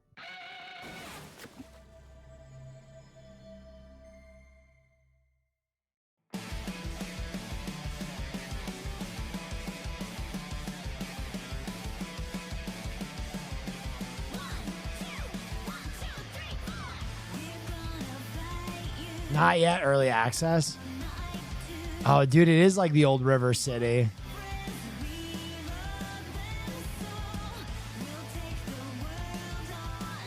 I beat everything in the Hades early access. I beat what's his face? Kronos.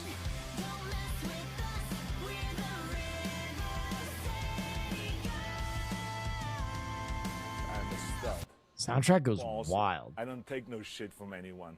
Himbo run finale brage. Haas just sent me Arctic eggs again.